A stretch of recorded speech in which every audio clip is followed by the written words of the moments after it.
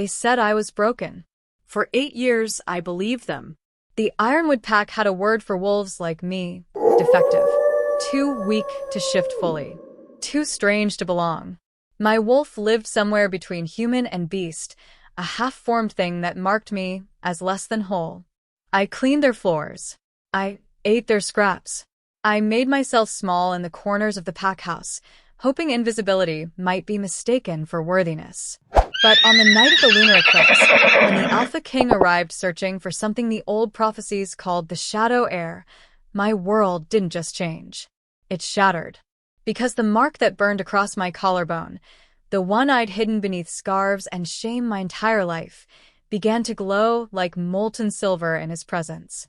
And the most powerful wolf in 5 territories dropped to his knees before me and whispered 2 words that rewrote my entire existence. Found you. My name is Zephyra Thorn. This is the story of how I went from broken Omega to the one thing the werewolf world feared most: the truth. Subscribe now, because Zephyra's journey from invisible to unstoppable starts in Chapter 1, and you won't want to miss a single twist. Chapter 1. The Eclipse Selection. I should have known better than to hope. Hope was a luxury for wolves with standing, with futures, with names that meant something beyond the broken one. I had none of those things.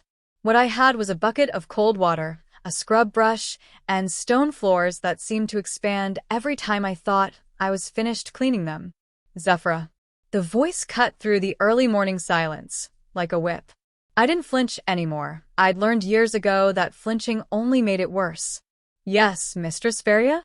I kept my eyes down, my voice even. Submission was survival. Veria Greystone, beta female of the Ironwood Pack, descended the packhouse stairs with the kind of grace that came from never doubting your place in the world. Her blonde hair caught the pre-dawn light streaming through the windows, making her look almost ethereal. Beautiful. Untouchable. Everything I wasn't. The floors are still dirty, she said, though we both knew they weren't. I'd been scrubbing since before sunrise. The Alpha King arrives tonight for the eclipse selection. Everything must be perfect. Everything. Yes, mistress. I dipped my head lower. She circled me slowly, her heels clicking against the stone I'd just polished. You know what tonight means, don't you? I did. Every unmated female between 18 and 25 was required to attend the eclipse selection. The Alpha King, Theron Ravenclaw, ruler of the 5 territories, was searching for something. No one knew exactly what. The official decree said he sought a mate, but rumors whispered of something darker. Something about old prophecies and bloodlines that were supposed to be extinct. You won't be attending, of course, Veria continued, her tone almost pitiful. Almost. We can't have you embarrassing the pack in front of the Alpha King. Can you imagine? Our defective Omega attempting to present herself? The other packs would mock us for weeks. Something hot and bitter twisted in my chest, but I swallowed it down. I understand, mistress. Good. She smiled then, sweet as poison. Besides, someone needs to serve refreshments during the ceremony. You'll be far more useful in the kitchen than wasting the Alpha King's time. She left me there on my knees, scrub brush in hand, and I hated myself for the tears that burned behind my eyes. I wouldn't cry. I never cried. Not anymore. But Moon Goddess, I wanted to. The Ironwood Packhouse buzzed with activity all day. Females preened and practiced their curtsies. Males polished armor and weapons, trying to look impressive in case the Alpha King's attention wandered their way. Even the Omegas, the normal ones, were allowed to bathe and wear clean clothes for the ceremony. Not me. I stayed in the kitchen, preparing trays of food I'd never be allowed to taste. Roasted meats. Fresh bread. Fruits imported from the southern territories that cost more than I'd see in a lifetime. Zephyra, more wine. The head cook, a heavy-set woman named Belindra, shoved another tray into my hands. And don't you dare drop it. If you ruin this night, Alpha Darien will have your hide. Alpha Darien. The thought of him made my skin crawl. He'd been Ironwood's alpha for 15 years, ever since his father died in the border wars. He was strong, ruthless, and utterly convinced that wolves like me were a stain on pure bloodlines. He'd made my life here a special kind of hell. I won't drop it, I promised quietly, taking the tray. Belindra studied me for a moment, something almost like sympathy flickering in her eyes. Then it was gone.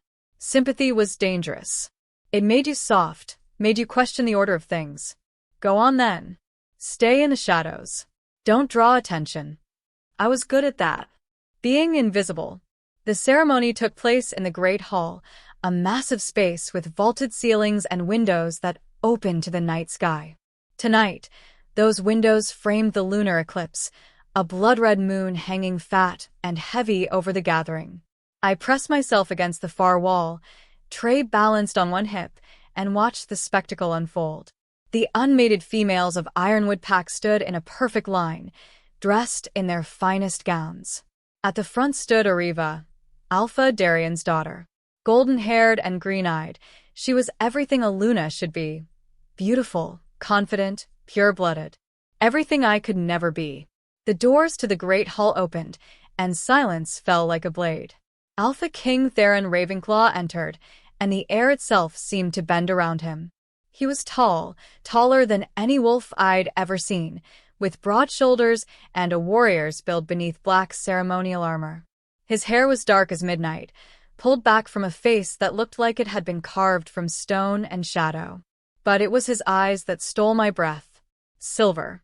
Not the pale silver of moonlight, but the deep, molten silver of starlight reflected in still water. Ancient eyes. Dangerous eyes. Eyes that saw everything. Alpha Darian. His voice was deep, resonant, carrying power that made my wolf stir in a way she never had before. My broken, half-formed wolf that barely existed. She felt him. Alpha King Theron. Darian bowed, deeper than I'd ever seen him bow. Welcome to Ironwood. Our unmated females are honored to present themselves for your consideration. Theron's gaze swept the line of women, and I saw several of them shiver. Not from the cold, from the sheer weight of his presence. The eclipse is upon us, Theron said quietly. The old magic is strong tonight. If what the prophecies speak of is true, the Shadow Heir will reveal herself before the moon completes its cycle. Murmurs rippled through the crowd. Shadow Heir. I'd heard that term whispered in the weeks leading up to tonight, but no one seemed to know what it meant. Begin, Theron commanded. One by one, the females stepped forward. He looked at each for no more than 3 seconds before dismissing them with a slight shake of his head. Even Oriva, who'd clearly expected to be chosen, was waved away with barely a glance. I should have felt satisfied with that. Instead, I felt nothing. This didn't concern me. I was just the broken Omega, holding a tray of wine. Then Theron went still. His head turned slowly, those silver eyes scanning the room with sudden intensity. He was looking for something. Someone. Show yourself, he said, his voice dropping to something that was almost a growl. I can feel you. I know you're here. My heart began to pound. The mark on my collarbone, the strange, twisted pattern I'd been born with, suddenly burned like someone had pressed hot iron to my skin. No, not now. Please, not now. The Shadow Heir is in this room, Theron continued, taking a step forward. The mark will reveal itself in my presence. There's nowhere to hide. The burning intensified. I bit my lip hard enough to taste blood, trying to stay silent, trying to stay invisible. But the mark had other plans. Light exploded from beneath my collar, silver light that cut through the shadows I'd been hiding in. Every head in the room turned toward me. Theron's eyes locked onto mine, and the world stopped spinning. There, he breathed. There you are. He crossed the room in 3 powerful strides, and before I could move, before I could think, he reached out and pulled aside the collar of my worn dress. The mark blazed in the darkness, a pattern of ancient symbols that spiraled from my collarbone down across my shoulder. Symbols that matched the ones carved into the walls of the oldest temples. Symbols that belonged to a bloodline everyone thought were extinct. The room erupted into chaos. But all I could hear was Theron's voice, quiet and certain, as he dropped to one knee before me, the Alpha King kneeling to a broken Omega, and spoke 2 words that shattered everything I thought I knew about myself. Found you. Chapter 2. The Mark of Shadows. Time fractured into 1,000 jagged pieces. One moment, I was invisible, a broken omega clutching a tray of wine against the wall. Next, I stood in the center of the great hall with the Alpha King kneeling before me, his fingers tracing the burning mark on my collarbone with something that looked like reverence. The tray slipped from my hands, crystal shattered against stone, red wine spreading across the floor like blood. No one moved to clean it. Impossible. Alpha Darian's voice cut through the stunned silence. He pushed forward through the crowd, his face twisted with disbelief and barely contained rage. That's just Zephyra. She's nobody. She's broken. Theron didn't look away from me. His silver eyes held mine with an intensity that made it hard to breathe, hard to think. Her name? Zephyra Thorn. I whispered, my voice barely audible. But there's been a mistake. I can't be. Zephyra Thorn. He repeated my name like it was something precious, something powerful. His hand still rested against my collarbone, and everywhere his skin touched mine, the mark pulsed with silver light. How long have you had this mark? My throat closed. 8 years of being taught not to speak, not to draw attention, warred with the direct question from the most powerful wolf in existence. Since birth, Alpha King. But it's just a birthmark.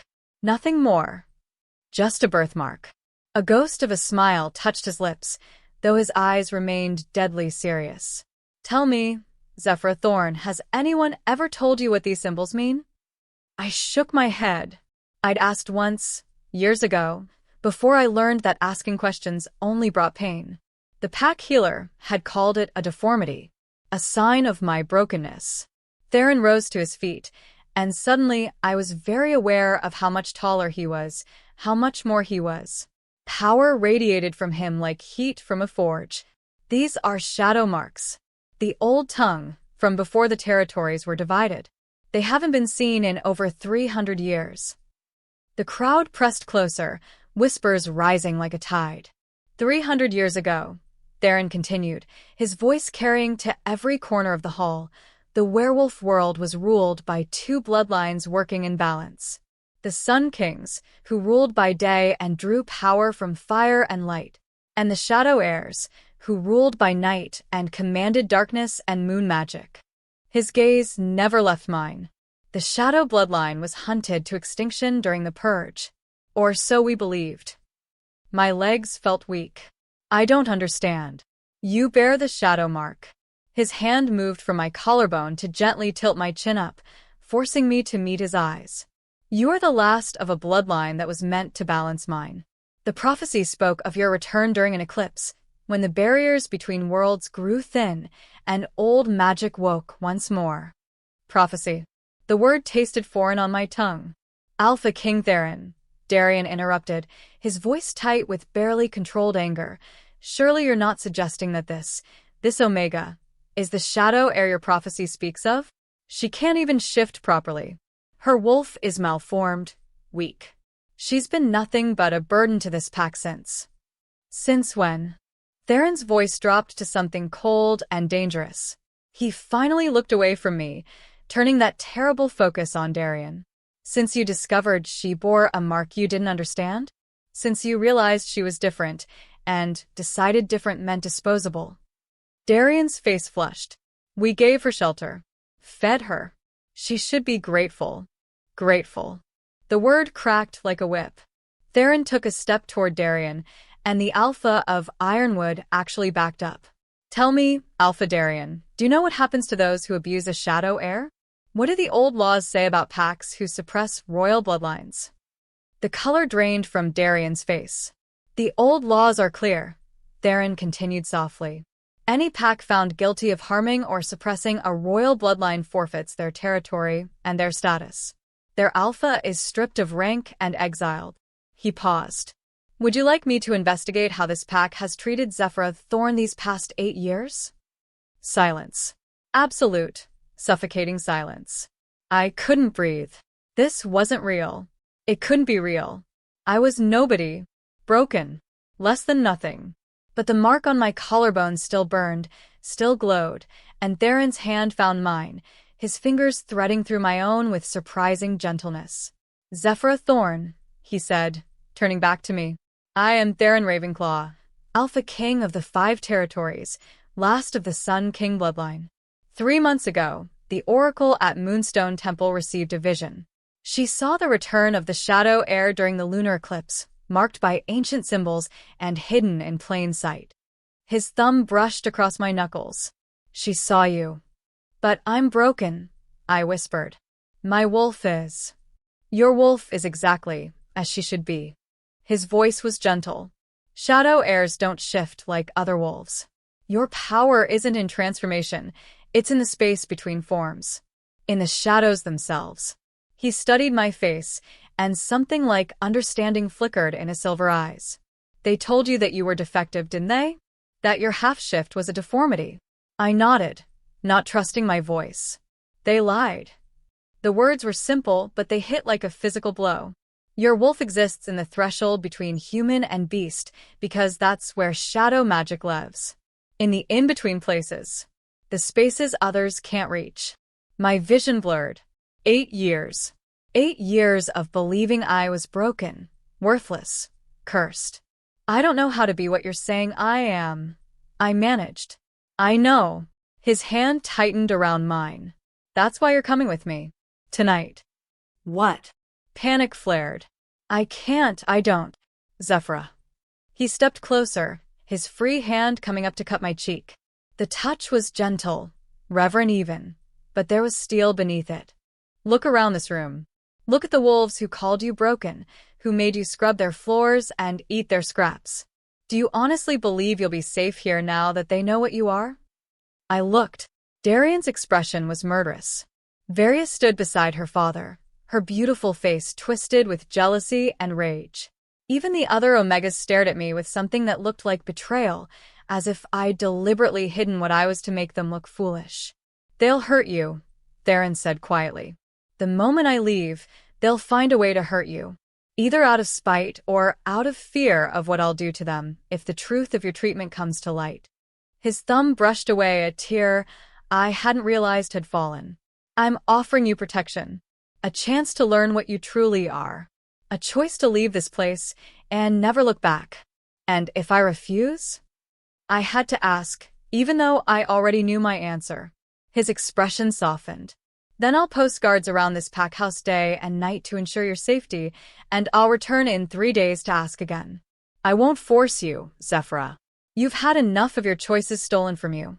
He paused. "But I hope you'll trust me enough to come willingly." Trust. What a strange concept. I'd spent 8 years learning that trust was a weakness, a vulnerability that others would exploit. But when I looked into Theron's silver eyes, I didn't see the cruelty I'd learned to expect. I saw something else. Something that looked almost like hope. "If I go with you," I said slowly, "what happens? I will take you to the capital. You meet the Oracle who prophesied your return. You learn about your bloodline, your power, your history." He smiled, and it transformed his harsh features into something almost beautiful. "You learn that you were never broken, Zephyra. You were just sleeping." Sleeping. The word resonated in my chest, in the place where my half-formed wolf lived. And for the first time in 8 years, that wolf stirred. Not with pain or confusion, but with recognition. As if she'd been waiting for this moment. Waiting for him. "Okay," I whispered. "I'll go with you." The smile that crossed Theron's face was fierce and bright. "Then pack your things. We leave within the hour." "I don't have things to pack." Something dangerous flashed in his eyes. He turned to Alpha Darian. "The Ironwood Pack will provide Zephyra with suitable clothing and supplies for her journey. Consider it the beginning of your reparations for 8 years of abuse." Darian's jaw clenched, but he nodded. "Of course, Alpha King." "And Darian?" Theron's voice dropped. "If I discover you've tampered with her belongings or attempted to harm her in any way before we depart, I will burn this pack house to the ground with everyone inside it. Do we understand each other?" "Yes, Alpha King." Theron turned back to me, his expression softening once more. Go. "Gather what you need. My guards will escort you." He gestured, and two massive wolves in royal armor stepped forward. No one will touch you. I promise. I wanted to believe him. Moon goddess. I wanted to believe him so badly it hurt. But 8 years of pain had taught me that promises were just pretty words that shattered when tested. Still, I nodded and moved toward the stairs, the royal guards flanking me like silent sentinels. Behind me, I heard Theron speak once more. Oh, and Oriva Greystone? I glanced back to see him addressing Darian's daughter, who stood frozen with shock and jealousy twisting her perfect features. The Shadow Heir outranks every wolf in this territory except me. That includes you. I suggest you remember that. My room, if it could be called that, was barely larger than a closet. A thin mattress on the floor, a single threadbare blanket, and a cracked mirror on the wall. 8 years I'd lived here, and I'd never been allowed to call it mine. Now, wolves I'd never seen before rushed in and out, bringing armfuls of clothing, leather travel bags, even a heavy cloak lined with fur. These should fit, my lady, one of them said nervously, laying a dress of deep blue across the mattress. The Alpha King wants you comfortable for the journey. My lady. No one had ever called me that before. I touched the dress with trembling fingers. The fabric was softer than anything I'd ever worn. Softer than anything I'd ever touched. I'll help you change, another voice offered. I turned to find a young woman with kind eyes standing in the doorway. She wore the uniform of a royal attendant. My name is Serenia. I serve the Alpha King's household. I can dress myself, I said automatically, then winced. That sounded ungrateful. But Serenia just smiled. I'm sure you can. But tonight, you're not just dressing. You're preparing to leave behind a life that hurts you and step into one that will challenge you in ways you can't yet imagine. She moved closer. Let me help you with this one thing. Consider it practice for accepting help when you need it. Some things about her gentle manner made my throat tight. I nodded. She helped me out of my stained servant's dress and into the blue traveling gown. It fit perfectly, hugging curves I'd never paid attention to before. When she laced up the back, I felt something I'd never felt before. Beautiful. There, Serenia said softly. Now look. I turned to the cracked mirror and barely recognized myself. The girl looking back at me had dark hair that fell in waves past her shoulders, amber eyes that seemed to catch the light, and a bearing that was no longer hunched with shame. The shadow mark on my collarbone still glowed faintly, visible above the neckline of the dress. You look like royalty, Serenia whispered. Like you were always meant to. Before I could respond, a commotion erupted downstairs. Shouting. The sound of something breaking. Serenia's expression tightened. Stay here. The guards will. But I was already moving. Something in my chest pulled me toward the noise, toward the danger. I reached the top of the stairs, just in time to see Varia lunge at Theron with a silver dagger gleaming in her hand. You're taking her, she screamed. You're choosing that broken thing over me? Over Oriva? Over wolves with pure blood and actual worth. Theron caught her wrist before the blade could connect, his expression utterly calm. Careful, beta female. Attacking the Alpha King is punishable by death. She doesn't deserve this. Varia's beautiful face was ugly with rage. I've seen her scrubbing floors, eating scraps. She's nothing. She's everything. Theron's voice was quiet, but it carried the weight of absolute authority. And you're the one who made her scrub those floors. Who gave her those scraps? Who convinced a royal bloodline that she was worthless? He released her wrist, and she stumbled backward. You should pray, Varia Greystone, that when Zephyra learns to wield her full power, she chooses mercy over justice. His silver eyes lifted to where I stood at the top of the stairs. Are you ready? I looked at Varia's hate-twisted face, at Darian's impotent rage, at the pack that had made my life a living hell for 8 years.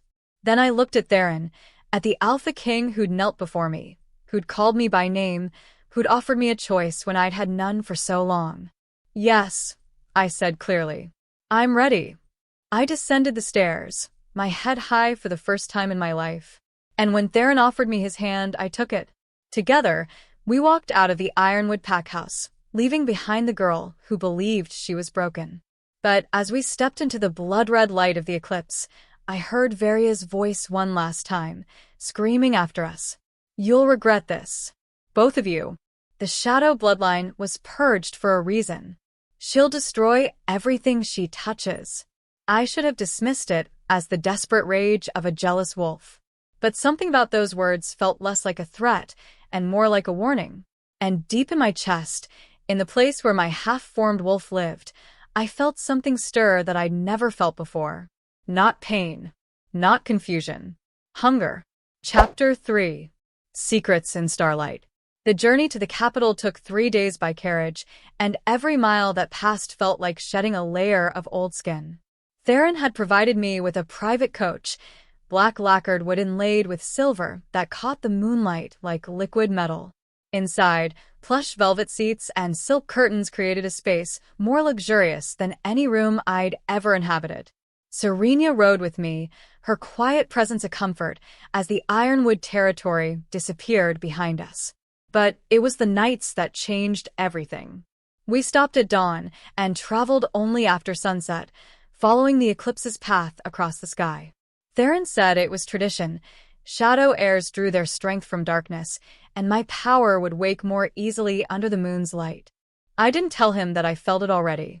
The stirring in my chest. The way shadows seemed to bend toward me when no one was looking. The strange sensation of being more after the sun went down. On the second night, Theron knocked on my carriage door as we made camp in a clearing surrounded by ancient pines. "Walk with me?"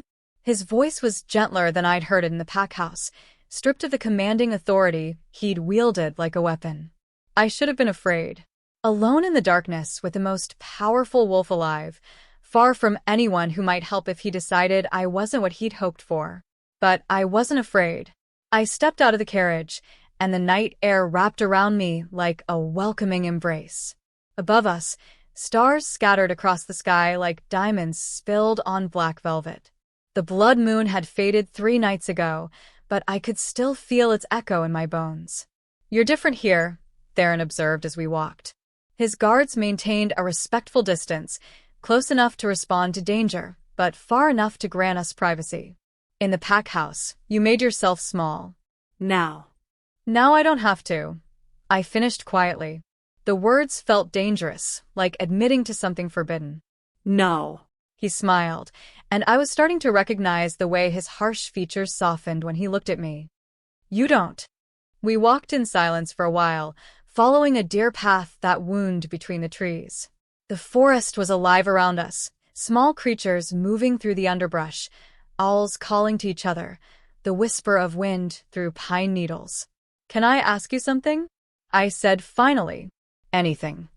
"Why were you looking for me?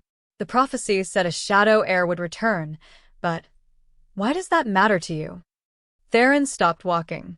For a long moment, he stared up at the stars, and I saw something that looked like pain flicker across his face. "Do you know what happens to a bloodline that rules alone?" he asked. "Without balance." I shook my head. "It corrupts." His voice was soft, but there was an edge to it. Something raw. "My family has ruled the 5 territories for 300 years without the shadow bloodline to temper us. And with each generation, we've grown harder, colder, more brutal." He turned to look at me. "My father was a tyrant. His father before him was worse. The Sun King bloodline draws power from fire and light, from things that burn and consume. Without the shadow heirs to provide balance, we become destruction without purpose. You're not like that," I said before I could stop myself. "You've been kind to me." Something flickered in his silver eyes. Have I? Or have I simply not been cruel? The question hit harder than it should have. Because he was right. I'd been so starved for basic decency that kindness and the absence of cruelty had become the same thing in my mind. "You gave me a choice," I said. "You could have commanded me to come with you. Could have dragged me from the pack house in chains, and no one would have stopped you. But you asked. That's more than kind, Theron. That's respect." He stepped closer, close enough that I could feel the heat radiating from him. Sun King bloodline. I remembered. Fire and light. I need you to understand something, he said quietly. The prophecy isn't just about restoring balance to the territories. It's about saving my bloodline from becoming the monsters we were always meant to destroy. His hand lifted, hesitating for just a moment before his fingers brushed against my cheek. You're not just the Shadow Heir, Zephyra. You're my salvation. The weight of those words should have crushed me. Should have sent me running back to the carriage, back to the safety of being nobody. But instead, I felt something inside me rise. Then what am I supposed to do? I whispered. I don't know how to save anyone. I barely know how to save myself. You learn. His thumb traced the line of my jaw, and everywhere he touched, warmth bloomed. The Oracle is waiting at the capital. She'll teach you about your power, your history, and I'll be with you every step of the way. Why? The question escaped before I could trap it. Why do you care so much? You just met me. Theron's expression shifted into something I couldn't quite read.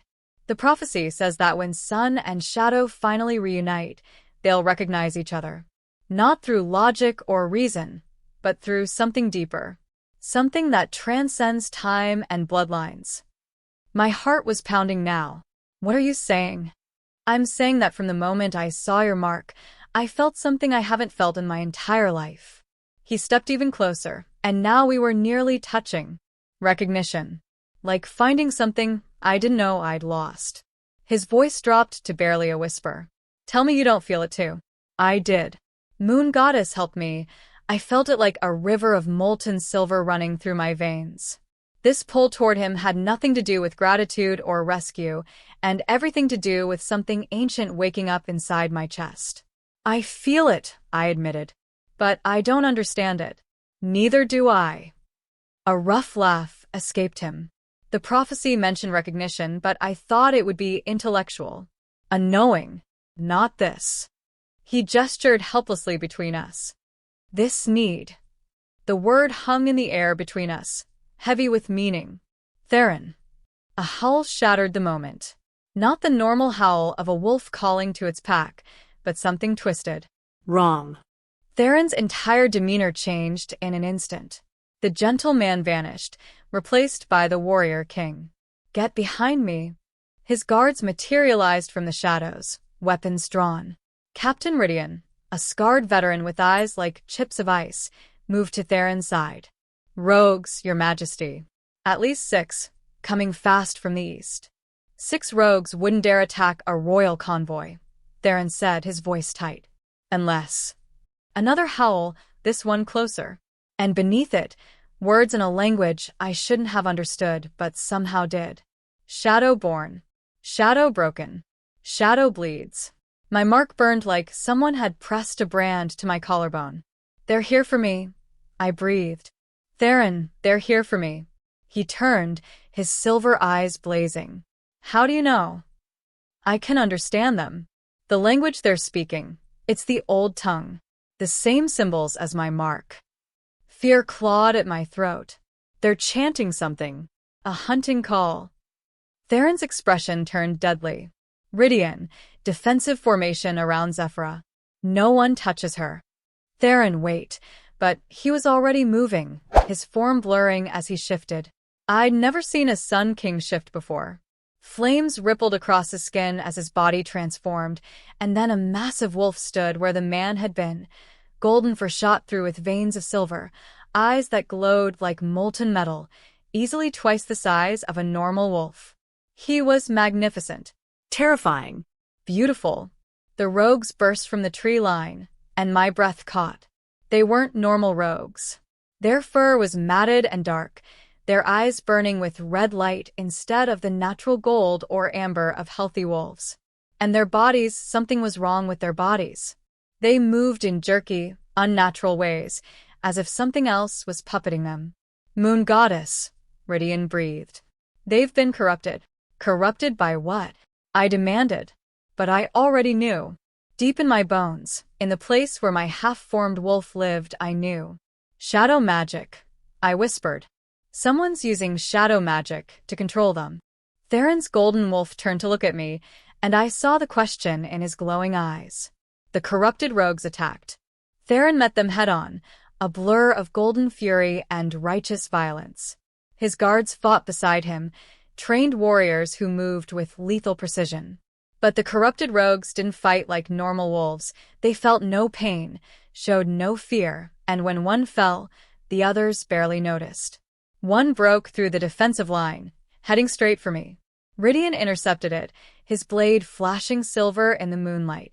But the corrupted wolf was fast, inhumanly fast, and its claws raked across his side before he could block. The captain went down hard. The corrupted rogue turned its burning red eyes on me and lunged. I should have run. Should have screamed for help. Instead, something inside me snapped. The shadows between the trees moved. They poured toward me like living things, wrapping around my arms, my shoulders, my throat. Not choking, but filling.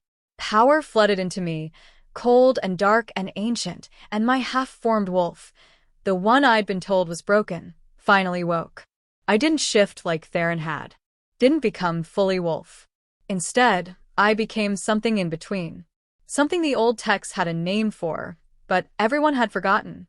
Shadowkin. My form blurred at the edges, solid and smoke at the same time. Darkness pooled around my feet, spreading across the forest floor like spilled ink.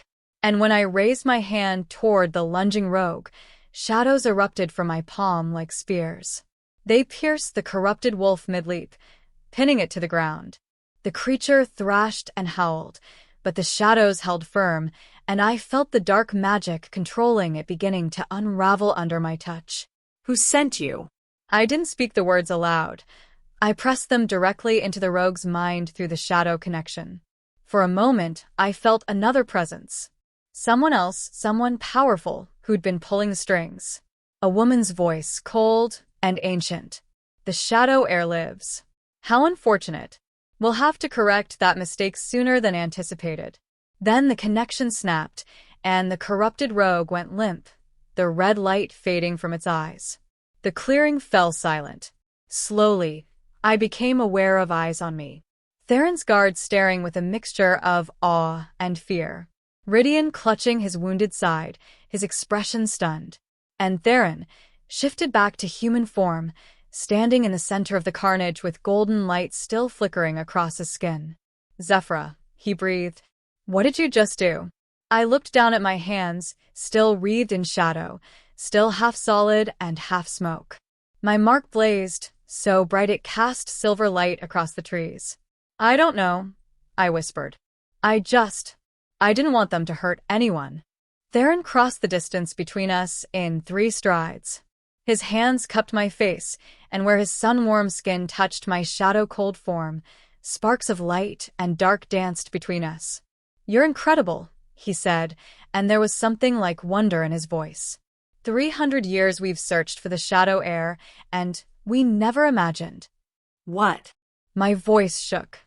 What did you never imagine? That you'd be strong enough to manifest your power after 8 years of suppression. That you'd instinctively know how to wield shadows like you'd been trained your entire life. His thumb brushed across my cheekbone. That you'd use that power not to save yourself, but to protect others. Someone sent those rogues, I said urgently.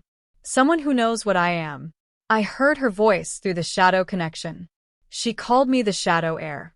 She said they'd have to correct the mistake of me still being alive. Theron's expression darkened. Then the prophecy was right about more than just your return. It spoke of enemies who would rise to stop the balance from being restored. Enemies who've had 300 years to prepare for this moment. Who? I demanded. Who would want to keep sun and shadow separated? Those who profit from imbalance.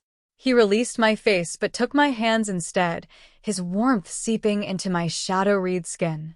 Those who grew powerful in the chaos my bloodline created, without yours to temper it. And those. He hesitated. Those who participated in the purge 300 years ago. Who hunted your bloodline to extinction and have been waiting to see if the prophecy would actually come true. My blood ran cold. They're still alive? After 300 years. Some bloodlines have ways of extending their existence. Dark magic. Forbidden practices. His jaw clenched. And if they're willing to use corrupted rogues as weapons, they're willing to go much further to stop you from claiming your full power. The shadows around me flickered and died as exhaustion suddenly crashed over me. Whatever I'd done, whatever power I'd accessed, it had taken everything I had. Theron caught me before I could fall. Easy. You've been awake for days and just used ancient magic for the first time. Your body needs rest. But the enemies will still be there when you wake.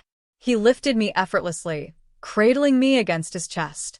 Right now, you need to recover. We'll reach the capital tomorrow night. The Oracle will have answers. Theron. My voice was getting heavy, sleep pulling at the edges of my consciousness. Yes. Don't let them take me. Don't let them make me go back to feeling broken. His arms tightened around me. Never. I swear on every star in the sky, Zephyra, you'll never be that girl again. You're the Shadow Heir now. And anyone who tries to hurt you will answer to both our bloodlines. I wanted to stay awake, wanted to ask more questions about the voice I'd heard and the enemies gathering in the darkness. But exhaustion won, dragging me down into sleep. My last conscious thought was of Theron's heartbeat, steady and strong beneath my ear, and the way his warmth and my shadows seemed to fit together like two halves of a forgotten whole. I dreamed of fire and darkness dancing across a battlefield older than memory. I dreamed of two thrones, one made of sunlight, one made of shadow, standing side by side in a hall carved from starlight. And I dreamed of a woman with my face and older eyes, standing before a gathering of wolves and speaking words that echoed across centuries. When the sun burns alone, it destroys. When shadow walks alone, it consumes. But together, we are balanced. Together, we are hopeful. Together, we are what this world was always meant to be. Then the dream shifted, twisted, and I saw that same woman surrounded by flames and screaming as her sisters, wolves who looked like her, who shared her blood, turned their backs and let her burn. Betrayal, a voice whispered in the darkness. The shadow bloodline fell not to enemies, but to family. Remember that little heir. Remember that your greatest danger may come from those who should love you most. I woke up gasping. Theron's concerned silver eyes the first thing I saw. Nightmare, he asked softly. Warning, I corrected, my heart still racing. Someone's trying to tell me something about the purge, about how the shadow bloodline really fell. His expression grew grave. Then we need to reach the Oracle faster than I thought. Because if the past is trying to warn you... He didn't finish the sentence. He didn't need to. If the past was trying to warn me, it meant history was about to repeat itself. And this time I needed to be ready. Chapter 4. The Oracle's Truth. The capital appeared on the horizon like something from a fever dream. Moonspire City rose from the earth in spirals of white stone and silver metal, its towers reaching toward the sky like fingers grasping for stars. At its heart stood the royal citadel, a massive fortress that seemed to be built from crystallized moonlight itself, gleaming even in the darkness. It's beautiful, I breathed, pressing my face against the carriage window. Serenia smiled beside me. Wait until you see it from inside. The citadel's walls are embedded with moonstones from the ancient mines. When the Oracle performs her rituals, the entire structure glows like a beacon. The Oracle lives in the citadel? In the temple beneath it. The Moonstone Temple, the oldest structure in the territories. It existed long before the citadel was built, long before even the division between sun and shadow bloodlines. Serenia's expression grew distant. Some say the temple was here when the first wolves learned to shift, that it's connected to the moon goddess herself. A chill ran through me. The moon goddess. I'd prayed to her every night for 8 years, begging her to fix what was broken in me, to make me normal. She'd never answered. Or had she? Maybe the silence had been its own answer, waiting for the moment when I'd stop asking to be fixed and start accepting what I truly was. The carriage rolled through Moonspire's gates just after sunset, and wolves lined the streets to watch us pass. But their reactions weren't what I'd expected.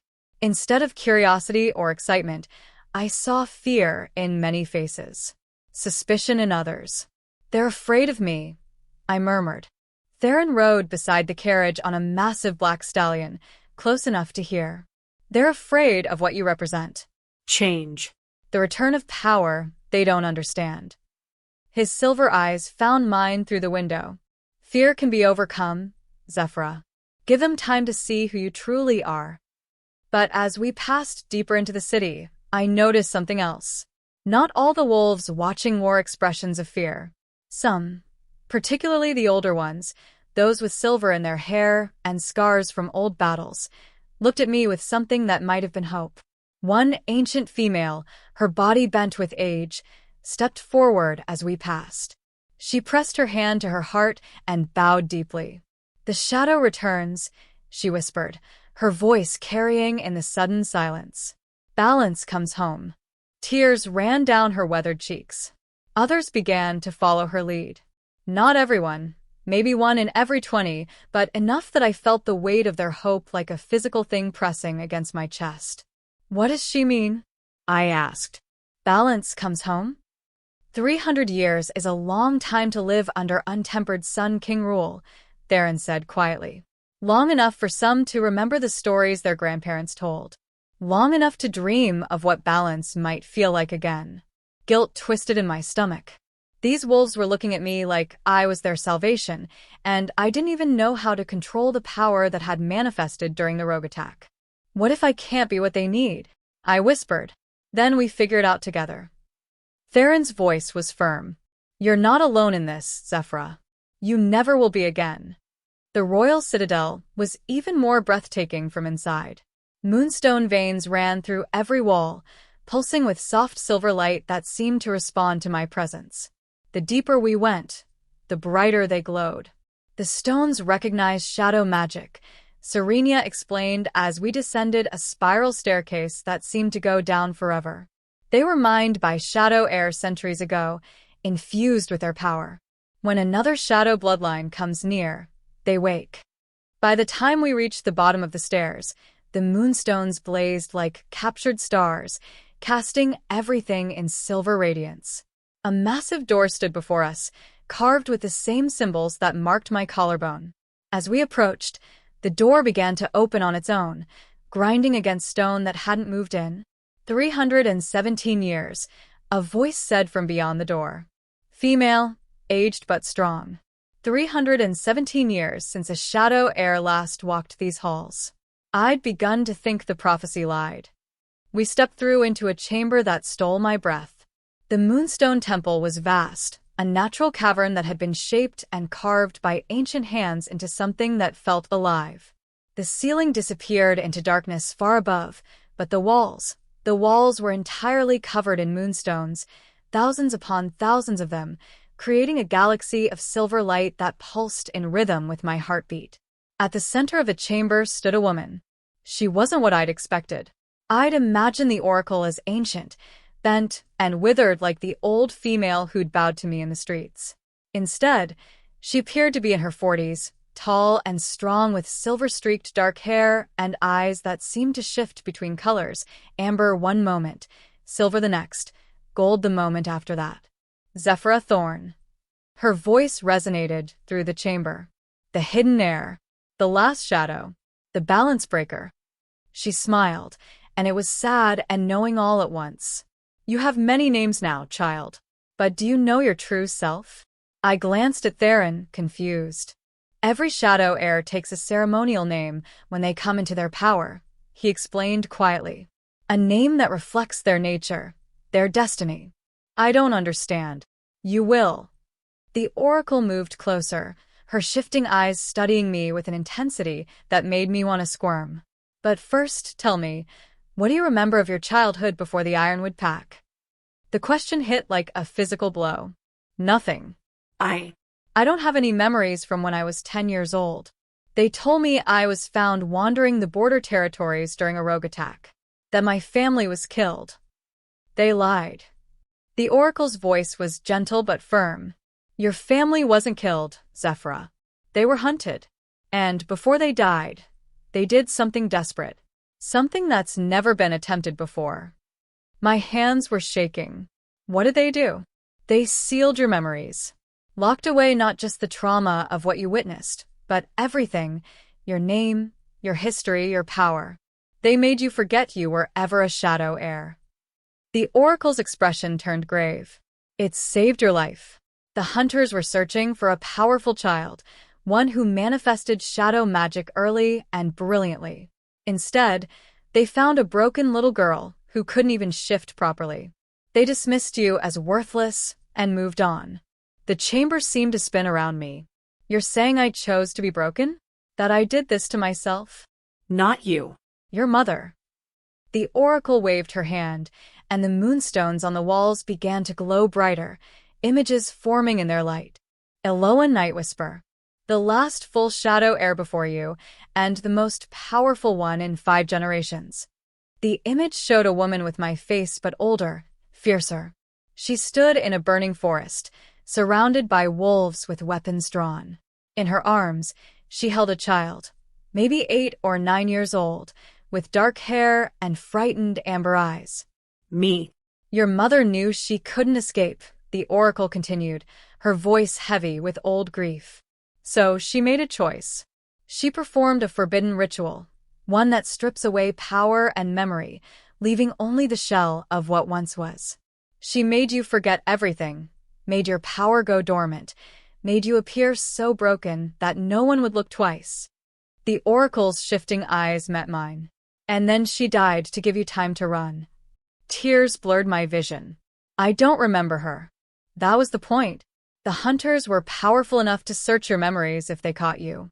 If you didn't remember who you were, they couldn't extract the truth and finish the bloodline's extinction. The oracle moved closer, placing a warm hand over my heart. But the ritual had a failsafe. When you came of age and encountered your Sun King counterpart, the seal would begin to break. The power would wake. The memories would return. The mark, I whispered. That's why it started glowing when Theron found me. The mark is your mother's final gift. It's not just a symbol, Zephyra. It's a key, a map written in your own flesh, showing you the path back to everything you were forced to forget. My legs gave out. Theron caught me before I hit the stone floor, his strong arms pulling me against his chest. Easy, he murmured. I've got you. But I couldn't breathe. I couldn't think. My entire existence had been built on a lie. Not the lie that I was broken, but the lie that I'd always been this way. That the girl who scrubbed floors and ate scraps was all I'd ever been. I had a mother who loved me. I choked out. A family. A real name. And I don't remember any of it. Not yet, the oracle corrected. But you will. The seal is breaking, Zephyra. Every day you spend near Theron, every time you use shadow magic, every moment you accept what you truly are, the seal weakens. The memories will return. All of them. What if I don't want them? The words burst out before I could stop them. What if remembering makes everything worse? Silence fell over the chamber. Then the oracle knelt before me, her shifting eyes locking onto mine with sudden intensity. Child, those memories contain your mother's love, your father's sacrifice, your sister's laughter. Yes, they also contain pain and loss and horror. But they're yours. They're the pieces of your soul that were stolen to keep you safe. Don't you want them back? A sister. I had a sister. Something inside me cracked open, and grief poured out. Grief for a family I couldn't remember, for a life that had been ripped away, for 8 years spent believing I was worthless when I'd been precious enough that my mother had destroyed herself to save me. I sobbed against Theron's chest while he held me, one hand stroking my hair, his warmth a steady anchor in the storm. I'm sorry, the oracle said softly. I know this is overwhelming, but you need to know the truth before we begin your training, before you face what's coming. I pulled back from Theron, wiping my eyes. What is coming? The oracle's expression turned grave. She rose and gestured, and the moonstones shifted their images. Now they showed wolves gathering in darkness. Dozens, maybe hundreds, their eyes burning with that same corrupted red light I'd seen in the rogues. The purge wasn't random violence, the oracle said. It was orchestrated by a coalition of families who believed the shadow bloodline had grown too powerful, that the balance between sun and shadow threatened their own ambitions. She pointed to specific wolves in the image. These families spent centuries consolidating power in the chaos that followed the purge. They profited from your bloodline's absence. And now that you've returned, they'll try to finish what they started. I finished numbly. Yes. But it's worse than that. The oracle waved again, and the image zoomed in on one wolf in particular, a female with white blonde hair and eyes like chips of ice. Do you recognize her? I squinted at the image, something nagging at the edges of my memory. No. Should I? Look closer at her features, the shape of her face, the way she carries herself. And then I saw it. The resemblance was subtle, but unmistakable. She looks like Varia, I breathed. The beta female from Ironwood Pack. Not just looks like, the oracle corrected grimly. That is Varia. Or rather, that's Varia's ancestor, Sylwan Greystone, one of the primary orchestrators of the Purge. The Greystone bloodline has been hunting Shadow Heirs for 300 years. Her shifting eyes hardened. And I don't believe it's a coincidence that you ended up in a pack controlled by that same bloodline. Ice flooded my veins. You think they knew what I was? All this time? I think they suspected. The Greystones have been obsessed with finding and eliminating any remaining shadow bloodline for generations. When a child appeared with no memory and a strange mark, they would have investigated. The oracle's voice turned gentle. They kept you close, Zephyra. Made you serve them, made you weak and small and controllable.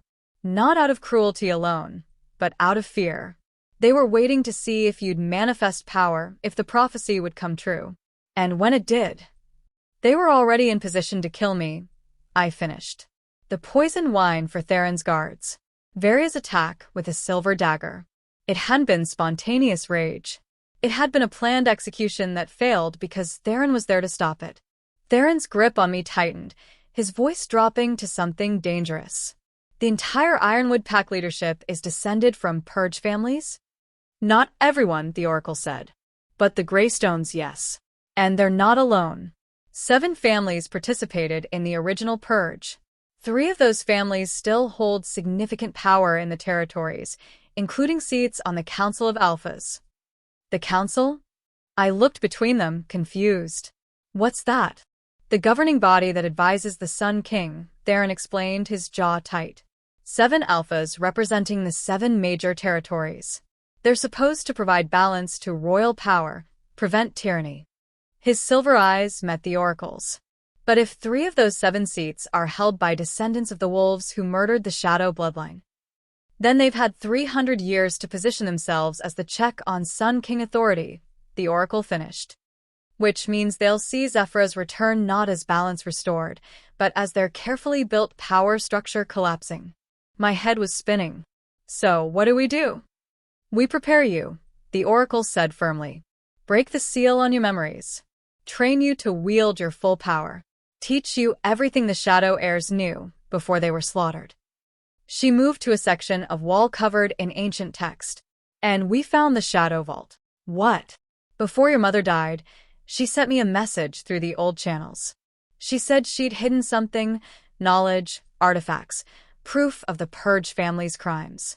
She called it the Shadow Vault, and she said only a Shadow Heir could find it. The oracle turned back to me, her shifting eyes intense. If we can locate what she hid, we'll have leverage against the families hunting you. Proof of their ancestors' crimes.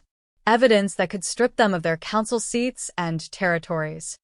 But my mother stripped my memories, I said slowly. If only a Shadow Heir could find this vault, and I don't remember anything. Then we break the seal, Theron said, his voice firm. Whatever it takes, however long it takes. We break it and help you remember.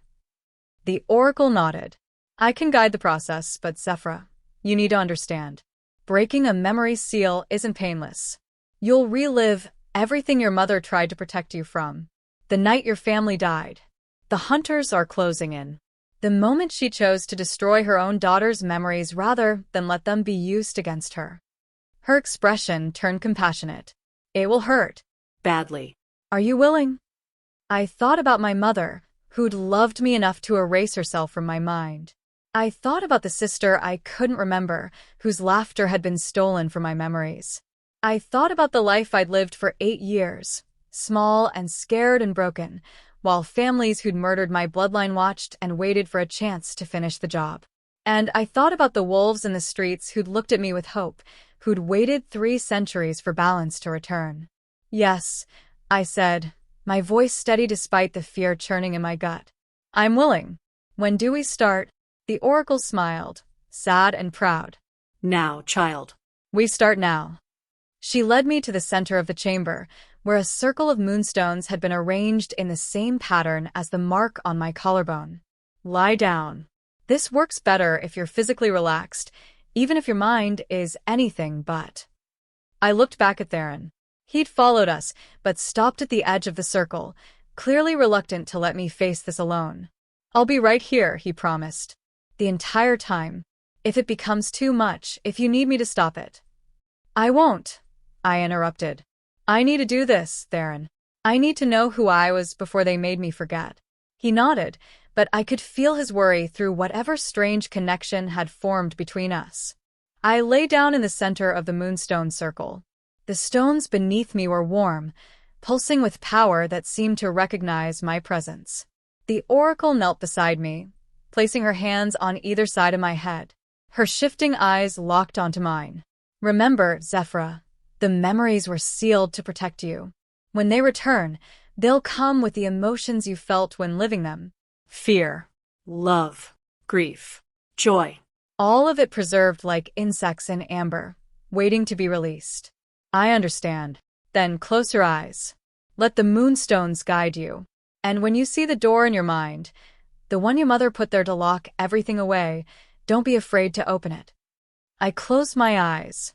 For a moment, there was nothing but darkness and the sound of my own breathing. Then the moonstones began to glow brighter, their light visible even through my closed eyelids. Power flowed into me, old magic that knew the shape of shadow bloodlines and the secrets they carried. In my mind, a door appeared. It was made of shadow and starlight, covered in the same symbols that marked my skin. And I knew, with the certainty of instinct, that behind this door lay everything I'd lost. Everything my mother had sacrificed herself to hide. I reached for the handle. The door opened, and I remembered. Mother's arms around me, her voice singing a lullaby in the old tongue. Father taught me to weave shadows into shapes, his laugh, when I made a wolf that looked more like a deformed rabbit. My sister Varia, no, not Varia, that was the name of my tormentor. My sister Calliope, holding my hand as we walked through a forest of silver trees that existed nowhere in the waking world. The 3 of us together, happy, whole. Then the memories turned dark. Wolves breaking down our door in the middle of the night. Mother screamed for us to run. Father buying time with his life, his last words. Protect the children. Running through burning woods. Calliope's hand is tight in mine. Hunters closing in on all sides. Their leader's voice. Find the shadow brats. Kill them before they can manifest their full power. Mother appeared from nowhere, shadows pouring from her hands like living weapons. She fought like a goddess of darkness, beautiful and terrible. But there were too many. She went down in a spray of blood, and I screamed. Then she looked at me, her eyes, my eyes, filled with love and desperation. Her hands moved in complex patterns, speaking words in the old tongue that burned themselves into my soul. Forget, she commanded, her voice cracking. Forget who you are. Forget your power. Forget your name. Become small. Become broken. Become invisible. Live, my darling daughter. Live and wait for the day the seal breaks.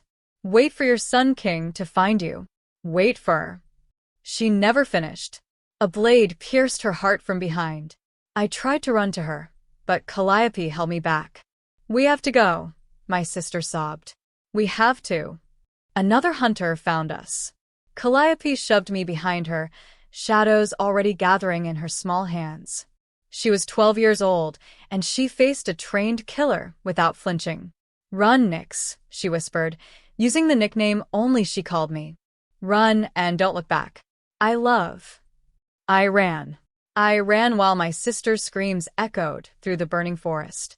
I ran until Mother's spell took hold, and everything, the love, the loss, the horror, was locked behind a door in my mind. I ran until I became the broken girl who believed she had no one and nothing. I came back to myself screaming.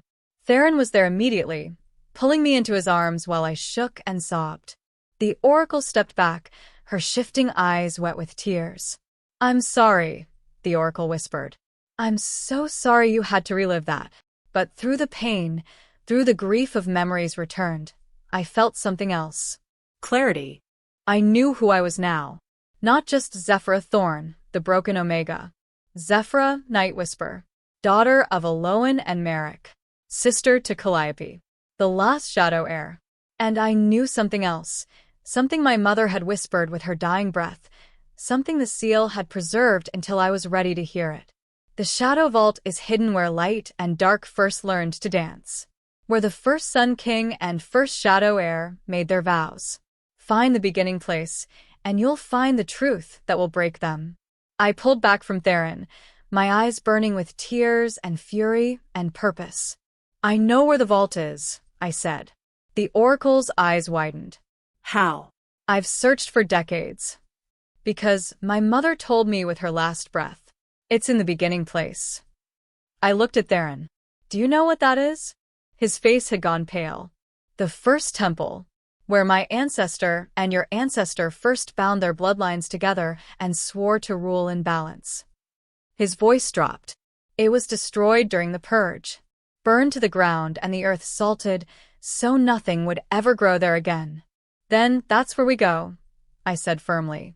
"Because if they destroyed it, they were trying to hide something. And whatever my mother hid there is worth finding." "Zephyra," the Oracle said carefully, "the ruins of the first temple are in the dead territories. Land so corrupted by the violence of the purge that not even rogues dare enter. The council has declared it a forbidden ground." "Good," I said, and felt my shadows stir in response to my anger. "Then they won't expect us to go there." Theron studied my face for a long moment. Then he nodded. "When do we leave?" 3 days, the Oracle said before I could answer. "Zephyra needs time to process what she's remembered and train with her restored memories. The seal breaking will have destabilized her power.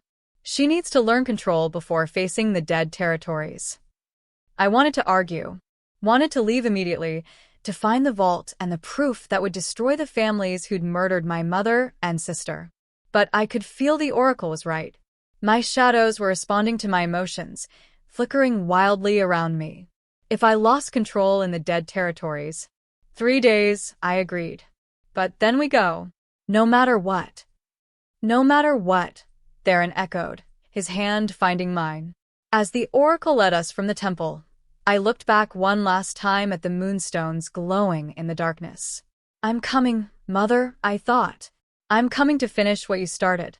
And when I find what you hid, I'm going to make sure your sacrifice wasn't in vain. I'm going to bring our family justice. Or I'm going to burn the world trying." Chapter 5. Shadows and Sunlight. Training with the Oracle was nothing like I'd expected.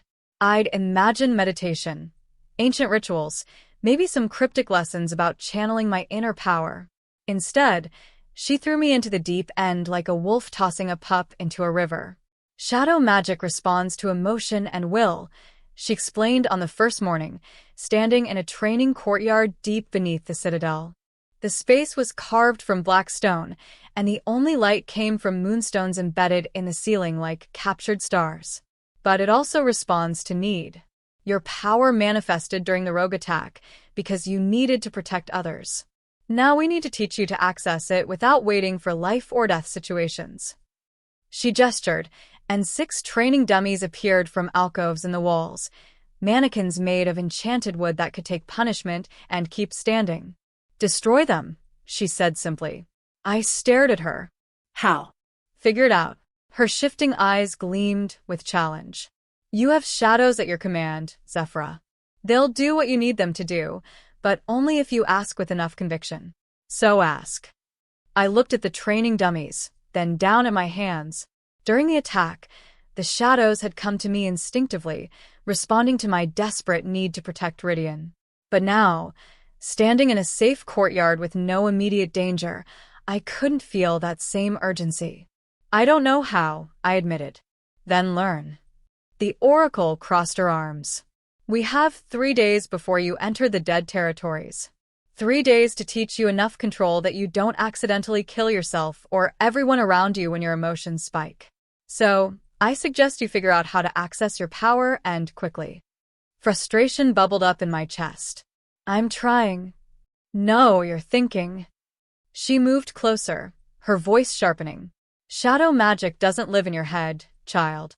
It lives in your gut, in your bones, in that place where instinct overrides logic.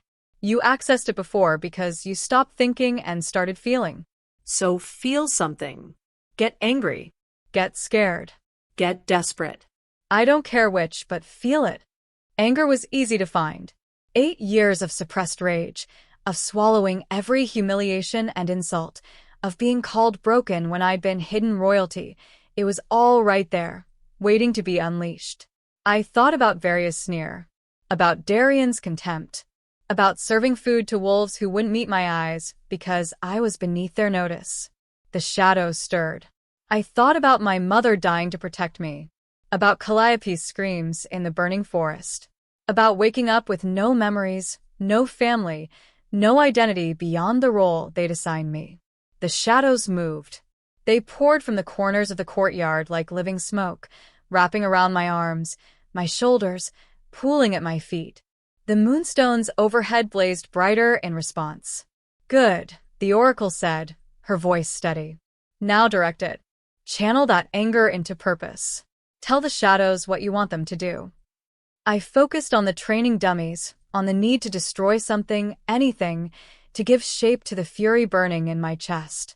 Destroy them, I commanded silently. The shadows erupted forward like spears of solid darkness.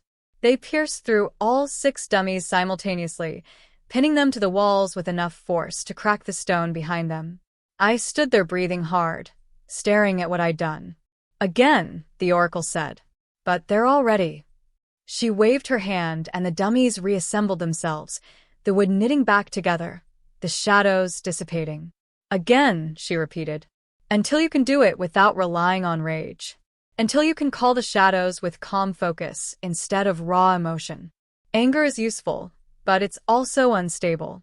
If you want to control your power instead of being controlled by it, you need to learn discipline.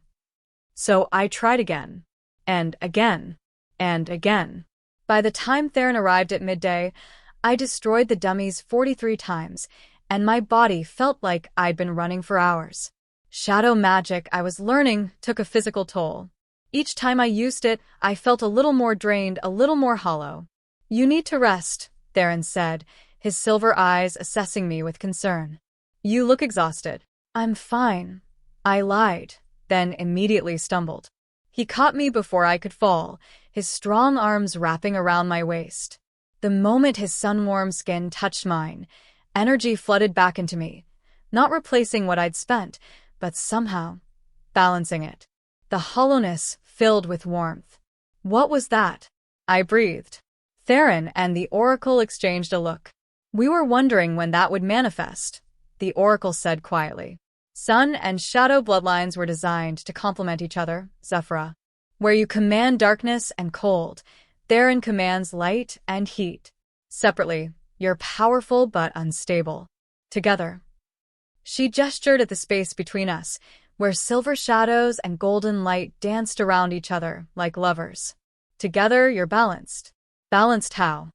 I asked, very aware of how close Theron still stood, how his hands hadn't left my waist.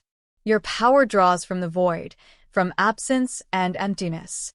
It's strong, but it will drain you if used too much. Theron's power draws from life force, from vitality and presence. Where you create emptiness, he creates fullness. The Oracle's shifting eyes gleamed. In the old days, Sun Kings and Shadow Heirs worked in tandem. One would channel power, while the other provided stability. It made both of them stronger than they could ever be alone. So we need to fight together, Theron said slowly. When we reach the dead territories. Not just fight. Everything. The Oracle moved closer. Zephyra, your training will progress faster if Theron is present. His energy will keep you from burning out. And Theron, your tendency toward aggression and overwhelming force will be tempered by Zephyra's precision and control. You'll make each other better. Something about the way she said it made heat rise in my cheeks. Theron must have noticed, because his lips quivered into a small smile. Then, I suppose I should stay for the afternoon session. I suppose you should, the Oracle agreed, amusement coloring her tone. But first, both of you eat. Zephyra needs to rebuild her strength, and you look like you haven't slept in days. She was right.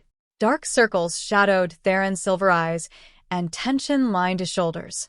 I've been meeting with the council, he admitted as we left the training courtyard and headed toward the Citadel's dining hall. Trying to manage their concerns about your return. Concerns.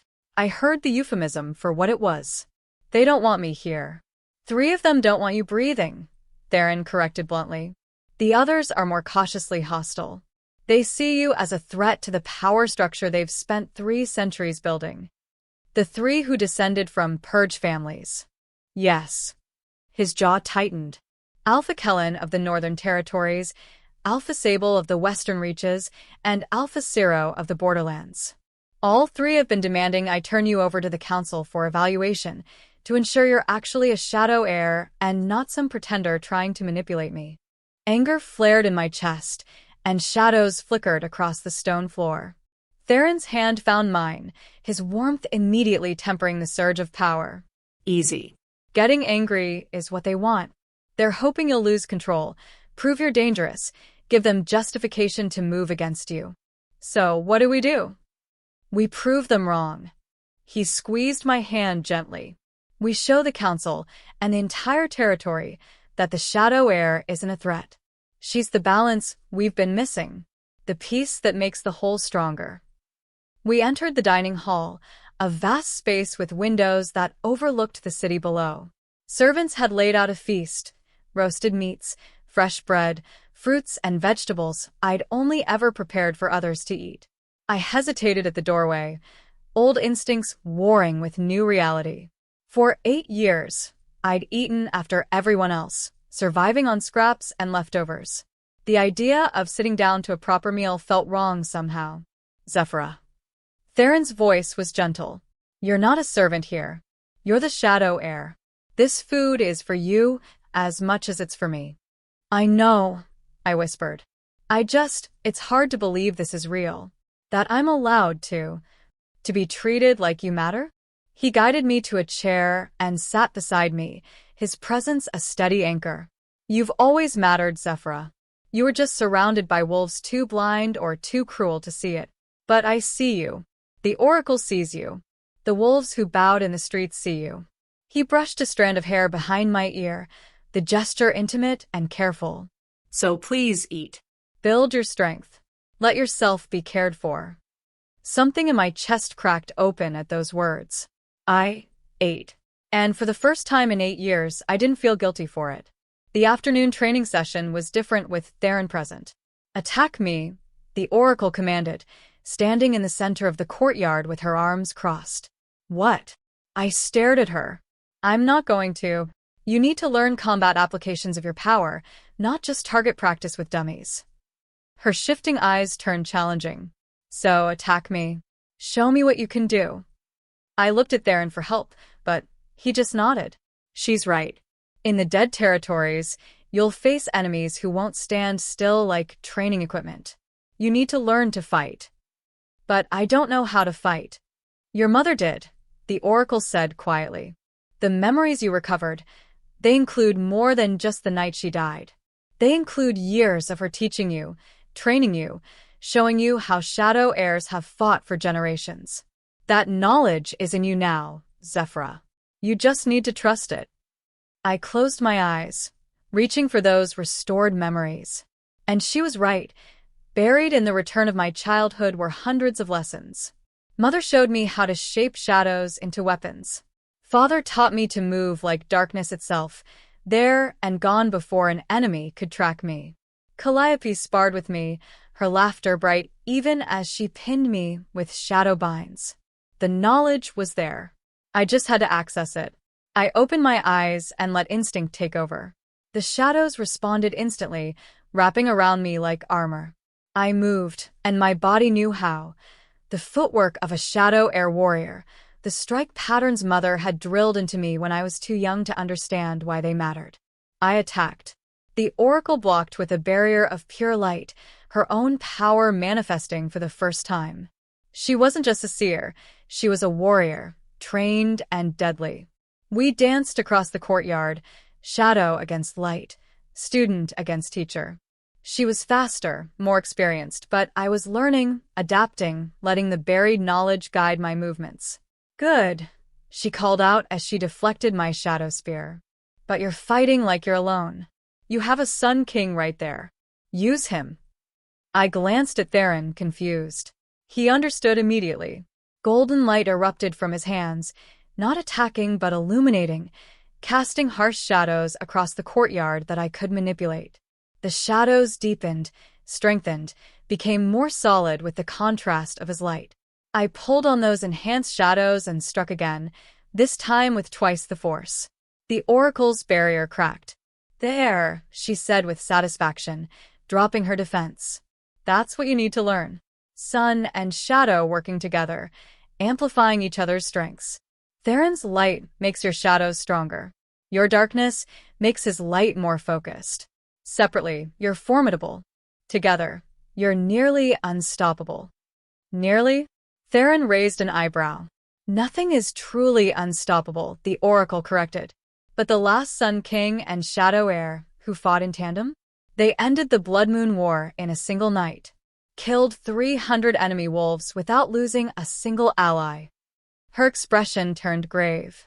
That's the power the Purge families fear. That's why they were so desperate to eliminate your bloodline, Zephyra. Because a balanced sun and shadow ruling together is nearly impossible to defeat. Then we need to practice working together, Theron said, his silver eyes meeting mine. Before we reach the dead territories. Agreed, the oracle said. Which is why for the next 3 days, you'll train together. Learn each other's rhythms, anticipate each other's movements, build the instinctive connection that made your ancestors legendary. We trained until sunset, and by the time the oracle called a halt, I was exhausted but exhilarated. For the first time since recovering my memories, I felt like I was moving towards something instead of running away. You did well today, Theron said as we climbed the stairs back to the Citadel proper. Better than well. You're a natural at this. I had a good teacher, I said quietly, thinking of my mother. You had several. His hand found mine again, and I was starting to recognize the gesture for what it was, not just comfort but connection. Each time we touched, the bond between us strengthened. Your family trained you well, Zephyra. They'd be proud of who you're becoming. Tears pricked my eyes. I hope so. We walked in comfortable silence until we reached the residential wing of the Citadel. Theron paused outside a set of ornate double doors. These are your chambers, he said. The oracle had them prepared for you. They belong to the last Shadow Heir who lived in the Citadel, though that was 300 years ago.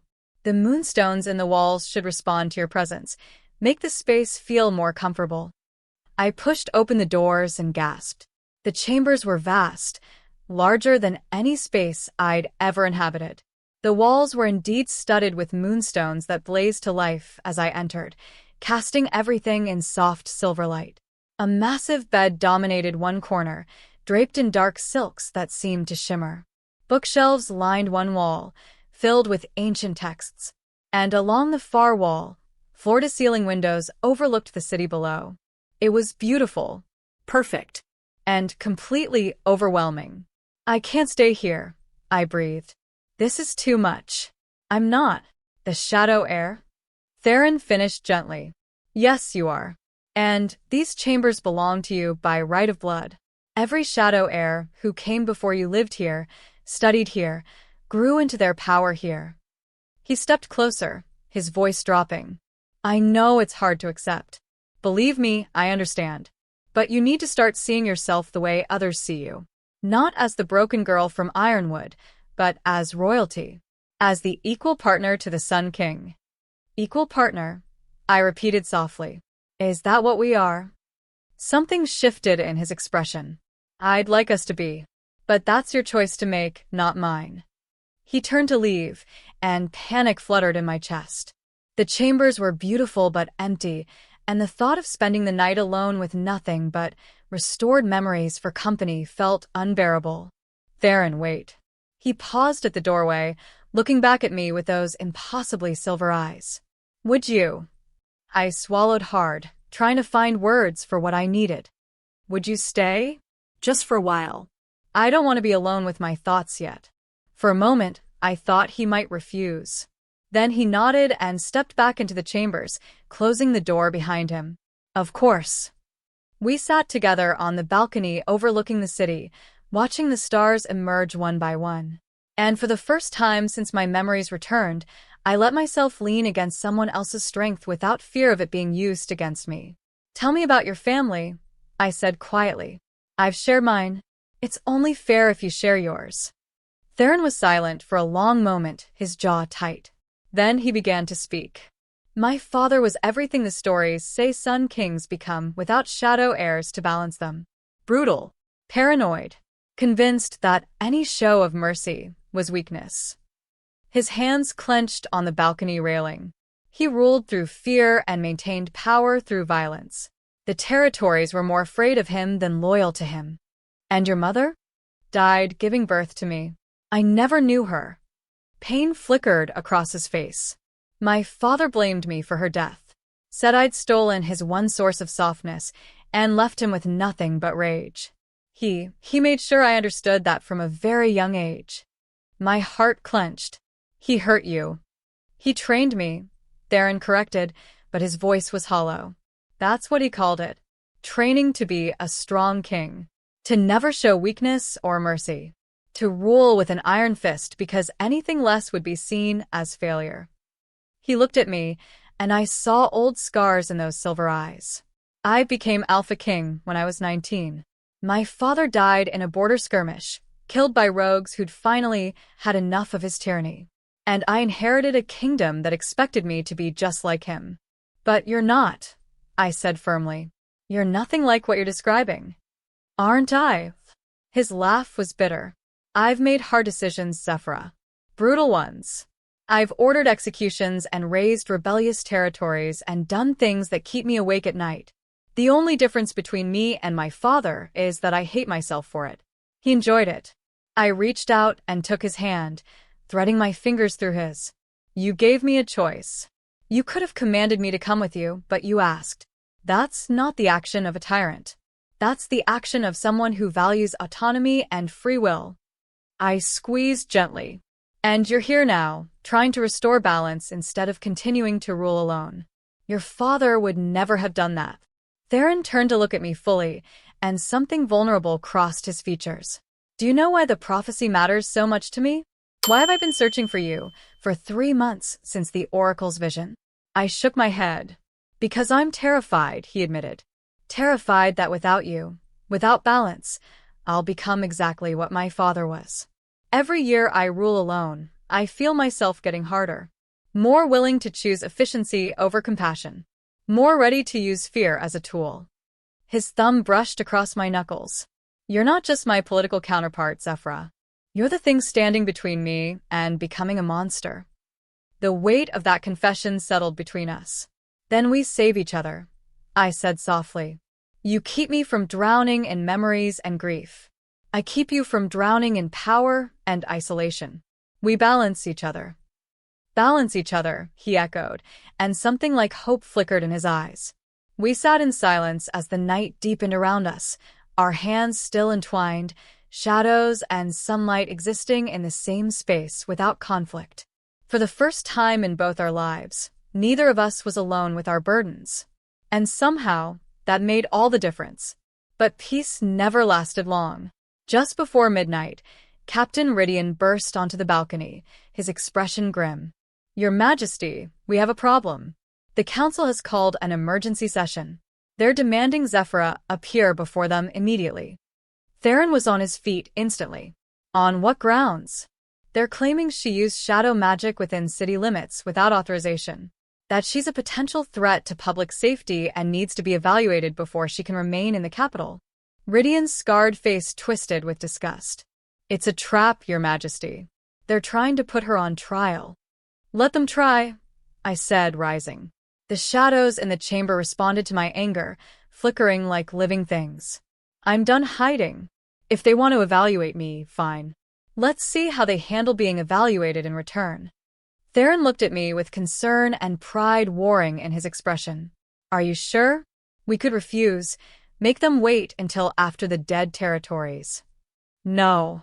My voice was firm. The Oracle said, I need to learn control. What better test than facing the wolves who want me dead and staying calm enough not to kill them? I met his eyes. Besides, they need to see that I'm not afraid of them, that the Shadow Heir isn't hiding in the shadows anymore. A fierce smile crossed Theron's face. Then we go together. Sun and shadow. Let them see what balance looks like. As we followed Rydian through the citadel toward the council chamber, I felt my mother's memories stirring. She'd faced the council once, 300 years ago, demanding justice for Shadow Heirs being hunted. They'd voted her down, told her to be patient, to trust the system. 2 weeks later, she was dead. History wouldn't repeat itself. Not while I still had shadows to command and a Sun King at my side. The council wanted to evaluate me? Fine. Let them try. Chapter 6. Trial by Council. The council chamber was a circular room carved from white marble, with 7 thrones arranged in a semicircle facing a central platform.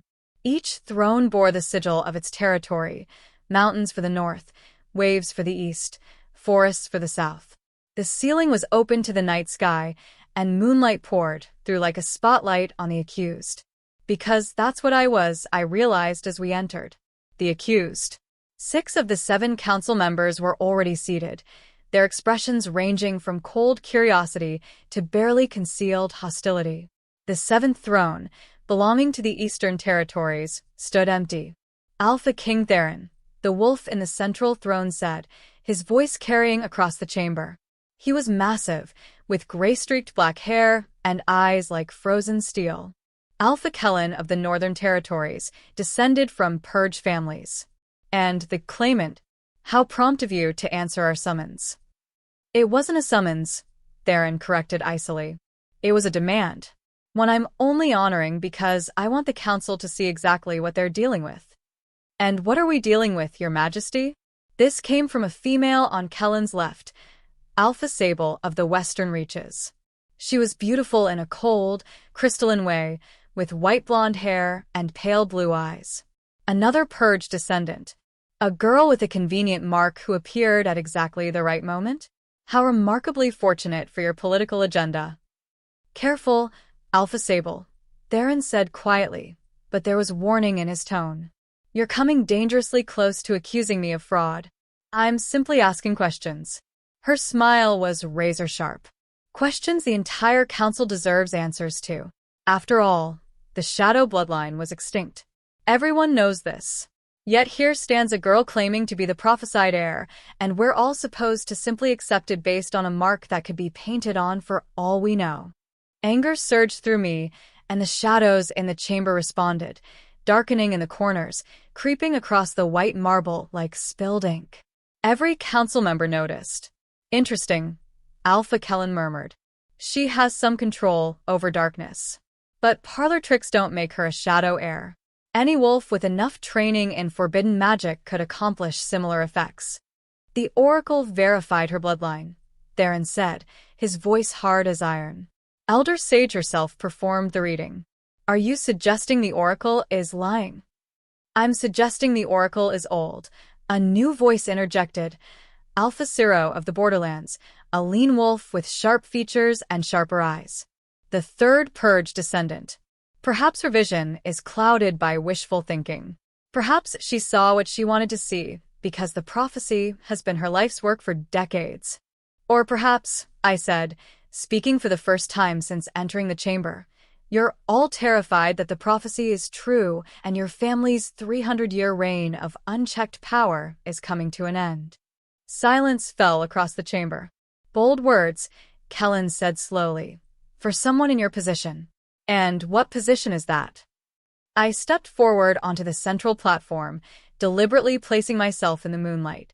The mark on my collarbone blazed in response, symbols glowing silver bright. The position of someone you've already decided to condemn? Someone you're hoping will lose control and prove she's dangerous, so you can justify eliminating her. We're simply conducting due diligence, Sable began. You're conducting a show trial, I interrupted. You've already made up your mind. The only question is whether I'll give you the excuse you need to move against me. I let the shadows rise around me, felt them respond to my will with precision and control. So, let's stop pretending this is about verification. What do you really want to know? Kellen's expression shifted into something calculating. Very well. If you're truly a Shadow Heir, you'll have knowledge that was lost with the Purge. Ancient secrets that only the bloodline would know. He leaned forward. Tell us, what is the Shadow Oath? The vow every Shadow Heir swore when coming into their power? It was a test, a trap. If I didn't know the answer, I'd be exposed as a fraud. If I did know it, but I did know. The memories my mother had locked away included this, the ceremony she performed when she came of age, the words that had been passed down through generations. The Shadow Oath, I said clearly, my voice carrying through the chamber. Is this, I am the darkness that defines the light. I am the silence that gives meaning to sound. I am the void that holds all things. I swear to walk in the shadows, but never become a shadow. To wield power, but never be wielded by it. To remember that darkness without purpose is merely absence, but darkness with purpose is transformation itself. The chamber went absolutely silent. Even Kellen looked shaken, though he recovered quickly. That could have been learned from old texts. No, it couldn't. This came from the wolf seated in the southern throne, an older male with kind eyes and silver hair. Alpha Evander of the Forest Territories, who hadn't yet spoken. The Shadow Oath was never written down. It was passed orally from heir to heir. The fact that she knows it. He turned to look at me with something like wonder. The fact that she knows it exactly, word for word, means she either learned it from a Shadow Heir or she recovered it from blood memory. Blood memory is a myth, Ciro snapped. Is it? I met his hostile gaze. Then how do I know that your ancestor, Ciro Bloodbane, led the raid on the Shadow Heir sanctuary 300 years ago? How do I know that he personally killed 7 children, the youngest only 5 years old, because they carried shadow blood?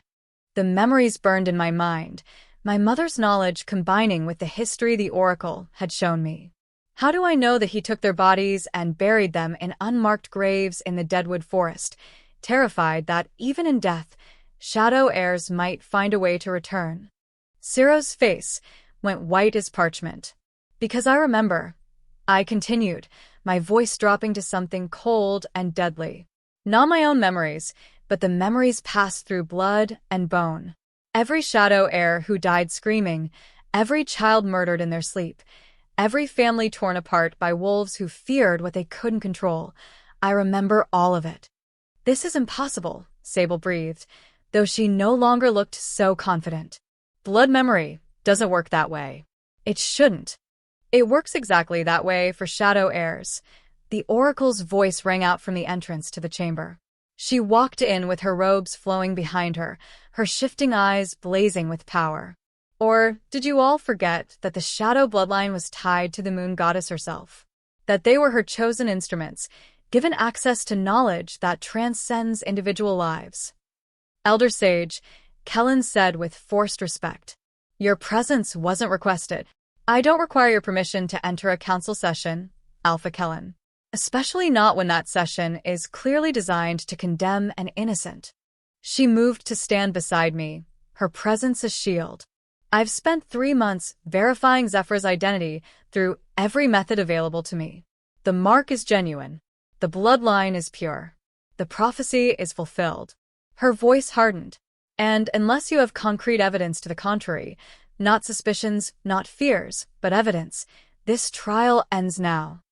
The council members exchanged glances, silent communication passing between them. Finally, Evander spoke. I move that we accept Zephyra Nightwhisper as the legitimate Shadow Heir, with all rights and privileges that entails. Seconded, said another council member, Alpha Merowan of the River Valleys, a quiet woman who'd been watching the proceedings with sharp intelligence. All in favor? Evander asked. 3 hands rose, his own, Merowan's, and surprisingly, Alpha Tarion of the Mountain Holds, who'd been silent throughout the trial. All opposed. Kellen, Sable, and Ciro raised their hands immediately. 3-3. A deadlock. The eastern seat remains empty, Kellen said with barely concealed satisfaction. In event of a tied vote, protocol requires we table the matter until... I'm afraid protocol is about to change, a new voice said from the entrance. Every head turned. A male wolf strode into the chamber, tall and broad-shouldered with copper hair and eyes like molten amber. He wore the formal armor of a Council Alpha, emblazoned with the Eastern Territories symbol. Alpha Xavian, Theron said, surprise clear in his voice. I wasn't aware you'd returned from the border campaigns. I returned 2 hours ago and heard about this farce immediately. Xavian's amber eyes swept the room before settling on me with something that looked like approval. Forgive my tardiness, Shadow Heir. Traveling across 3 territories in one day leaves even an Alpha a bit winded. He moved to the empty Eastern throne and sat, his presence somehow shifting the entire energy of the chamber. Now then, he said calmly, I believe there was a vote in progress. Let me make my position clear. I vote to accept Zephyra Nightwhisper as the legitimate Shadow Heir. 4-3. The matter is settled. Kellen's face flushed with rage. You can't just walk in here and... I can and I did. Xavian's voice remained pleasant, but steel ran beneath it. Unless you're suggesting the Eastern Territories don't have equal voice in council decisions? That would be a very interesting position for you to take, Alpha Kellen, given your repeated insistence on equal representation. The trap was beautiful. Kellen couldn't protest without undermining his own political arguments. The vote is settled, Evander said firmly. Zephyra Nightwhisper is hereby recognized as the Shadow Heir. He stood and bowed deeply to me. Welcome home, Your Highness. It's been far too long since these halls heard that title. The other council members who'd voted in my favor followed suit, Merowan, Tarion, and Xavian all bowing with genuine respect. Kellen, Sable, and Ciro remained seated, their expressions murderous. This isn't over, Kellen said quietly, his voice pitched for my ears alone as the chamber began to empty. Recognition or not, you're still a threat. And threats have a way of being eliminated. Is that a threat, Alpha Kellen? Theron stepped between us, his voice dropping to a growl that raised the hair on my arms. Because threatening the Shadow Heir in my presence is the same as threatening me. And I promise you, that's a line you don't want to cross. Kellen held his gaze for a long moment, then stood and swept from the chamber, without another word. Sable and Ciro followed, their hostility palpable. When they were gone, I finally allowed myself to breathe. Well handled, Xavian said, approaching with an easy smile. I half expected you to lose control and paint the walls with shadow spears. That you maintained composure under that kind of provocation speaks well of your training. It speaks to barely restrained homicidal impulses, I corrected weakly, and he laughed. Even better. A monarch who wants to kill people but chooses not to is far more valuable than one who doesn't want to kill anyone at all. He bowed again, more casually this time. Alpha Xavian Stormclaw, at your service. I've been fighting on the eastern border for the past 6 months, or I would have been here to greet you properly when you arrived. Thank you for your vote, I managed. I wasn't sure if I'd support you, he shrugged. My family stayed neutral during the purge. We didn't participate, but we didn't stop it either, a cowardice that's haunted us for 3 centuries. When I heard the Shadow Heir had returned, I saw a chance to finally do the right thing. His amber eyes turned serious. Besides, I've seen what 300 years of unbalanced Sun-King rule has done to the territories. We need change. We need you. What he means, Merowan said, joining our conversation with Tarion at her side. is that some of us have been waiting our entire lives for this moment. The balance to be restored. The old wounds will finally heal. She was younger than I'd expected, maybe 30, with dark hair and intelligent gray eyes. My grandmother told me stories about the last Shadow Heir. Said she was the wisest ruler the territories had ever known. That when she died, something broke in the world that never healed. It's true, Tyrion added. The Mountain Hold's Alpha was built like the terrain he ruled, solid, immovable, weathered by time. I'm old enough to remember the tail end of the imbalanced years before the Purge. Even then, you could feel things starting to fracture. Sun King power with no shadow wisdom to temper it created problems. Problems like my father, Theron said quietly. Tyrion nodded gravely. Problems like your father. And his father. And every Sun King who came after the Purge, growing more brutal with each generation because there was no counterbalance. He turned to me. You represent hope, Your Highness.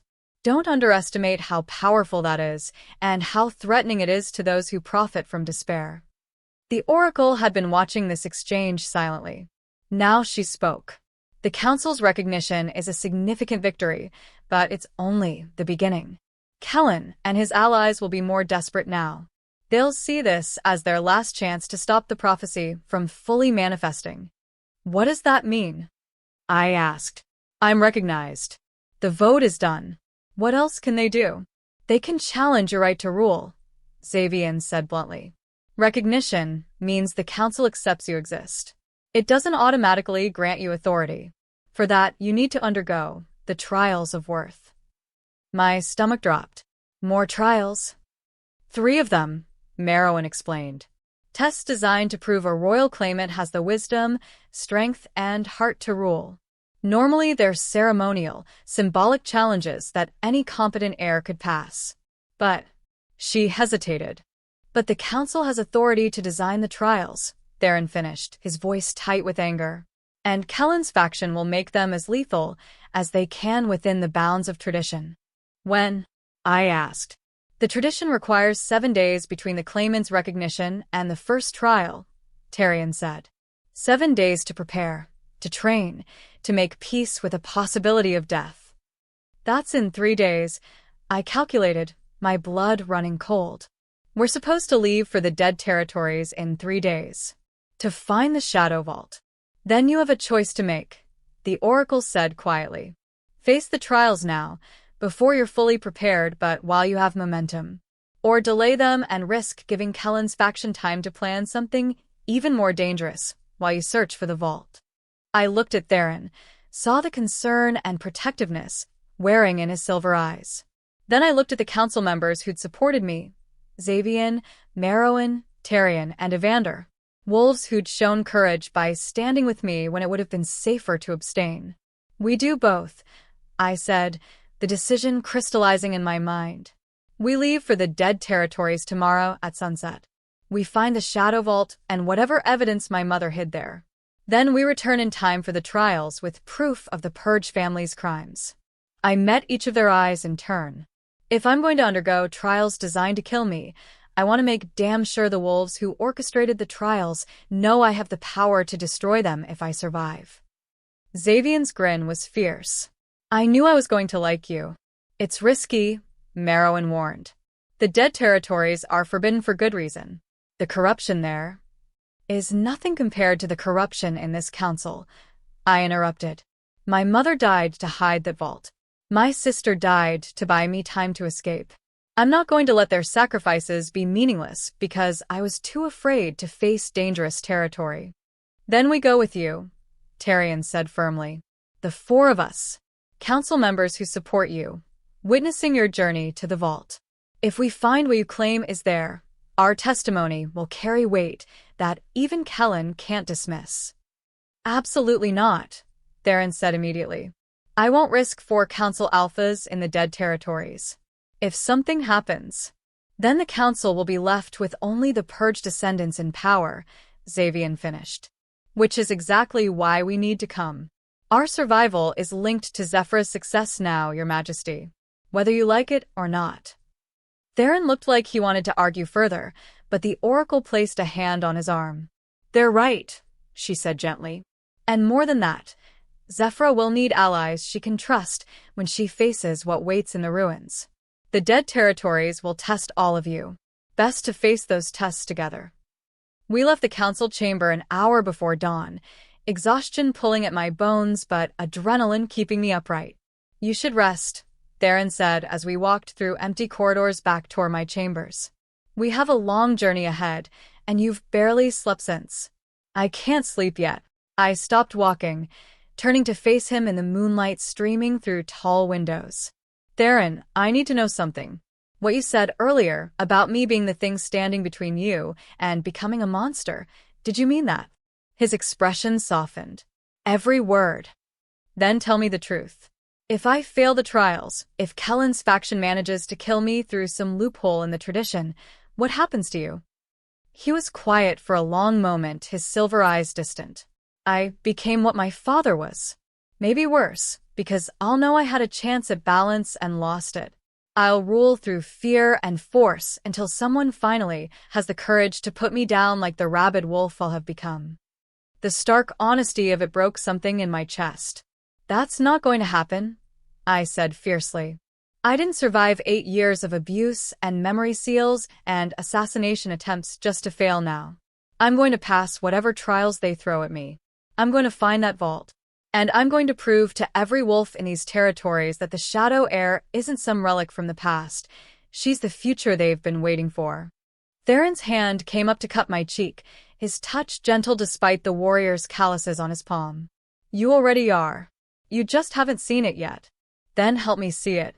The words came out barely above a whisper. "Help me become who I'm supposed to be." "You don't need to become anything, Zephyra. You already are everything the prophecy promised." His thumb brushed across my cheekbone.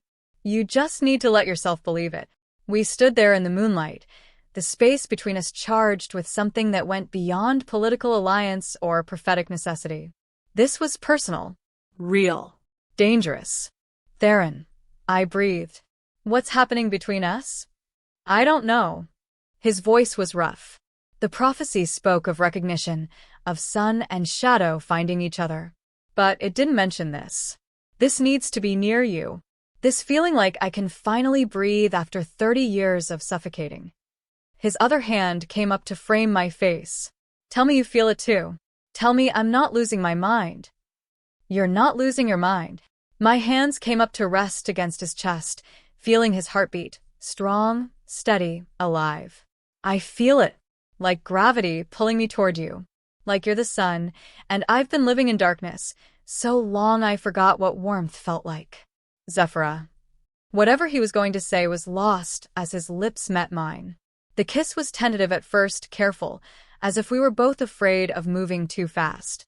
But then something shifted, need replacing caution, hunger replacing restraint.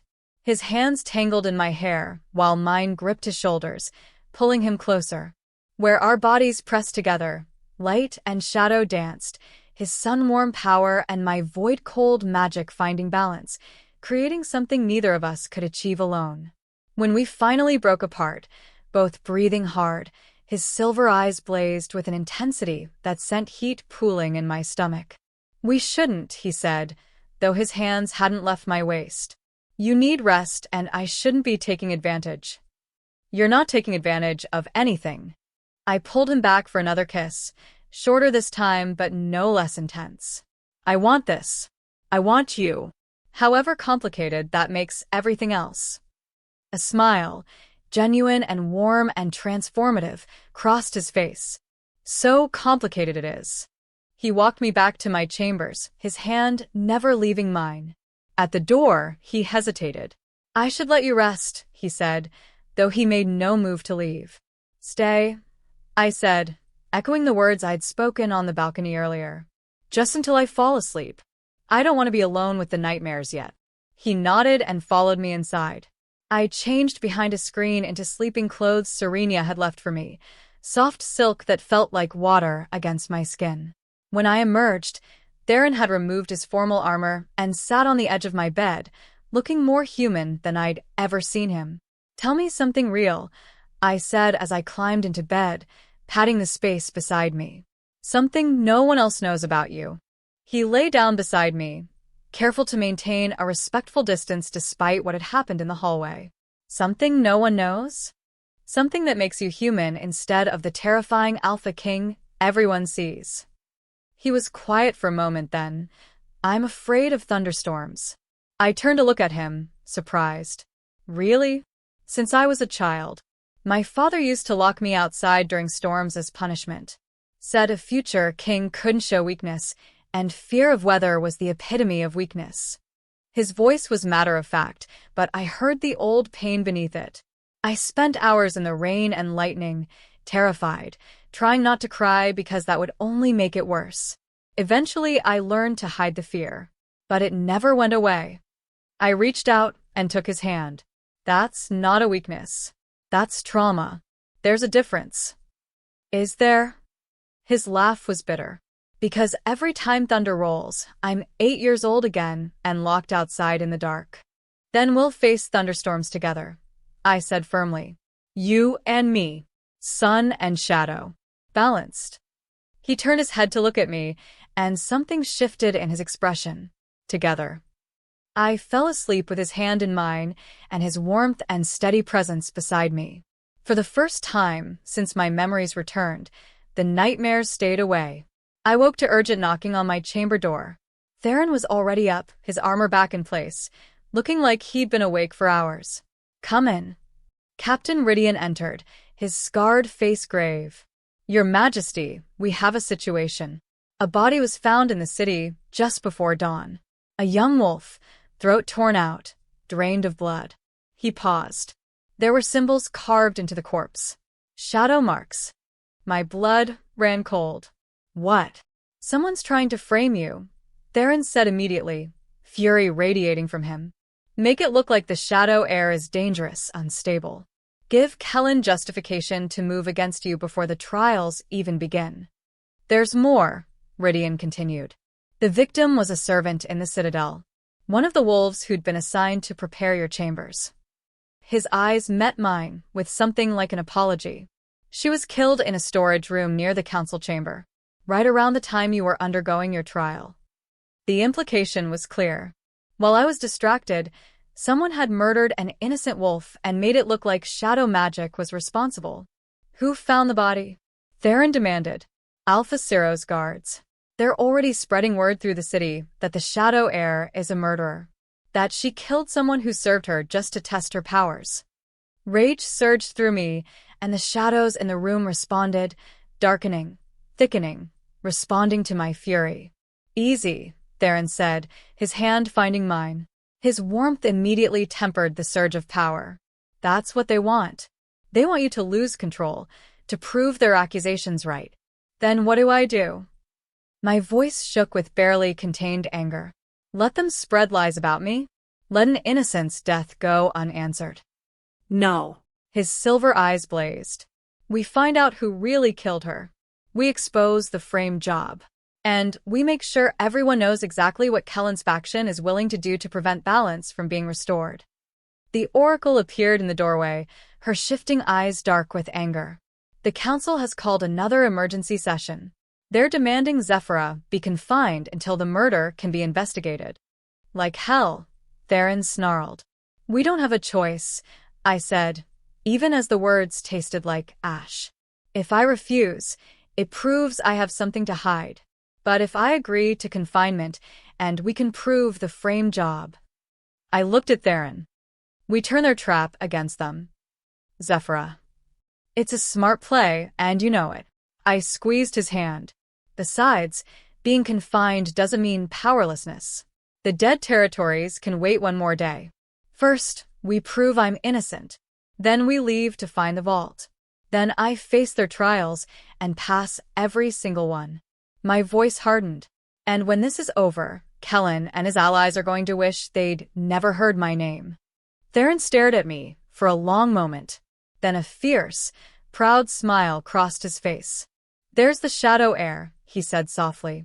Not running, not hiding. Standing and fighting.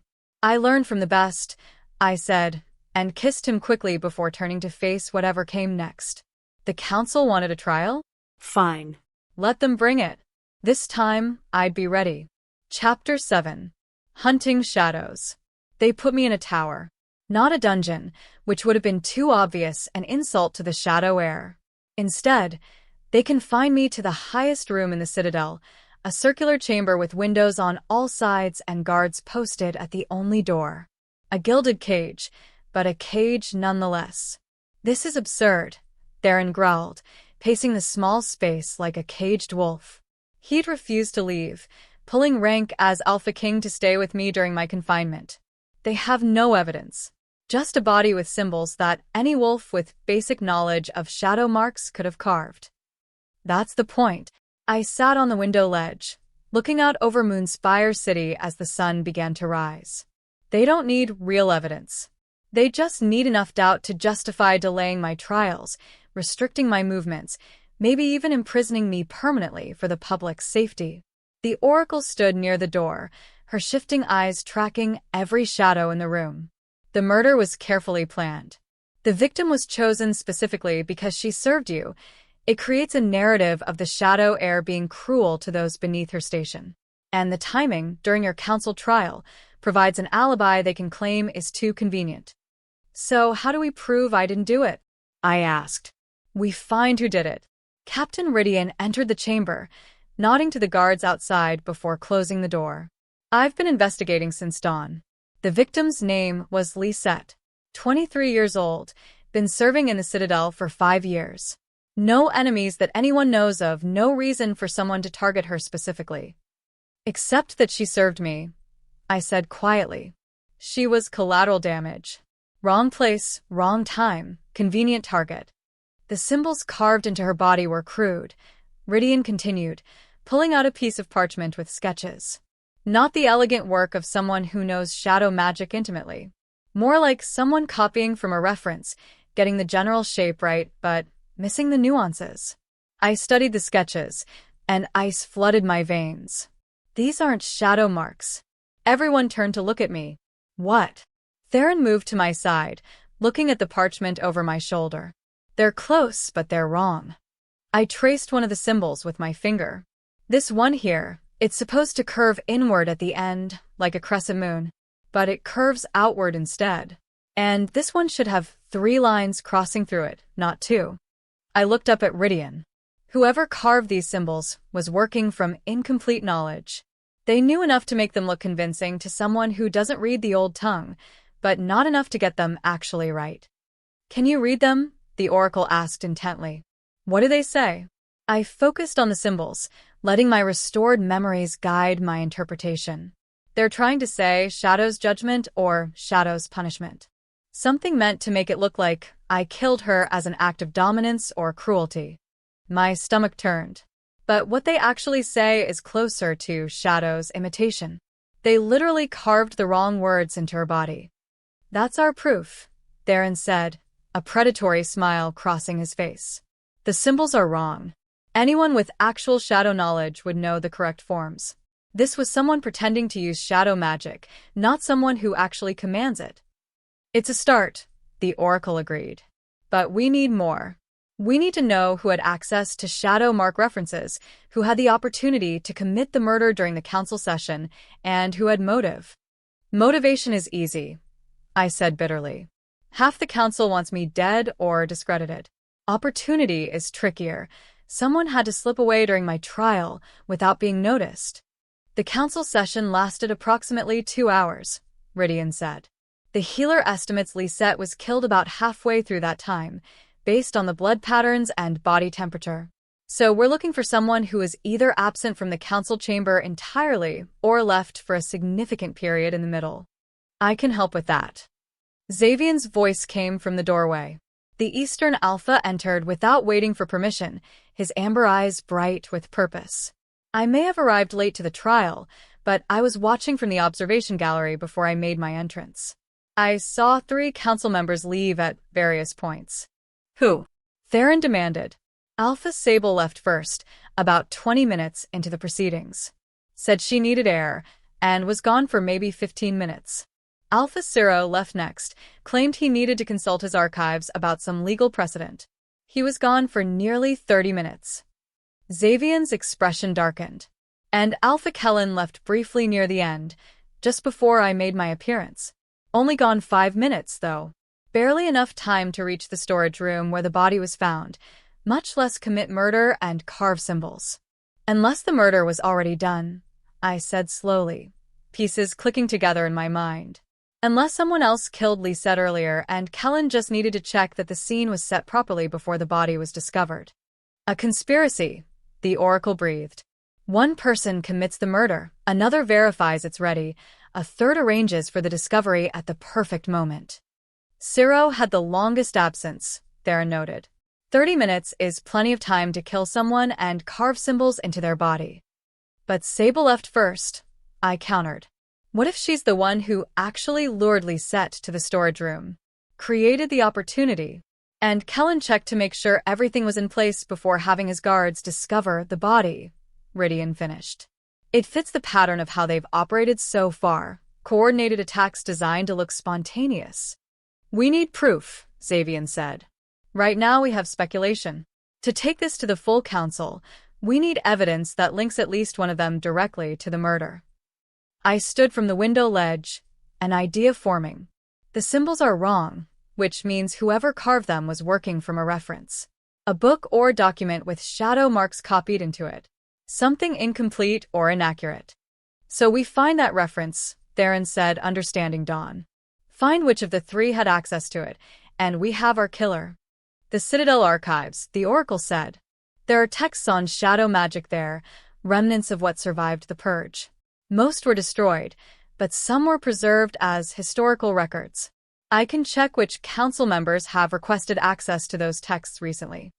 I'll help, Xavier offered. 2 sets of eyes will work faster than one. And I'll investigate the murder scene more thoroughly, Rydian added. Look for any physical evidence we might have missed in the initial examination. What about me? I asked, frustration coloring my voice. I can't just sit here while everyone else works to clear my name. Theron moved to stand in front of me, his hands coming up to frame my face. You do the hardest job of all. You wait. You stay calm. You don't give them any excuse to escalate this situation. His silver eyes bored into mine. I know it goes against every instinct you have, but right now the best thing you can do is be patient and let us gather the evidence. I hate this, I whispered. I know. He pressed his forehead against mine, his warmth seeping into my shadow-cold skin. But you're not alone in this fight. You have allies now. Let us help you. It went against everything I'd learned in 8 years of surviving on my own, trusting others, depending on them, believing they wouldn't abandon me when things got difficult. But Theron wasn't the wolf of Ironwood Pack. Neither were the Oracle, Xavier, or Rydian. Okay, I said softly. I'll wait. But not for long. We still need to reach the dead territories before the trials begin. One problem at a time, Theron said, then kissed me quickly before the others could see. First, we prove your innocence. Then we find your mother's vault. Then we face whatever trials Kellen throws at us. Together. Together, I echoed. They left me alone with 2 guards posted outside, wolves from Theron's personal detail who'd sworn loyalty to the crown rather than the council. I trusted them about as far as I could throw them, which was to say not at all. So I did what came naturally. I explored the shadows. My chamber might be a cage, but shadows existed everywhere. In the corners, beneath the furniture, in the spaces between worlds that most wolves couldn't perceive. And now that my power was awake, I could sense them. Could feel the network of darkness that connected every shadow in the Citadel like threads in a vast web. I closed my eyes and reached out, letting my consciousness slide into the shadows. It was disorienting at first, like falling through water made of ink. But then my perception adjusted, and suddenly I could see through the shadow network, not with physical eyes, but with something deeper. Every shadow in the Citadel became a window I could look through, a space I could sense and perceive. I found the Oracle first, down in the archives with Xavier, pulling ancient texts from shelves and examining them with fierce intensity. Their voices came through the shadows as if I stood beside them. 3 requests for shadow magic texts in the past month, the oracle was saying, her finger tracing down a ledger. 1 from Alpha Zero, dated 2 weeks ago. 1 from Alpha Sable, dated 5 days ago. And 1 from... She paused. 1 from Alpha Kellen, dated the day before Zephyra arrived in the capital. They were planning this from the beginning, Xavian growled. The moment they heard the prophecy was fulfilled, they started preparing ways to discredit her. Or kill her. The oracle's voice was grim. These aren't just reference texts on shadow magic. One of them is a grimoire on blood magic, forbidden practices that use shadow energy for dark purposes. If they've been studying this... I pulled my consciousness back slightly, not wanting to hear more. Blood magic. The corruption that had twisted the rogues who'd attacked us on the road. If the Purge families were dabbling in that level of darkness, I shifted my awareness through the shadow network, searching for Rydian. Found him in the storage room where Lisette's body had been discovered, examining the floor with meticulous care. Traces of ash here, he muttered to himself. Black ash like something was burned. And the scent is wrong. Not just blood and death, but something else. A something. He inhaled deeply, his wolf senses far keener than human ones. Sulfur. And rotting meat. This wasn't just a murder. Some kind of ritual was performed here. My blood ran cold. A ritual. Using shadow marks. That explained why the symbols were carved into Lisette's body. They weren't just for show. They were part of a spell. But what kind of spell? I dove deeper into the shadow network, searching for answers. And that's when I found it, a resonance in the darkness, a signature of magic that felt wrong. Corrupted. Twisted. It led me through the shadows to a part of the citadel I'd never seen, deep underground, below even the Moonstone Temple. A chamber that shouldn't exist, hidden behind wards designed to keep it secret. And inside that chamber, 3 figures stood around a circular altar carved with symbols I recognized from my mother's memories. Blood magic symbols. Test was successful. Alpha Zero's voice echoed through the hidden chamber. The Shadow Heir's power signature was successfully imprinted on the victim. When we examined the body, her energy was all over it. Because we forced her energy there, Alpha Sable corrected coldly. Using the ritual circle and the blood sacrifice. It won't hold up under intense scrutiny, but it doesn't need to. We just need enough doubt to keep her confined until we can arrange something more permanent. The trials, Alpha Kellen said. Once she enters the trials of worth, we can design challenges that will kill her without it looking like assassination. Falls that appear accidental. Opponents who go too far in the heat of combat. 1,000 ways to eliminate her while maintaining plausible deniability. Horror and rage warred in my chest. They hadn't just framed me, they'd used blood magic to literally imprint my energy on a murder victim. Created false evidence that would look real to anyone who couldn't tell the difference between genuine shadow magic and corrupted imitation. What about the Alpha King? Sable asked. He's more protective of her than we anticipated. He won't allow the trials to be too dangerous. Then we remind him of his duties, Kellen said coldly. The king serves the kingdom, not his personal attachments. If he tries to interfere with the trials, we'll have grounds to question his fitness to rule. Suggest that the Shadow Heir has already corrupted him, turned him into her puppet. And if that doesn't work, then we arrange for both of them to have accidents. Kellen's voice was utterly devoid of emotion. The prophecy requires sun and shadow working together. Remove one, and the other becomes just another flawed ruler we can eventually depose. The bloodlines die out, and we maintain control. I'd heard enough. I pulled my consciousness back into my body, so fast I gasped, my eyes flying open. The chamber spun around me, and I had to grip the window ledge to stay upright. They were planning to kill us both. Not just discredit or imprison, kill. And they had blood magic powerful enough to frame me for murder by literally forcing my energy signature onto a victim. I needed to tell Theron. Needed to warn him that the conspiracy ran deeper than we'd thought. But how could I explain what I'd seen without revealing that I'd been shadow walking through the Citadel? That I'd essentially been spying through darkness itself? The answer came to me with crystal clarity. I couldn't hide it. Not anymore. If we were going to survive what was coming, Theron needed to know exactly what I was capable of, even the abilities that might frighten him. I moved to the door and knocked. I need to see the Alpha King. Immediately. One of the guards turned, his expression skeptical. The Alpha King is occupied with. I know where the real evidence is hidden. I interrupted. I know how they framed me, and I know they're planning to kill both me and King Theron during the trials. So, unless you want your king dead because you delayed delivering this message, I suggest you find him. Now. The guard's face went pale. He turned to his partner.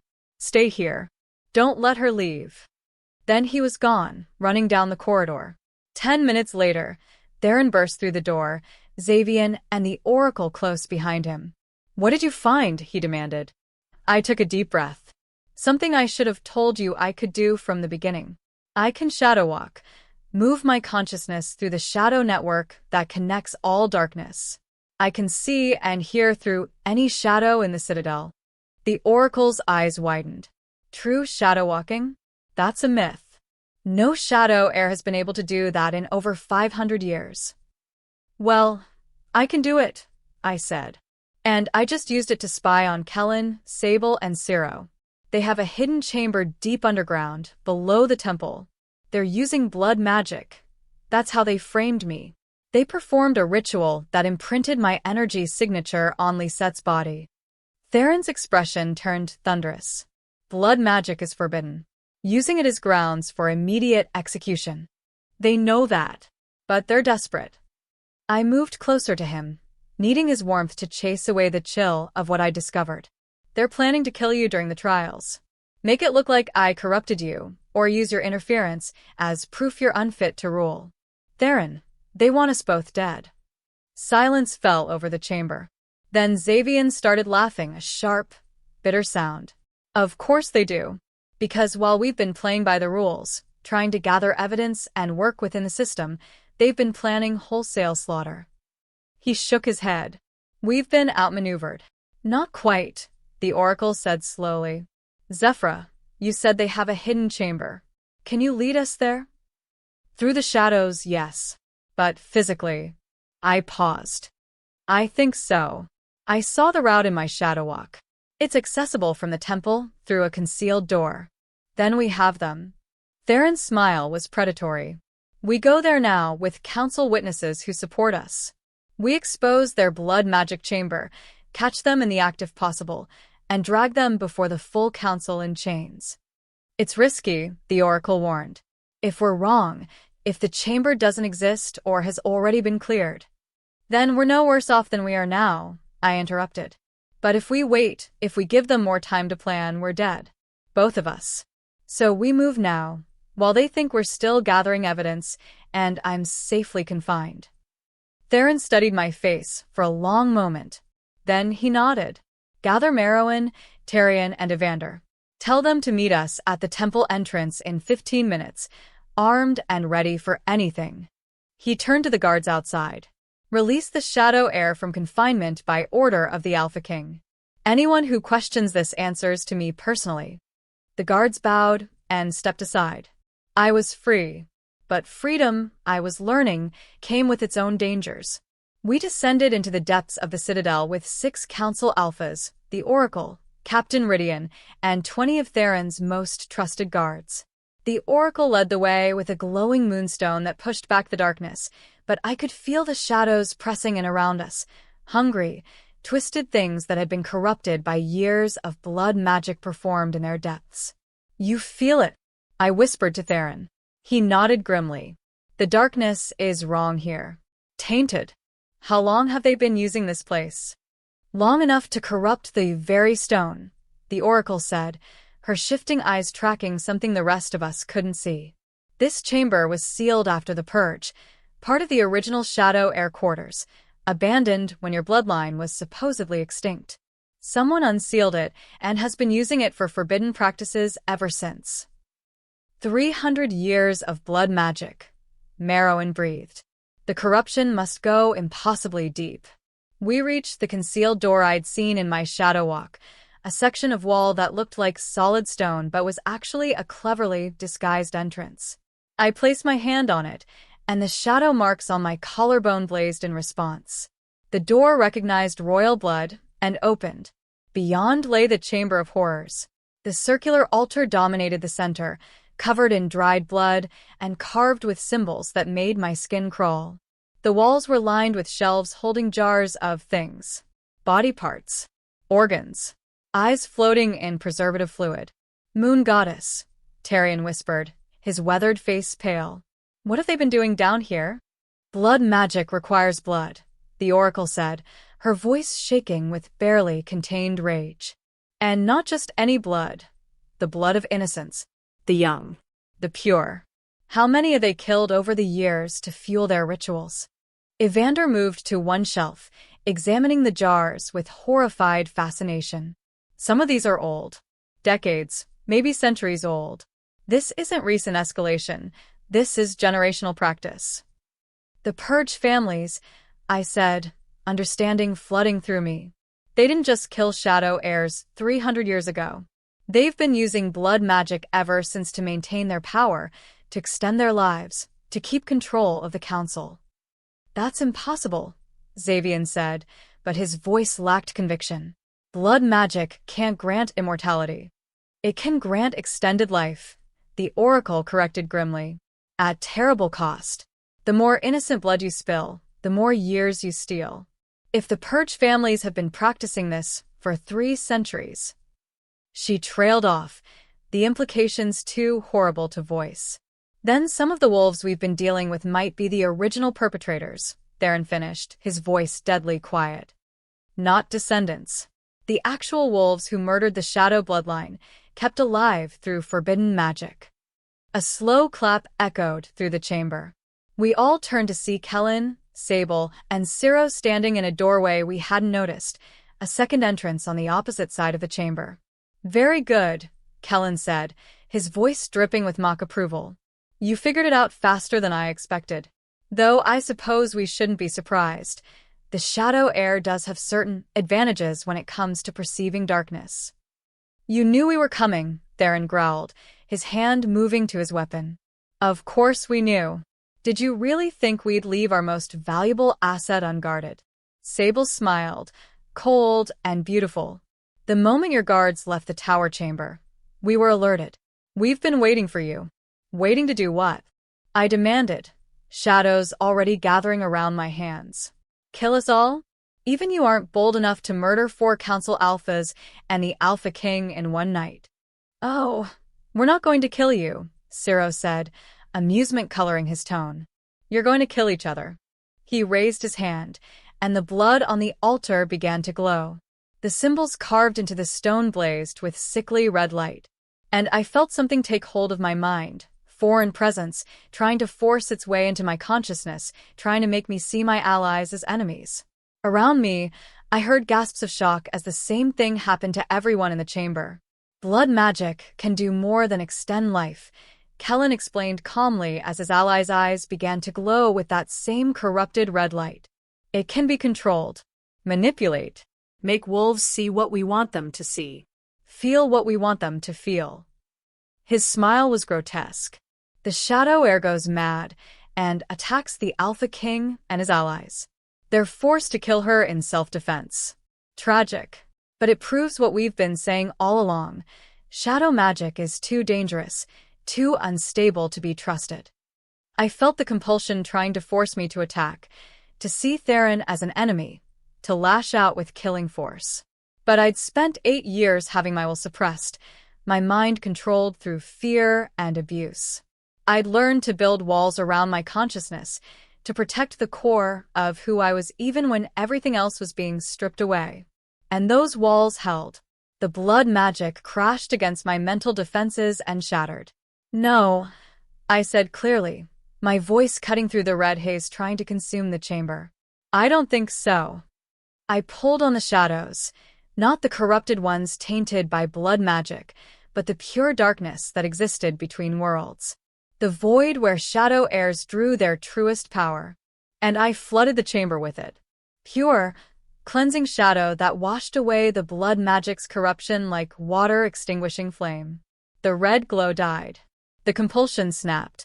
And every wolf in the chamber regained control of their minds. Kellen's smile vanished. That's impossible. No one can resist the blood altar's control. We've used it successfully for 300 years, I interrupted. Controlling wolves who didn't know what you were doing to them, who didn't have defenses built from surviving abuse. My shadows coiled around me like living armor. But I'm not some innocent victim you can manipulate. I'm the Shadow Heir, and your cheap tricks don't work on me.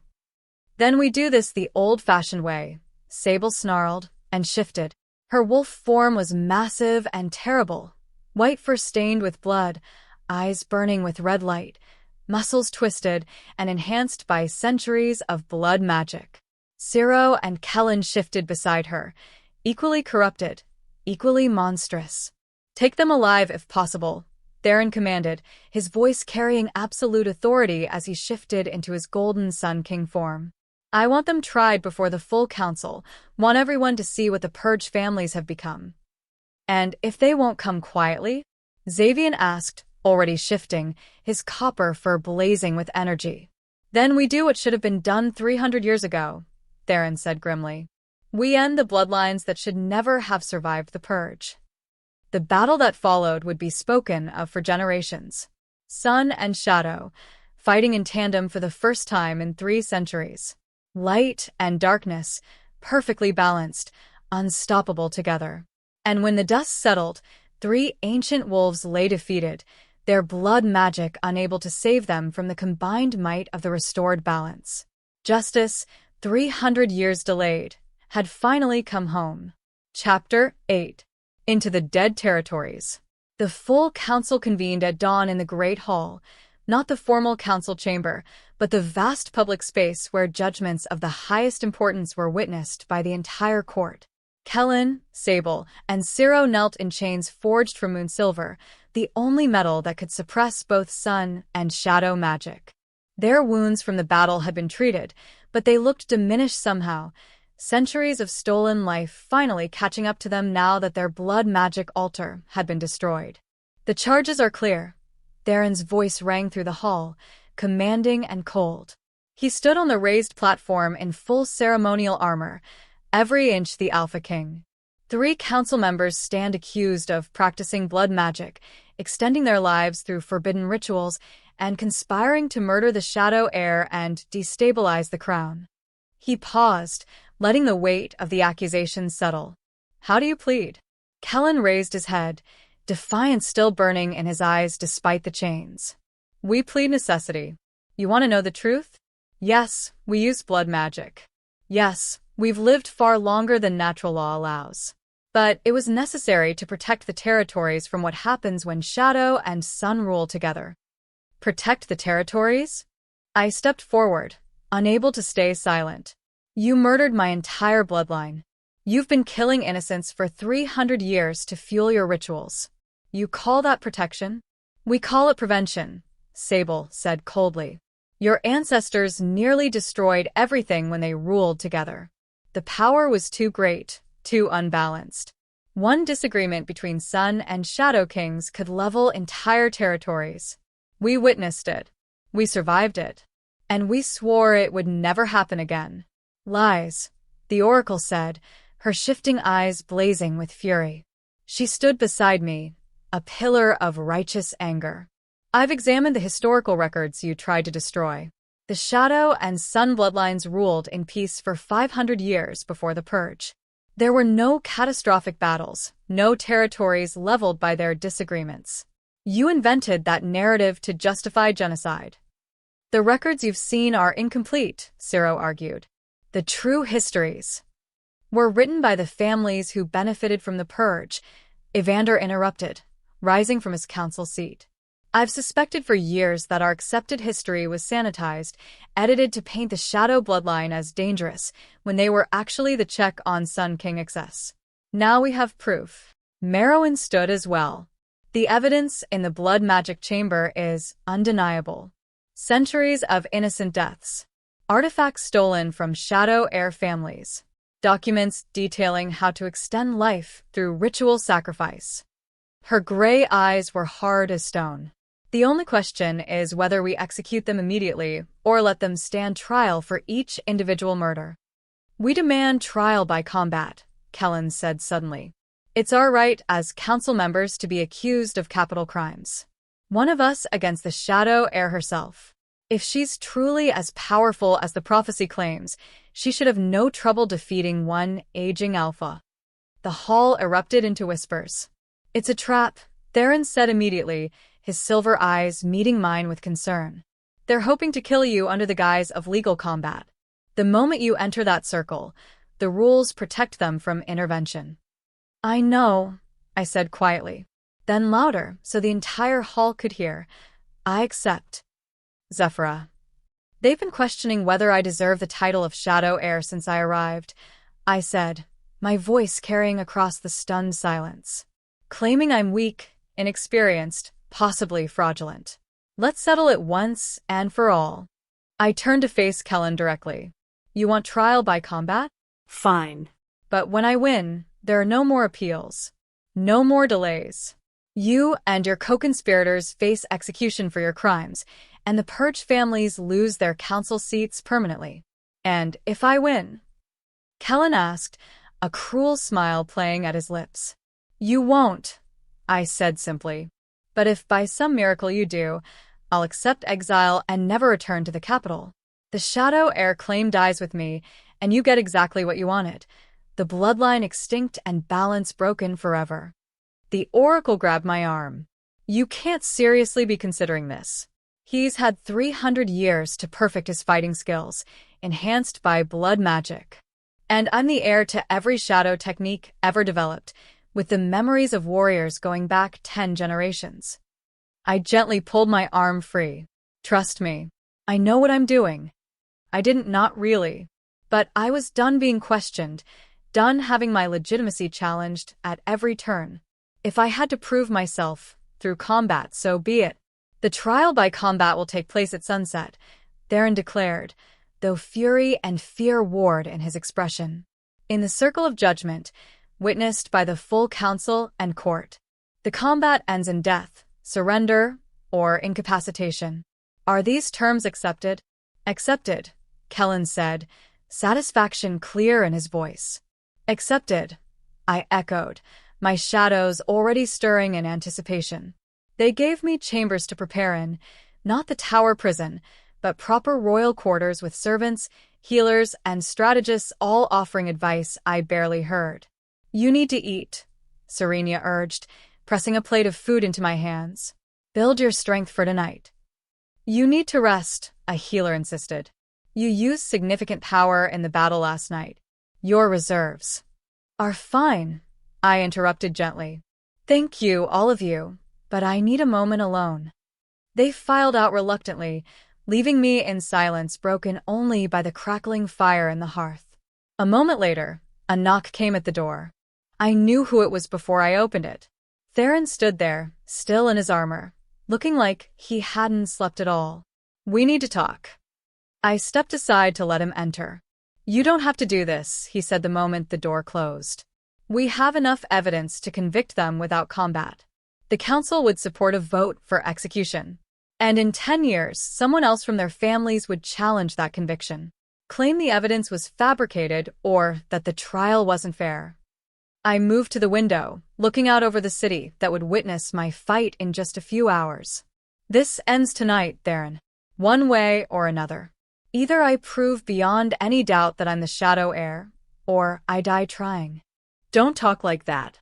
He crossed the room and pulled me against his chest, his warmth a comfort against the cold fear trying to take root in my bones. You're not going to die. I won't allow it. You can't interfere in a trial by combat. You know that. Then I'll break the rules. His arms tightened around me. I'll shatter every tradition and law if it means keeping you alive. I pulled back just enough to look up at him and prove to everyone that the Shadow Heir needs the Sun King to protect her, that she's too weak to stand on her own. I shook my head. No. This is my fight. I need to win it myself. Why? The word came out raw, desperate. Why does it matter if people think you need help? We're supposed to be partners, Zephyra. Sun and Shadow working together. There's no shame in that. There is when people are looking for any reason to dismiss me as fraudulent. I cupped his face with both hands, feeling the roughness of stubble against my palms. I've spent my whole life being underestimated, being told I was broken, worthless, less than nothing. If I don't prove to this court, to this entire kingdom, that I'm strong enough to stand alone, they'll always see me as your weakness instead of your equal. Understanding dawned in his silver eyes, followed by something that looked like pain. You're right. I hate it, but you're right. I know you want to protect me, I said softly, and I love you for it. But sometimes the best way to protect someone is to let them fight their own battles. The words hung between us, and I realized what I'd just said. I love you. We'd kissed, held each other, admitted to attraction and connection. But we'd never said those words. Never made that particular vulnerability explicit. Theron's eyes widened slightly, then something fierce and tender crossed his features. Say that again. Which part? You know which part. His thumb brushed across my lower lip. Say it again so I know I didn't imagine it. I love you, I whispered. I don't know when it happened. Maybe when you first offered me a choice, maybe when you held me through nightmares, maybe in 1,000 small moments I didn't even notice. But I love you, Theron. And that's why I need to do this. Not just for me, but for us. For the future we're trying to build. He kissed me then, deep and desperate and claiming. When we finally broke apart, both breathing hard, his forehead rested against mine. I love you too, he said, his voice rough with emotion. I think I loved you from the moment you stood on that platform in Ironwood with your head high despite 8 years of abuse. The moment I saw your strength hidden beneath layers of forced submission. His hands framed my face. And you're right. You need to fight this battle yourself. But Zephyra? Yes. Win. The single word carried the weight of a command and a plea. Whatever it takes, whoever you have to become, whatever darkness you have to embrace, win. Come back to me. Build this future with me. Because if you die tonight, I'm not sure I'll survive losing you. I'll win, I promised, and hoped desperately that I could keep it.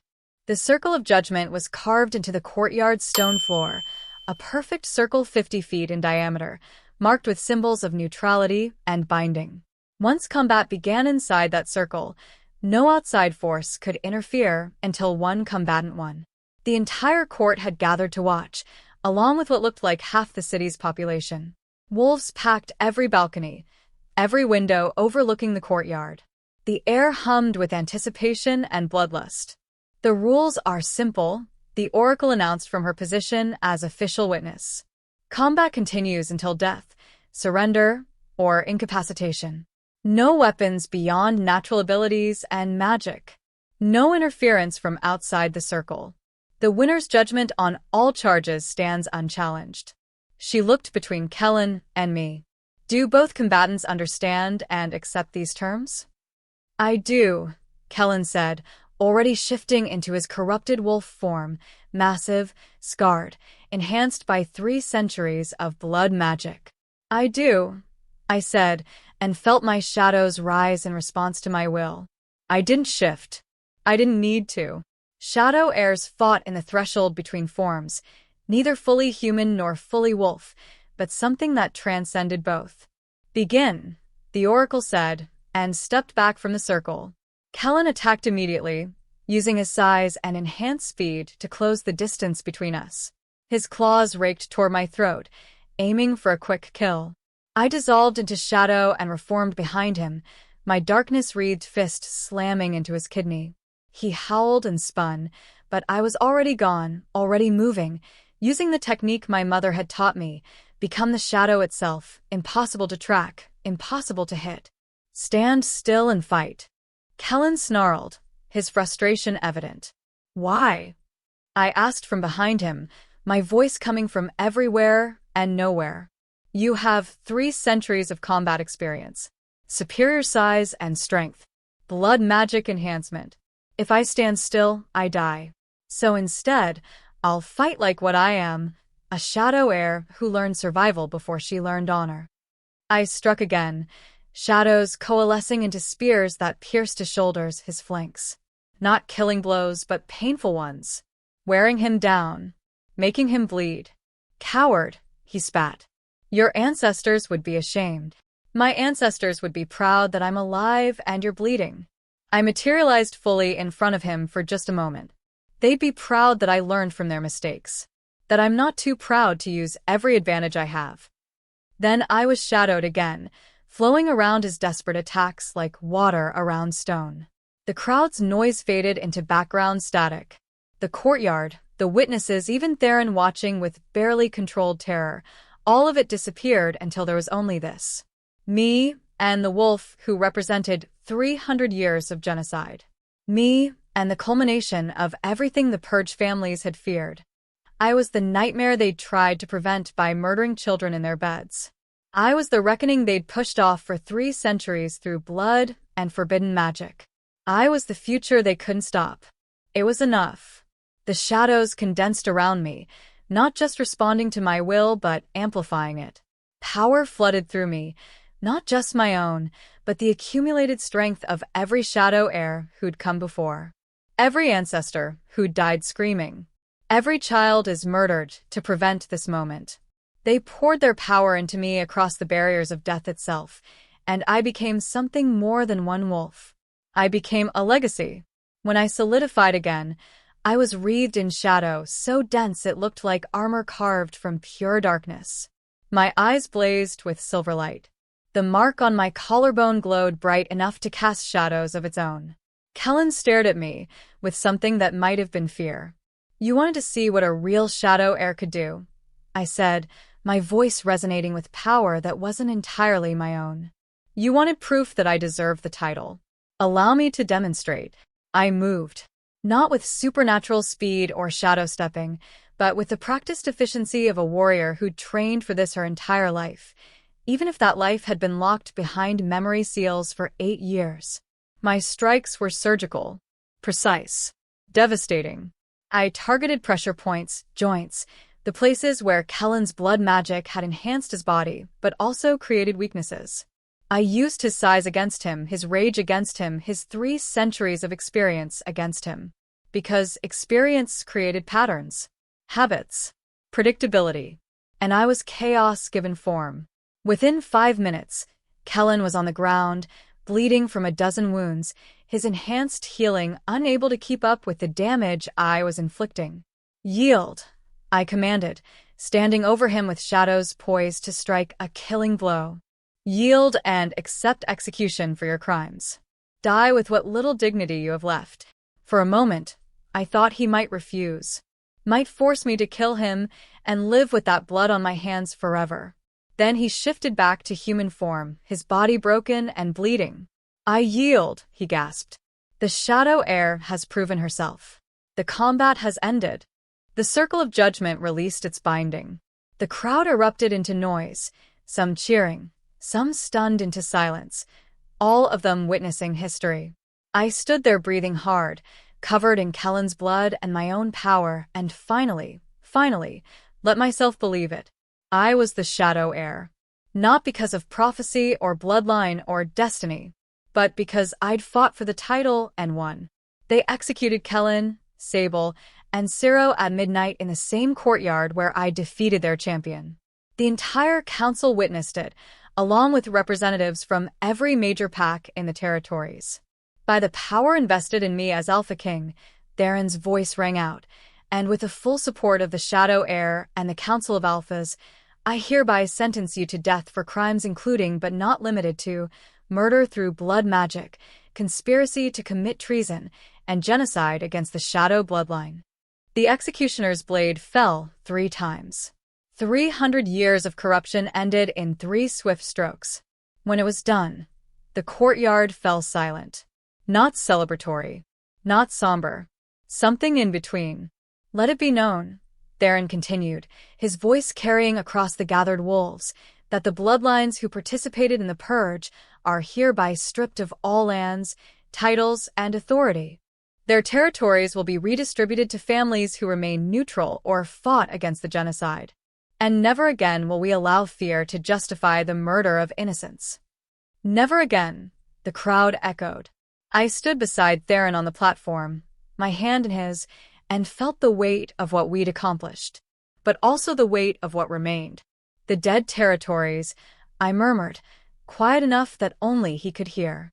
We still need to find the Shadow Vault before the trials begin. Tomorrow night, he confirmed. We've earned one night's rest. Tomorrow, we will finish what your mother started. We left at sunset the next day, Theron and I, the Oracle, Xavian, Ridian, and 20 handpicked guards. The 4 Council Alphas who'd supported me wanted to come, but I convinced them to stay and help stabilize the Council in the wake of 3 executions. Someone needs to hold down the fort while we're gone, I'd told Merowyn. And I trust you to do it. The journey to the dead territories took us north and west, into lands that had been abandoned for 3 centuries. The corruption was visible from miles away, trees twisted into unnatural shapes, ground that looked scorched despite no fire, a wrongness in the air that made my shadows recoil. The battle that ended the purge was fought here, the Oracle explained as we made camp on the border of the corrupted lands. Both sides used magic they didn't fully understand. Blood magic and shadow magic and sun magic all collided in ways that broke the natural laws. The resulting explosion killed thousands and rendered the land itself toxic to life. Can we survive passing through it? Theron asked. With the Shadow Heir and Sun King working together? Maybe. The balance between your powers might protect us from the worst of the corruption. She didn't sound certain. Or it might kill us all. There's no way to know until we try. Comforting, Xavian muttered. We could turn back, I offered, though I already knew no one would accept. Wait until we're stronger, better prepared, and give whoever killed your family time to find the vault first. Theron shook his head. No. We go now. Together. That word again. Together. The promise we kept making to each other. The foundation of everything we were building. Together, I agreed. At dawn, we entered the dead territories. The moment we crossed the boundary, I felt it. Wrongness seeping into my bones, trying to find purchase in my shadows. Corruption attempting to twist my magic into something dark and terrible. Theron felt it too. I could see him fighting the pull, his sunbright power flickering as the dead land tried to extinguish it. Link your power to mine, I said urgently, grabbing his hand. Let the balance stabilize us. The moment our powers connected, the corruption's pull eased. Not gone, but manageable. His light kept my shadows from being consumed by the wrongness. My darkness kept his light from burning out against the corruption. Balance. Everyone else stay close, Theron commanded. If you feel the corruption taking hold, alert us immediately. We can't afford to lose anyone to this place. We moved through a landscape of nightmares. Trees that looked like screaming faces. Pools of water that reflected skies from other worlds. Creatures that might have been wolves once, but had been twisted into things with too many limbs and eyes that glowed with that familiar corrupted red light. The rogues who attacked us on the road. I breathed. This is where they came from, where the corruption in them was born. Which means someone's been coming here, the Oracle said grimly. Bringing wolves into the dead territories and deliberately exposing them to corruption. Creating weapons to use against the crown. But who? Xavian demanded. Kellen and his allies are dead. Who else would? The Purge families extended their lives through blood magic, I interrupted, pieces clicking into place. What if they weren't the only ones? What if there are others who participated 300 years ago, who've been hiding all this time, waiting for the prophecy to be fulfilled so they could finish what they started? The silence that followed was heavy with terrible implications. Then we need to find that vault fast, Theron said. Because if there are more enemies out there with 3 centuries of patience and planning. A howl cut through the dead air. Not corrupted. Not twisted. Familiar. My blood ran cold. That's impossible, I whispered. She's dead. She's been dead for 8 years. But when the figure emerged from the twisted forest, I knew my eyes weren't lying. Calliope. My sister. Alive. Chapter 9. The Sister's Return. She looked exactly as I remembered from the night the hunters came. 12 years old, dark hair falling in waves past her shoulders, amber eyes that matched mine.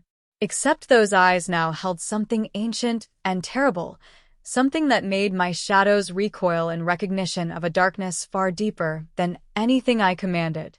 Nyx, she said, using the nickname only she had ever called me.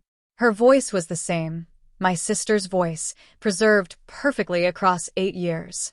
You came. I knew you would eventually. Prophecy is so wonderfully predictable. You're dead.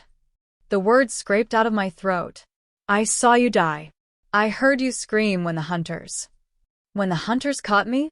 Calliope tilted her head, the gesture achingly familiar despite the wrongness radiating from her. Oh, they caught me. Dragged me into these very territories, actually. Planned to use me as bait to lure Mother out of hiding. A smile curved her lips. My sister's smile twisted into something cruel. But something unexpected happened. The corruption here recognized what I was. What I could become with the right motivation. Theron stepped forward, positioning himself partially in front of me. His hand rested on his weapon. You're not Calliope Nightwhisper. You're something wearing her face. I'm exactly Calliope Nightwhisper. My sister's eyes flashed with annoyance. Just not the version my baby sister remembers. 8 years changes a person, especially when those years are spent learning to survive in a place that kills most wolves within days. She spread her arms, gesturing at the twisted landscape around us. I adapted. I thrived. I became what the dead territories needed me to be. Corrupted, the Oracle breathed, her shifting eyes wide with horror and recognition. You let the dead magic into your bloodline. Twisted your shadow powers into something forbidden. I evolved, Calliope corrected. Shadow magic was always meant to walk the line between life and death, light and void. I simply stepped over that line, embraced what the dead territories had to offer. Her gaze locked onto mine with unsettling intensity. And now I'm strong enough to finish what our bloodline started 300 years ago. What are you talking about? I demanded, my shadows rising defensively around me. Our bloodline didn't start anything except trying to bring balance. Balance is a pretty lie we tell ourselves. Calliope moved closer, and the corrupted land seemed to move with her. Shadows that weren't shadows, darkness that felt hungry. The truth?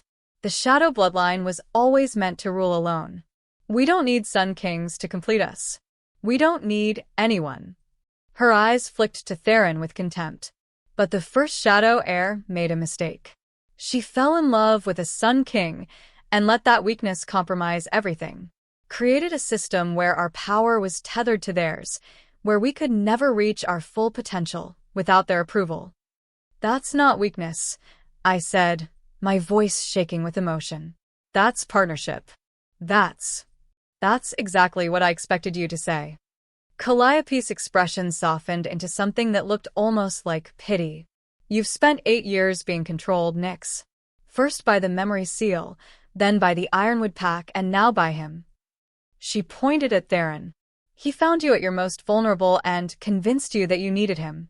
That sun and shadow working together was destiny instead of just another cage. You don't know what you're talking about, Theron growled, but I placed a hand on his arm. Let me handle this. I stepped forward, away from his protective stance, until only 10 feet separated me from my sister. Calliope, I don't know what happened to you in these territories. What they did to you, or what you had to do to survive. But this isn't you. The sister I remember would never. The sister you remember was weak. The word cracked like a whip. She sacrificed herself to buy you time to run. She died screaming while you escaped. And for what? So you could grow up broken and abused, convinced you were worthless. Calliope's voice rose with genuine anger. I spent 8 years clawing my way back from death itself, learning powers our ancestors never dreamed of, becoming strong enough to actually matter. And you spent those same 8 years scrubbing floors for wolves who should have been kneeling at your feet. The accuracy of her assessment stung more than I wanted to admit. I survived, I said quietly. In my own way, I survived. And now I'm here, standing in the place that killed you, except you're not dead. I searched her face for any hint of the sister I'd loved. Help me understand, Calliope. What happened to you? What did they do? For a moment, just a brief flicker, something vulnerable crossed her features. They tried to break me. The hunters, the corruption, the loneliness of knowing everyone I loved was dead or had forgotten me. Her voice dropped. I was 12 years old, Nyx. 12.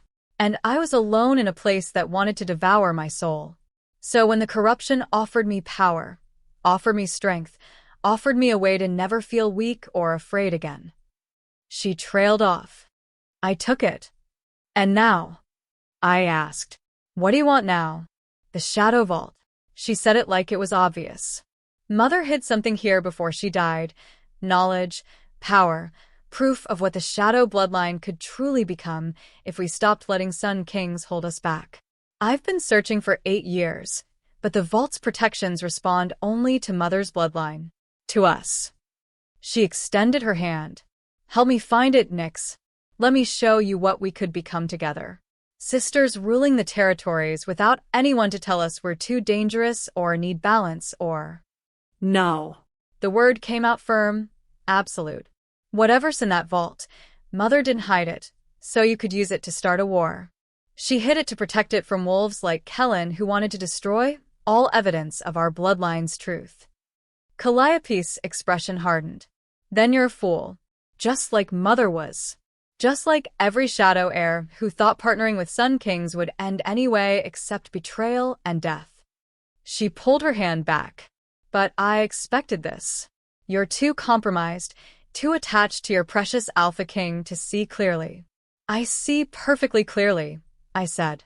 And what I see is my sister twisted by pain and corruption into something she was never meant to be. But Calliope, it's not too late. Come with us. Leave this place. Let the Oracle try to cleanse the corruption from your bloodline. Cleanse. She laughed, the sound sharp and bitter. I don't want to be cleansed. This power is the only thing that kept me alive. The only thing that made me strong enough to survive when everyone else would have died. Her eyes blazed with corrupted silver light. And I'm not giving it up. Not for you. Not for anyone. The shadows around her coalesced into something solid and deadly, corrupted shadow magic that felt like everything my own power wasn't. Where mine was cold void and clean darkness, hers was rot and hunger and twisted need. Last chance, Nyx, she said quietly. Join me willingly, or I will take you to the vault by force. Either way, you're helping me open it. We're the only ones left who can. I felt Theron tense behind me, felt his power beginning to rise in preparation for battle. But something the Oracle had said earlier echoed in my mind. Balance between your powers might protect us from the worst of the corruption. What if there's another option? I said slowly, an idea forming. What if instead of fighting or joining you, I try to help you? Not with finding the vault for your purposes, but with healing what the corruption did to you. Calliope's expression flickered, suspicion warring with something that might have been hope. There's no healing this. The Oracle's already said as much. Corrupted bloodline magic can't be reversed. Maybe not by the Oracle alone, I agreed. But I'm the Shadow Heir. My power is cleaner, purer than what you're carrying. And Theron's sun magic can burn away darkness that's become too twisted. I looked back at him. Together, we might be able to do what neither could do alone. You want to try to heal me? Calliope's laugh was incredulous. Nyx, I'm not sick. I'm not broken. I chose this power. I want it. Then prove it. I challenged. If you're really in control, if the corruption hasn't taken more of you than you realize, then you should be able to lower your defenses long enough for me to examine what it's done to your bloodline. If I'm wrong, if you're truly choosing this willingly, I'll help you find the vault. It was a lie. I had no intention of helping her weaponize whatever Mother had hidden. But I needed her to trust me enough to let me close. I needed a chance to see if any part of my real sister still existed beneath the corruption. Calliope studied me with those ancient, terrible eyes. You're trying to manipulate me. Yes, I admitted. But I'm also offering you a real choice. Lower your defenses. Let me see what the corruption's really done. And if I can help you, if there's a way to remove the twisted parts while keeping you alive, wouldn't you want to know? Silence stretched between us, broken only by the whisper of dead wind through twisted trees. Then slowly Calliope nodded. Fine. But if you try anything, if you attempt to fight me or trap me or turn me over to your council, I'll kill everyone here except you. And then I'll drag you to the vault anyway. Her smile was cold. Are we clear? Crystal clear. She stepped closer, and I felt the wrongness of her power like oil on my skin. Do it then. Show me this healing you think you can accomplish. I placed my hands on either side of her face, exactly as the oracle had done when breaking my memory seal. Theron moved to stand directly behind me, his hands coming to rest on my shoulders, his sun-warm power flowing into me to balance and strengthen my own. This might hurt, I warned. Everything hurts, Calliope replied. I've learned to live with it. I closed my eyes and let my consciousness sink into her shadows. What I found there stole my breath. My sister's bloodline was a battlefield. Pure shadow magic, the power she'd been born with, inherited from mother and generations before, warred constantly with corrupted death magic that had burrowed into her like a parasite. The two forces were so entangled I couldn't tell where one ended and the other began. But worse than the corruption itself was what it had done to her mind. Calliope hadn't just been twisted by the dead territories. She'd been systematically broken over years of isolation and pain, her memories edited and manipulated by the corruption until she couldn't tell her own thoughts from the twisted whispers of the dead magic. The hunters hadn't just captured her that night 8 years ago. They delivered her to someone who knew exactly how to corrupt a Shadow Heir bloodline. Someone who'd been waiting in the dead territories for exactly this opportunity. And that someone had spent 8 years molding my 12-year-old sister into a weapon. She believes everything she's saying. I sent to Theron through our connection. The corruption has convinced her that pure shadow magic alone is ultimate power, that partnership with Sun Kings is weakness. It's rewritten her memories to make her believe Mother failed because she chose balance instead of dominance. Can you fix it? His sun-warm power pulsed through me, steadying my exploration. I don't know. The corruption goes so deep. 8 years of constant reinforcement have made it part of her identity. Removing it might break her completely. But leaving it means she's not really your sister anymore. She's what the corruption made her. He was right. The Calliope standing before me, the one who'd rejected partnership and balance, the one who wanted to use Mother's vault for conquest, that wasn't my real sister. That was the corruption's creation. But somewhere beneath all that twisted darkness, I felt something. A spark. A tiny fragment of the girl who'd held my hand in the burning forest and told me to run. The sister who'd sacrificed herself so I could escape. She was still there. Buried. Locked away by years of corruption and manipulation. But alive. I made a decision that would either save her or kill us both. I pulled on every ounce of power I had. My own shadow magic, the strength flowing from Theron, the knowledge inherited from 10 generations of Shadow Heirs. I pulled on the bond between sisters that transcended death and corruption and time. And I dove into the battlefield of her bloodline like a warrior charging into combat. The corrupted death magic sensed my intrusion immediately. It lashed out with tendrils of twisted darkness, trying to drive me away, trying to kill me for daring to challenge it. But I wasn't alone. Theron's sun power flowed through me, burning away the worst of the corruption wherever it touched.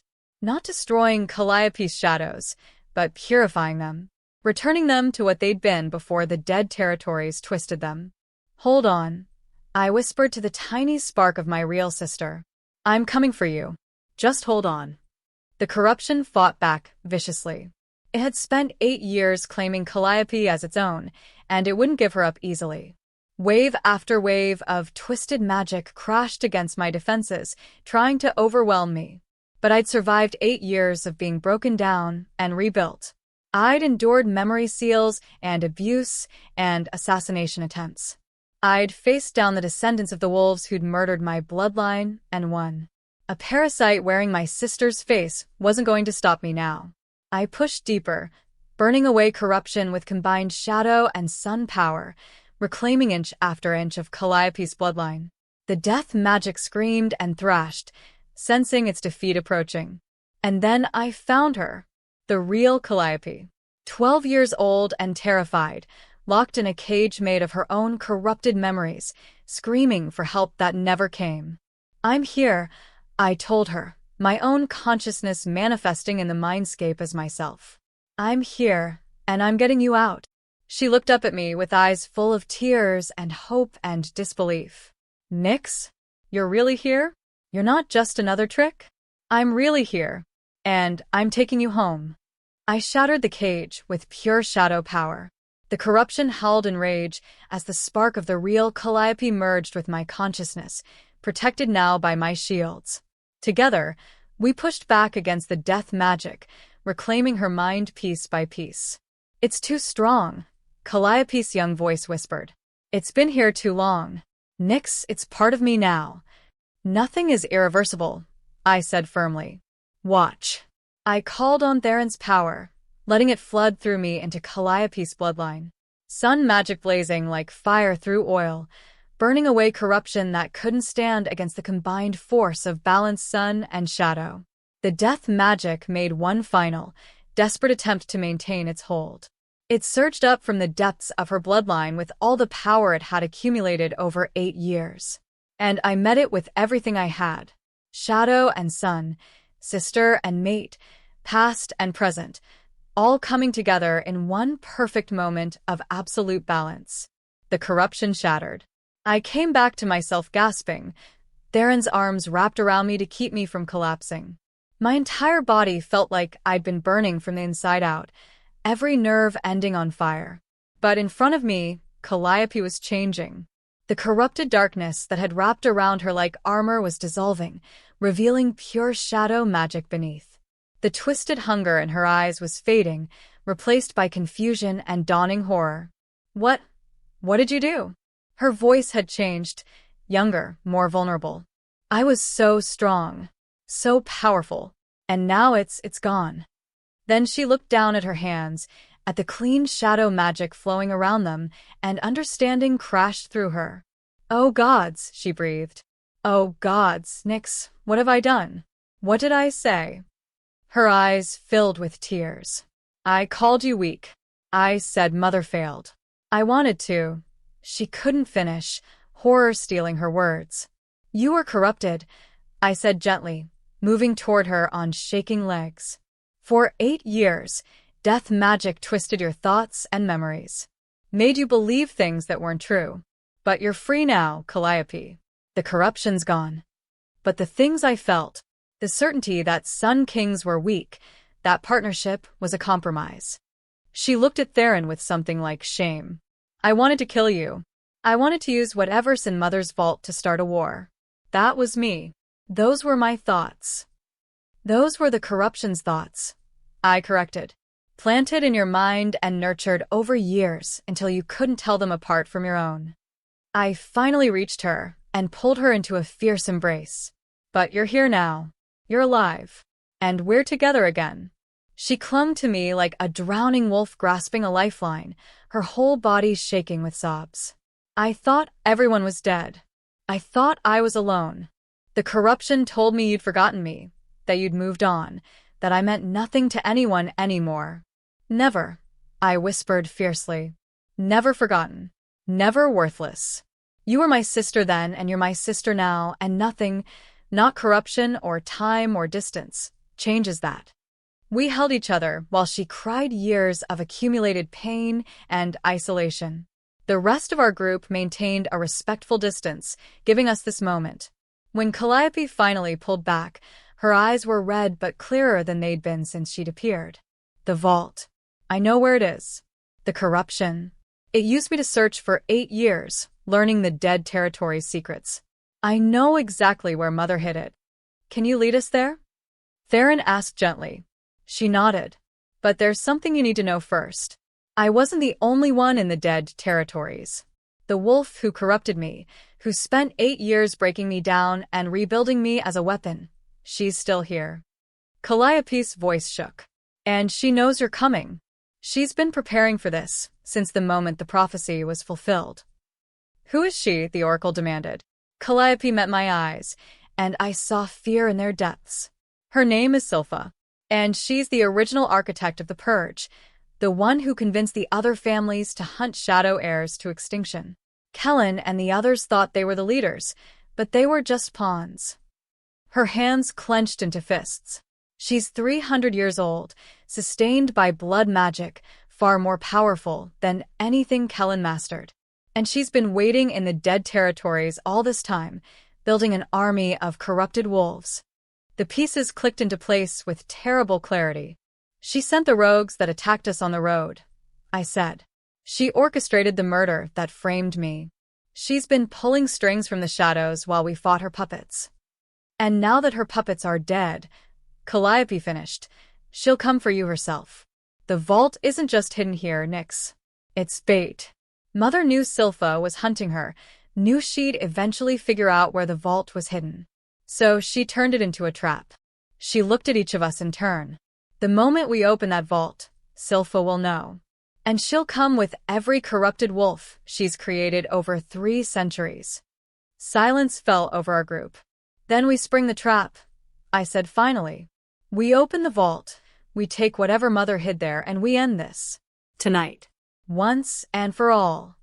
You want to deliberately trigger a battle against a 300-year-old blood mage with an army at her command? Xavian asked incredulously. I want to finish what the first purge should have accomplished, eliminating the true threat instead of the scapegoats. I looked at Theron. Sun and Shadow working together. That's what she fears. That's why she orchestrated the genocide in the first place. She knew that if our bloodlines ever truly unified, she'd lose. Understanding and pride blazed in his silver eyes. Then let's show her exactly what she's been afraid of for 300 years. Calliope straightened, wiping away the last of her tears. The vault is in the ruins of the first temple, the place where your bloodlines first swore partnership. It's at the heart of the dead territories, in the most corrupted part of the land. She looked at me. It's going to be the hardest battle of your life, Nyx. Are you ready? I thought about my mother dying to protect me, about Calliope spending 8 years alone and corrupted, about every Shadow Heir who'd been murdered to prevent balance from being restored. I was born ready, I said. Let's end this. The ruins of the first temple rose from corrupted earth like bones of a long-dead giant. It had once been magnificent. I could see that in the broken pillars and shattered walls, in the intricate carvings still visible beneath centuries of decay.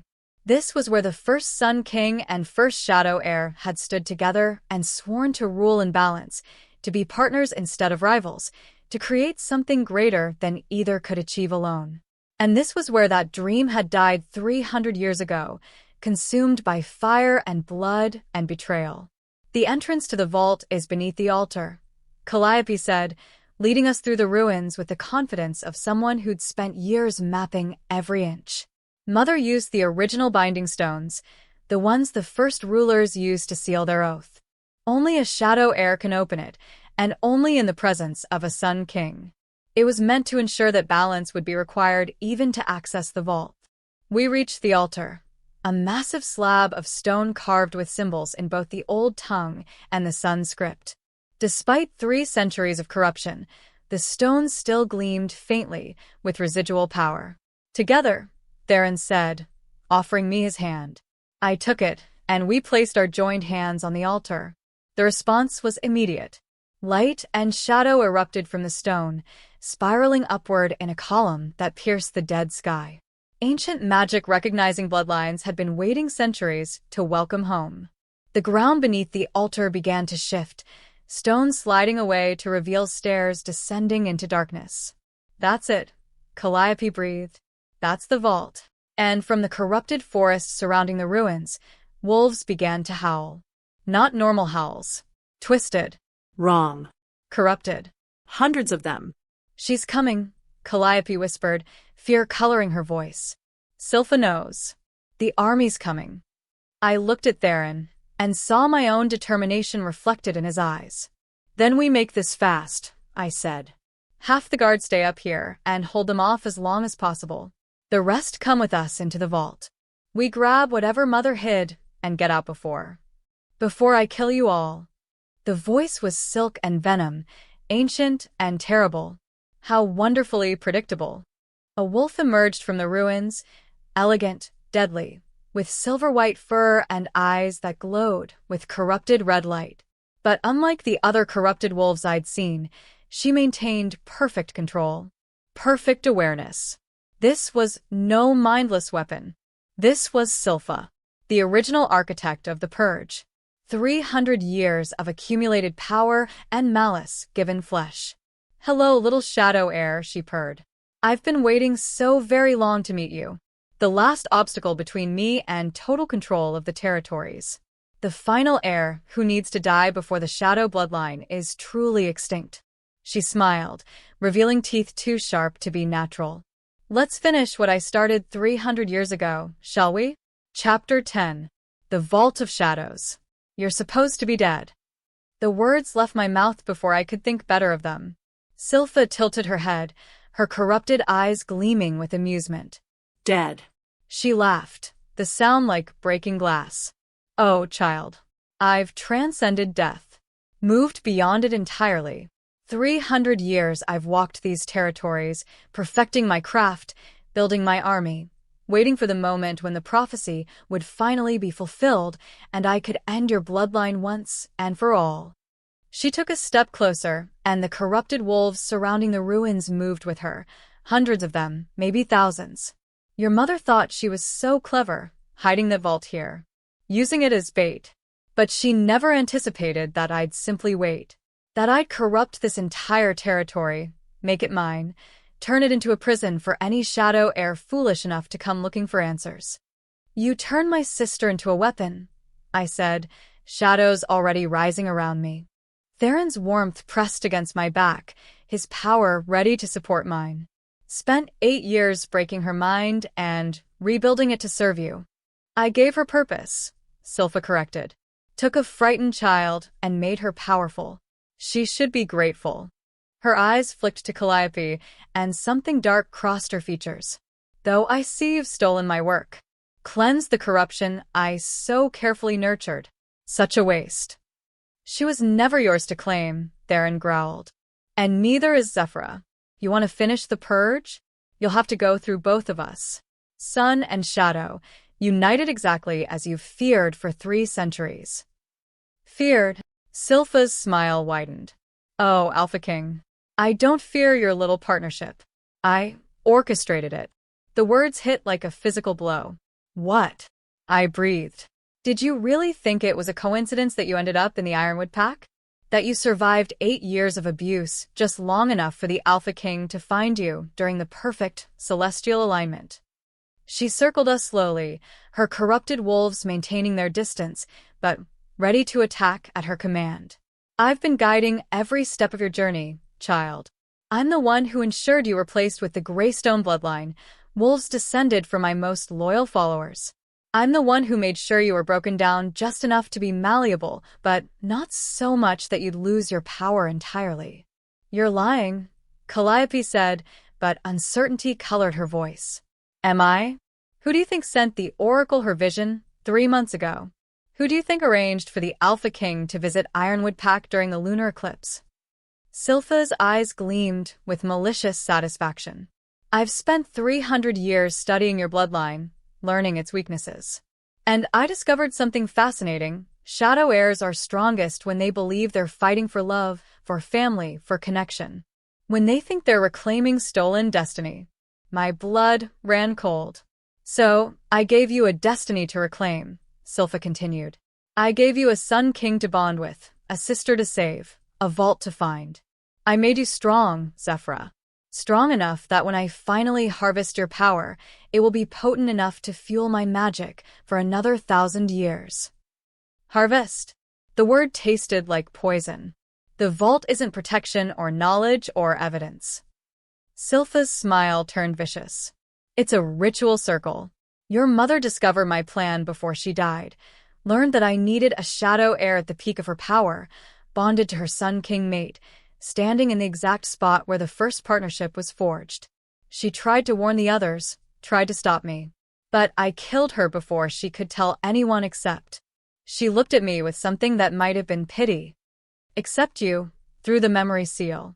She tried to warn you with her dying breath, didn't she? Told you to find the vault. I thought back to that recovered memory.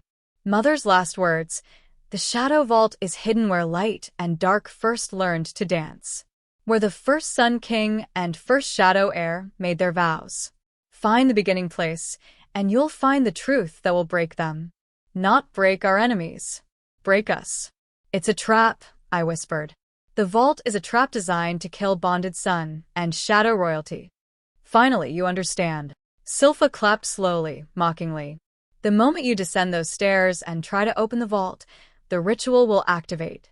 It will drain both your powers, strip your bloodlines away, and feed all that beautiful energy directly to me. I'll become what no wolf has been before, simultaneously sun and shadow, light and dark, with enough power to rule unchallenged for eternity. The oracle stepped forward, her shifting eyes blazing with fury. The first rulers knew.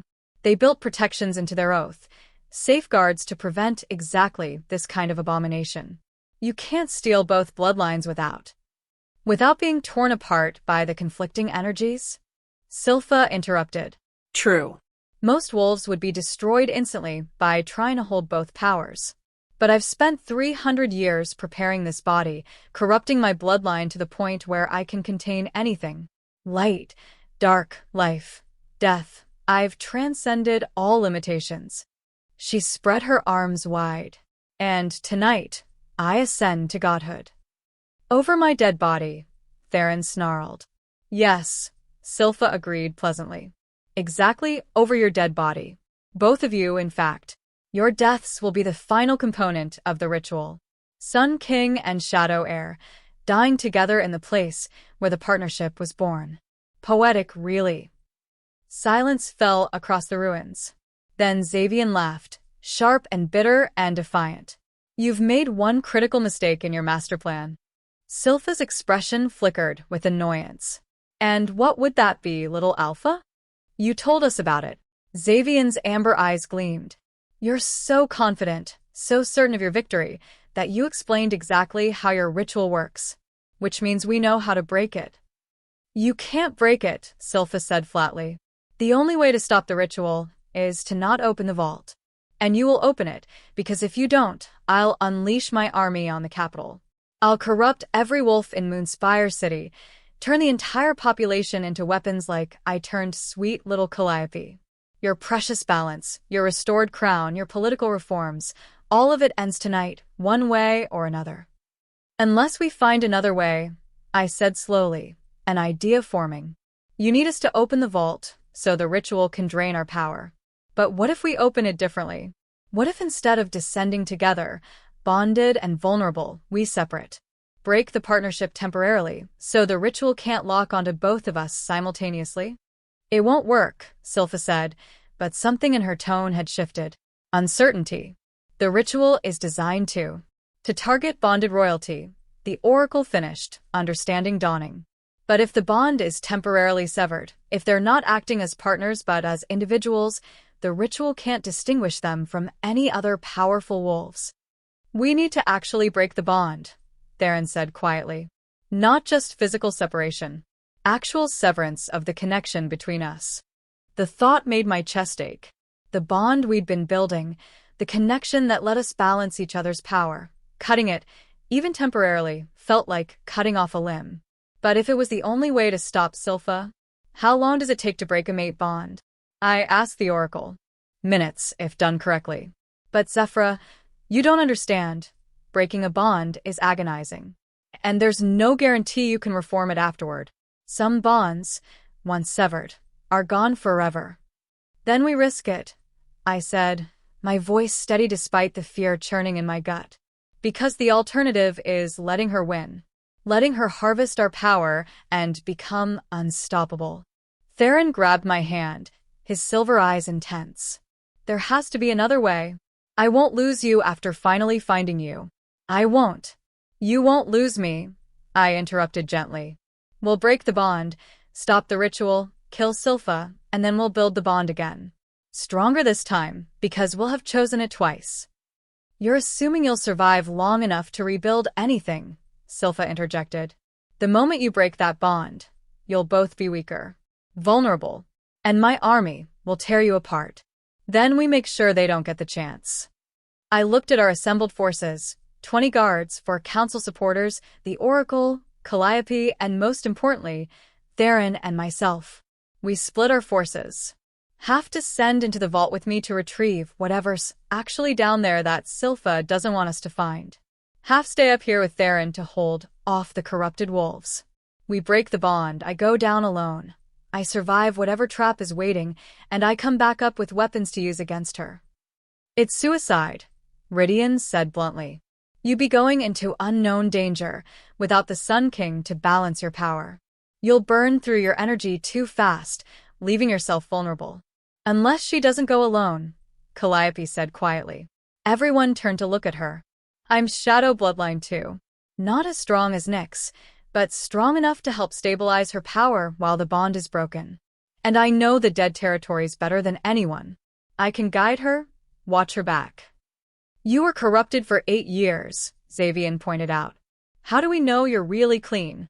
That Silpha doesn't still have hooks in your mind? You don't, Calliope admitted. You have to trust that my sister's healing worked, that I'm really free. She looked at me. But I need to do this, Nyx. I need to prove I'm not the weapon Silpha made me, that I can help save our bloodline instead of destroying it. I studied her face, searching for any hint of the corruption that had twisted her. But all I saw was determination and desperate need to make amends. Okay, I said.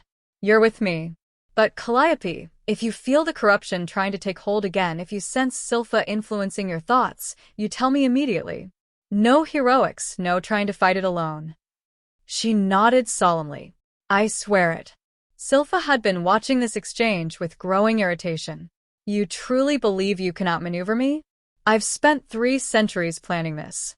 Every contingency, every variable, every possible.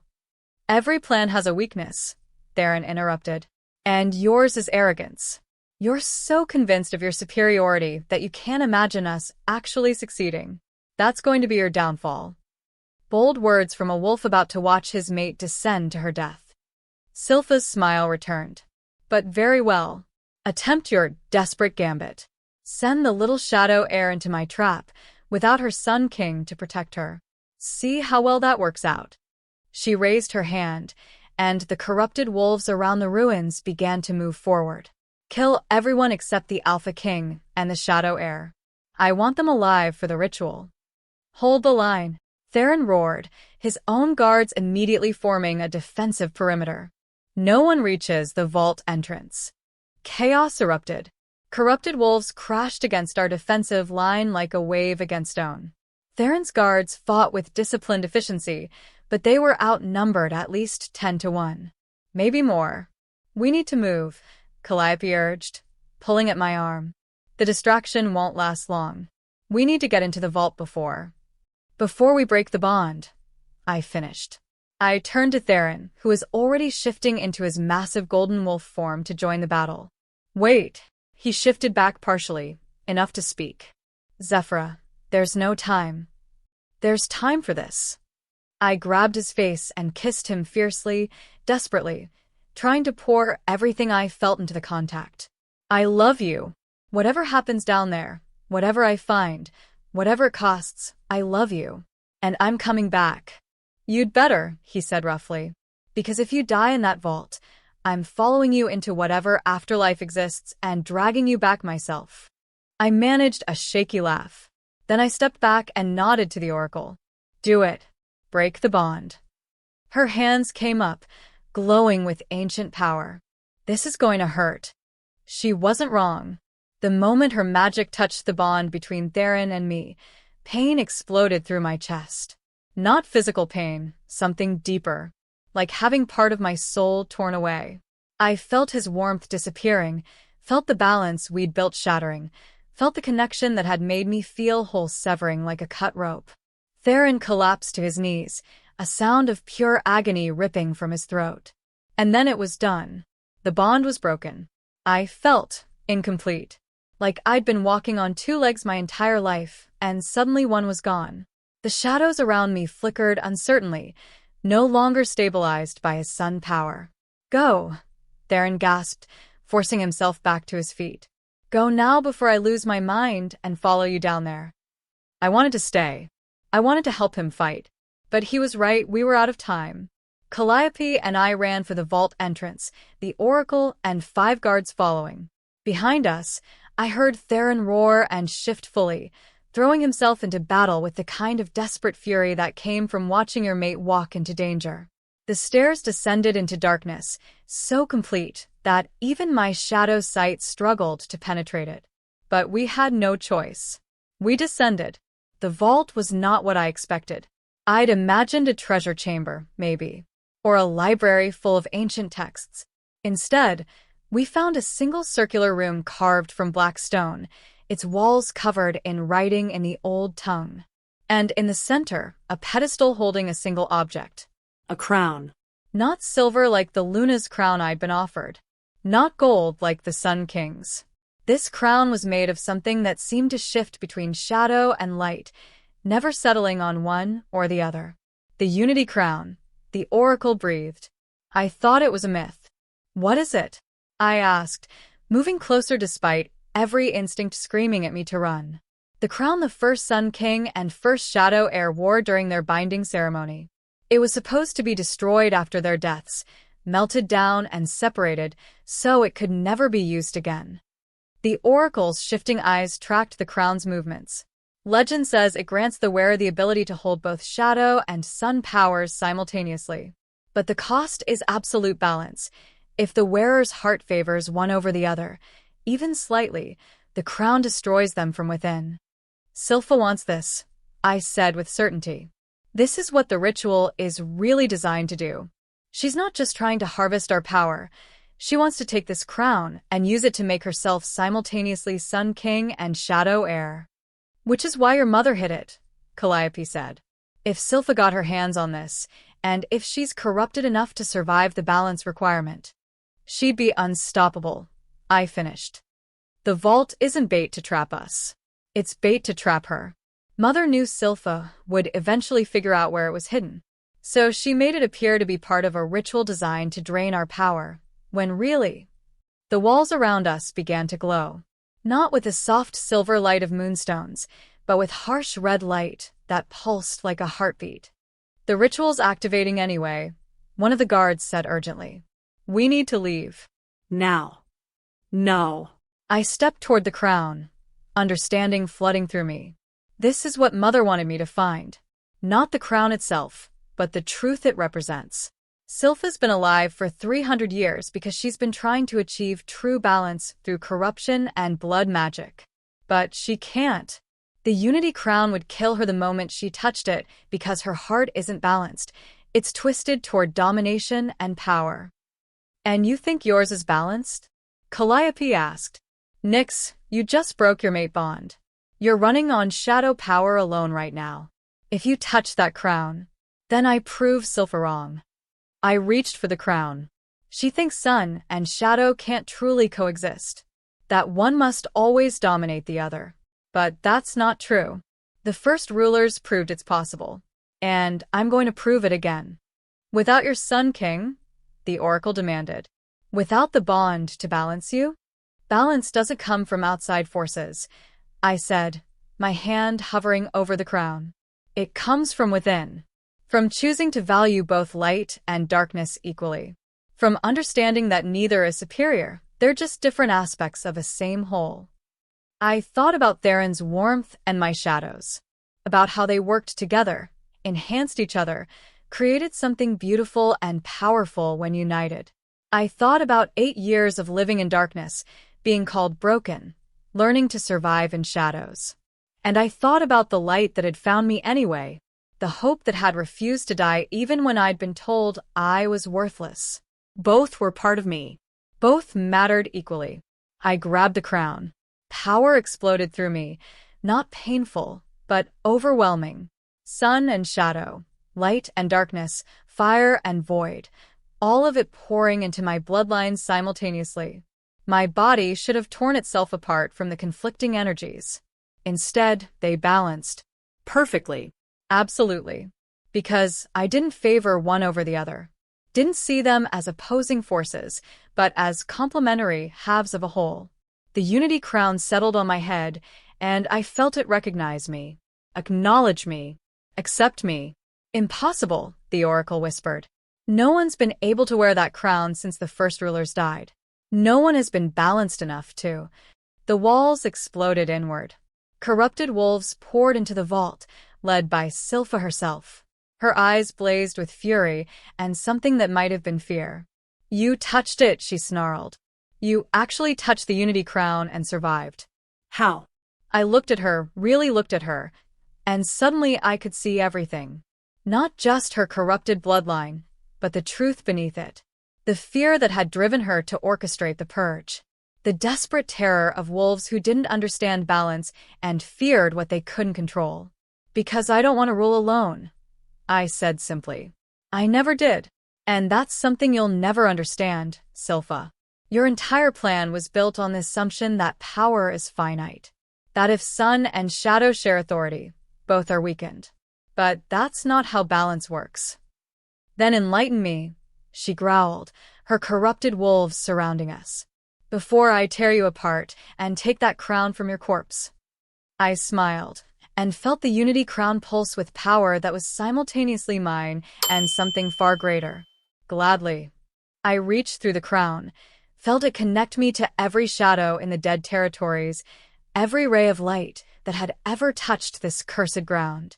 Felt it reach up through the stone, through the ruins, to where Theron fought on the surface.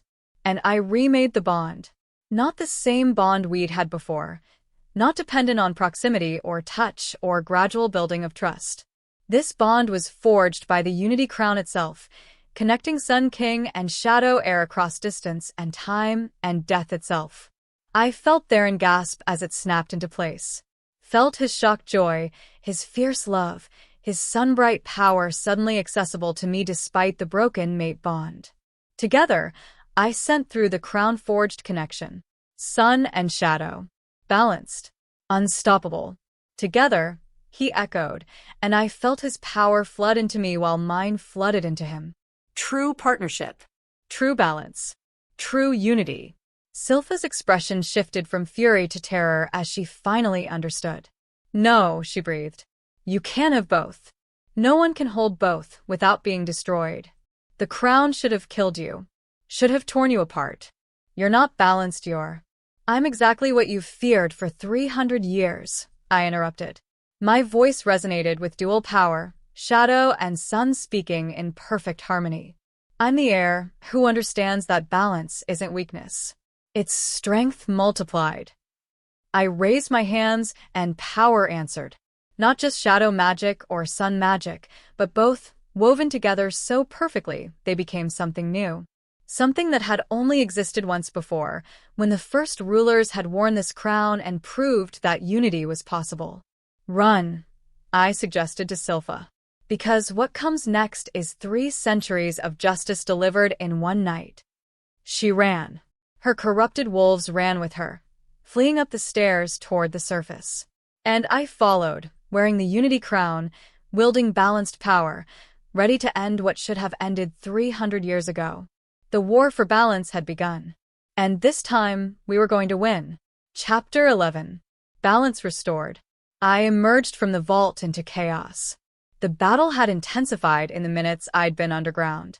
Corrupted wolves swarmed the ruins from every direction, their numbers seemingly endless. Theron fought at the center of our defensive line, his golden wolf form blazing like a star against the darkness. But even he was flagging. Blood matted his fur, his movements slower than they'd been. Then he felt me through the new bond. The crown-forged connection that transcended normal mate bonds. His head whipped around, silver eyes finding me instantly.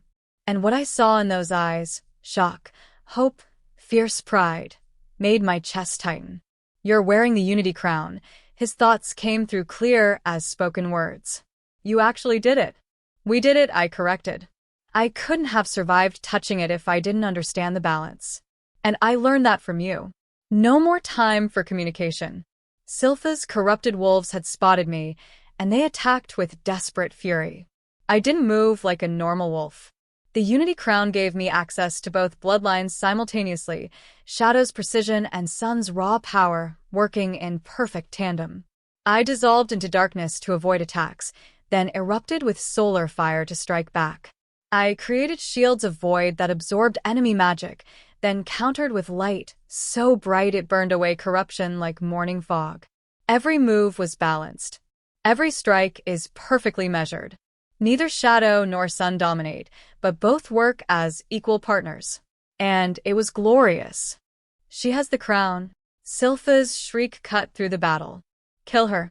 Kill her before she fully bonds with it. Corrupted wolves converged on my position, abandoning other targets. 50, maybe 100 of them, all focused on bringing me down. I reached through the crown bond to Theron. Ready? For what? To show them what real balance looks like. I felt his grim satisfaction through the bond. Always. We moved in perfect synchronization despite being 50 feet apart. Where he struck with solar flames, I followed with shadow spears that pierced through gaps in enemy defenses.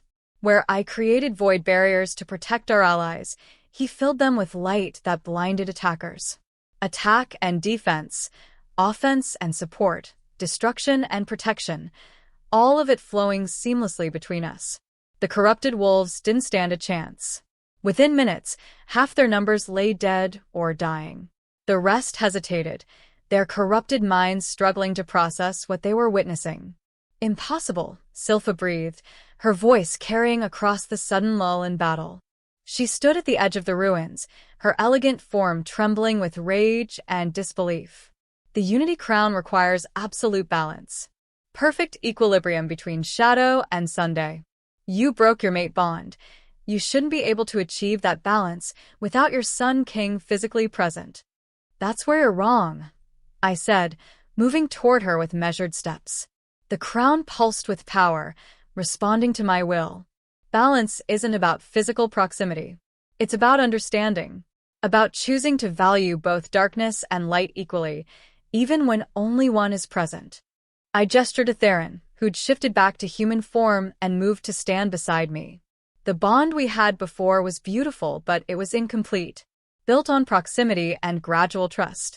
The Unity Crown showed me how to build something deeper, a balance that exists whether we're together or apart, whether one of us is present or not. Poetry, Silpha snarled. But it won't save you. You're strong, I'll grant you that. Stronger than I anticipated. But you're still just 2 wolves against an army I've been building for 3 centuries. 2 wolves who embody the balance you've spent 300 years trying to destroy, the Oracle interjected, moving to stand on my other side. 2 wolves who've proven that Sun and Shadow working together are stronger than any corruption you can throw at them. And 2 wolves who aren't alone, Xavian added, joining our formation. Merowyn, Tarion, and Evander, the Council Alphas who'd supported me from the beginning, moved to flank us. Rydian and the surviving guards formed ranks behind us. Even Calliope, exhausted from our descent into the vault, stood ready to fight. You see an army, Theron said, his voice carrying absolute authority. We see wolves who are corrupted against their will. Victims of your manipulation just like Calliope was. Wolves who deserve a chance at freedom. Freedom? Silpha laughed, the sound sharp and bitter. They're beyond freedom. I've corrupted them too deeply. They're mine, body and soul, until death releases them. Then let's test that theory, I said quietly. I reached out with the Unity Crown's power, feeling it connect to every shadow in the dead territories, every ray of corrupted light. And through that connection, I touched the minds of the corrupted wolves surrounding us. What I found broke my heart. They were still there. The real wolves, buried beneath layers of corruption and blood magic, screaming silently for help that never came. Trapped in their own bodies while Silpha used them as puppets. Just like Calliope had been trapped. You don't have to serve her. I sent into their minds, not commanding but offering. You can be free. I can help you. I can burn away the corruption if you let me. Silpha felt what I was doing immediately. No. They're mine. You can't. But I already was. I channeled power through the Unity Crown, balanced power, shadow and sun working together to do what neither could achieve alone. I reached into the corrupted wolves' bloodlines and began to burn away the death magic that enslaved them. It was agonizing work. Each wolf required careful precision. Too much sun power would burn them alive. Too little shadow power would leave corruption behind. But the Unity Crown guided me, showed me exactly where balance needed to be applied. And one by one, the corrupted wolves began to wake. Their red glowing eyes cleared. Their twisted forms straightened. Their howls of rage turned to cries of relief and confusion. What happened? One of them gasped, shifting back to human form. A young male, maybe 20, with scars covering his body. There was darkness and voices, and I couldn't control my own body. You were corrupted, I said gently. Used as a weapon by Silpha. But you're free now. All of you are free. Around the ruins, wolves were shifting back to human form, looking at their hands in wonder. Looking at Silpha with horror and betrayal. You took us, a female said, her voice shaking with rage. You took us from our packs, our families. You made us kill people we loved. I made you powerful, Silpha interrupted, but for the first time, her voice held uncertainty. I gave you strength you never would have had otherwise. You should be grateful. Grateful? The word came from dozens of throats simultaneously. The freed wolves were advancing on her now, no longer under her control, no longer forced to obey. You destroyed our lives, made us into monsters, turned us against everything we loved. I can still control you, Silpha said desperately, raising her hands. The blood magic binds you to my will. You can't. Nothing happened. The freed wolves kept advancing, and Silpha's expression shifted from desperation to terror. What did you do? She demanded, whirling to face me. The blood bonds should still be intact. They should still be mine. The Unity Crown burns away all imbalance, I explained quietly, including magical bonds built on domination and slavery. I didn't just free them from corruption, Silpha. I freed them from you. For the first time in 300 years, Silpha faced her victims without an army to hide behind. And they were angry. Wait, she said, backing away as the wolves surrounded her. Wait, we can negotiate. I can teach you to use the corruption, show you how to be strong without the weakness of balance. No, Theron said flatly. He moved to stand beside me, his hand finding mine. Through the crown bond, I felt his absolute conviction. You've had 300 years to make your case. 300 years of corruption and genocide and manipulation. Now you answer for all of it. The council will want to try me, Silpha said quickly, grasping at straws. Formal proceedings, evidence, legal. The council is here, Evander interrupted, gesturing to the 4 alphas present. And we're unanimous in our verdict. He looked at the freed wolves surrounding Silpha. But the final judgment belongs to your victims. The wolves you corrupted, enslaved, and forced to commit atrocities. What do they say? The wolves looked at each other. Silent communication passes between them. Then the young male who'd spoken first stepped forward. I was taken from my family when I was 16. Forced to kill my own father while the corruption controlled my body. His voice was steady despite the tears streaming down his face. I've spent 4 years trapped in my own mind, screaming, watching myself do terrible things and unable to stop. Others spoke up, each with similar stories. Families destroyed. Lives ruined. Years stolen by Silpha's ambition. For 300 years, you've justified your actions by claiming you were protecting the territories, the young male finished.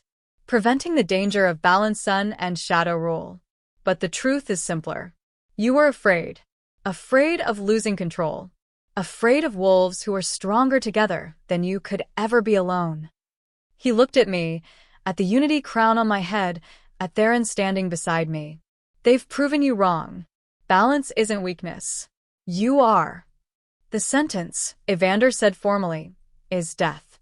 To be carried out immediately by those you wronged. Silpha's eyes went wide. No. No, you can't. I'm 300 years old.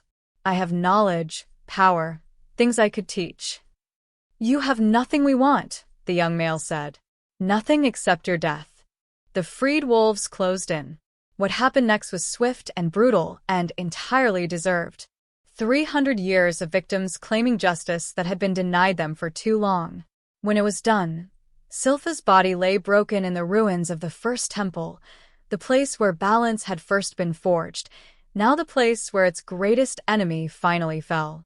The freed wolves stood in silence, processing what they'd done, what they'd survived. Then slowly they began to kneel.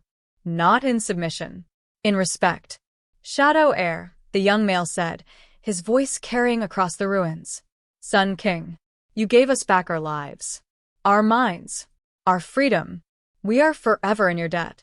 You owe us nothing, I said, my throat tight with emotion. Your victims. You survived. That's enough. It's not enough, a female said. We want to help. I want to make sure this never happens to anyone else.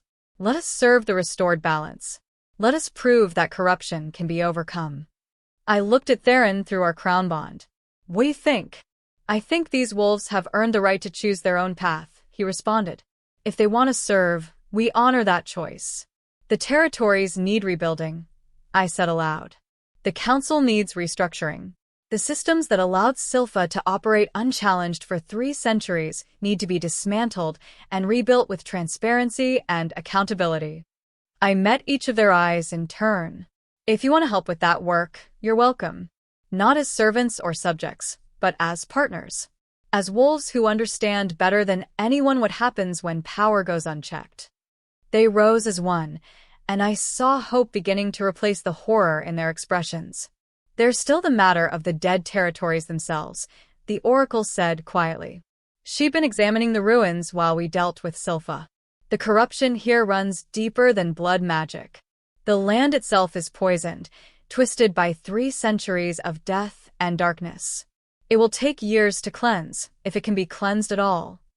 I looked at the Unity Crown and felt its power humming through my bloodline. Maybe not. Zephyra, Theron warned. The crown is powerful, but balance can heal what imbalance corrupted. I interrupted gently. I turned to face the dead territories stretching out beyond the ruins. The first temple was built here because this was where light and darkness were perfectly balanced. Where the first Sun King and Shadow Heir proved that unity was possible. That balance could exist. And then the purge shattered that balance, Calliope said quietly. Silpha's blood magic and the battle that ended the genocide, all of it poured corruption into land that was meant to be neutral ground. So we restore the balance, I said simply. Sun and shadow, working together, healing what was broken. I reached for Theron's hand. He took it without hesitation, his sun-warm power flowing into mine. Through the Unity Crown, I felt the full scope of what needed to be done. The dead territories weren't just geographically corrupted, they were spiritually wounded. The original balance that had made this land sacred had been destroyed, leaving a void that death magic had filled. But voids could be filled with other things. I channeled power through the crown. Mine and Theron's combined, shadow and sun perfectly balanced, and pushed it into the earth beneath our feet. The response was immediate. Light erupted from the ground, not harsh and blinding but warm and golden. Shadows rose to meet it, not dark and consuming but cool and soothing. When they met, they didn't fight or cancel each other out. They danced. Just as they had 300 years ago when this place had been sacred ground. The corruption began to burn away. Not destroyed but transformed. Death magic dissolves into pure energy that the land could use for healing instead of harm. Twisted trees straightening, their bark returning to healthy brown instead of sickly gray. Poisoned water clearing, becoming drinkable again. The dead territories were coming back to life. It's working, the oracle breathed, wondering clearly in her voice. You're actually healing the land itself. We're restoring balance, I corrected. Giving the territories back what was stolen 300 years ago. The process took hours. By the time we finished, the sun was rising over land that no longer deserved to be called dead. The ruins of the first temple still stood, but now they looked peaceful instead of haunting. Sacred instead of cursed. What do we do with this place? Merowyn asked, looking around at the transformed landscape. It's valuable territory now. Every pack will want to claim it. No one claims it, Theron said firmly. This land belongs to balance itself. We rebuilt the first temple, not as ruins, but as a monument.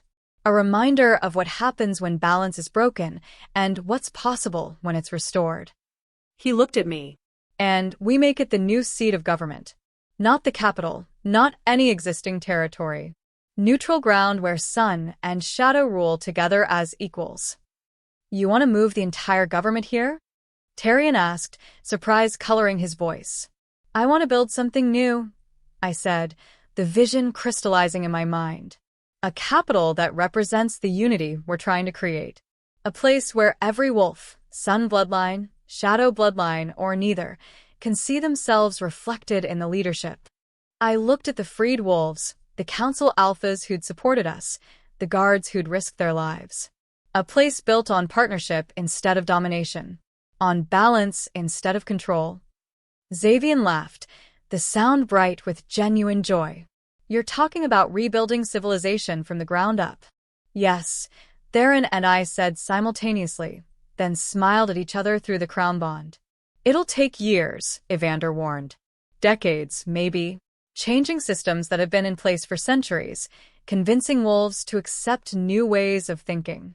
Then it's lucky we're young and stubborn, I interrupted, and that we have 300 years of mistakes to learn from. We returned to the capital 3 days later, exhausted but triumphant. Word of what had happened in the dead territories, now being called the restored territories, had already spread. Wolves lined the streets, not with suspicion or fear as they had when I first arrived, but with hope. The Shadow Heir healed the dead territories, I heard someone whisper as we passed.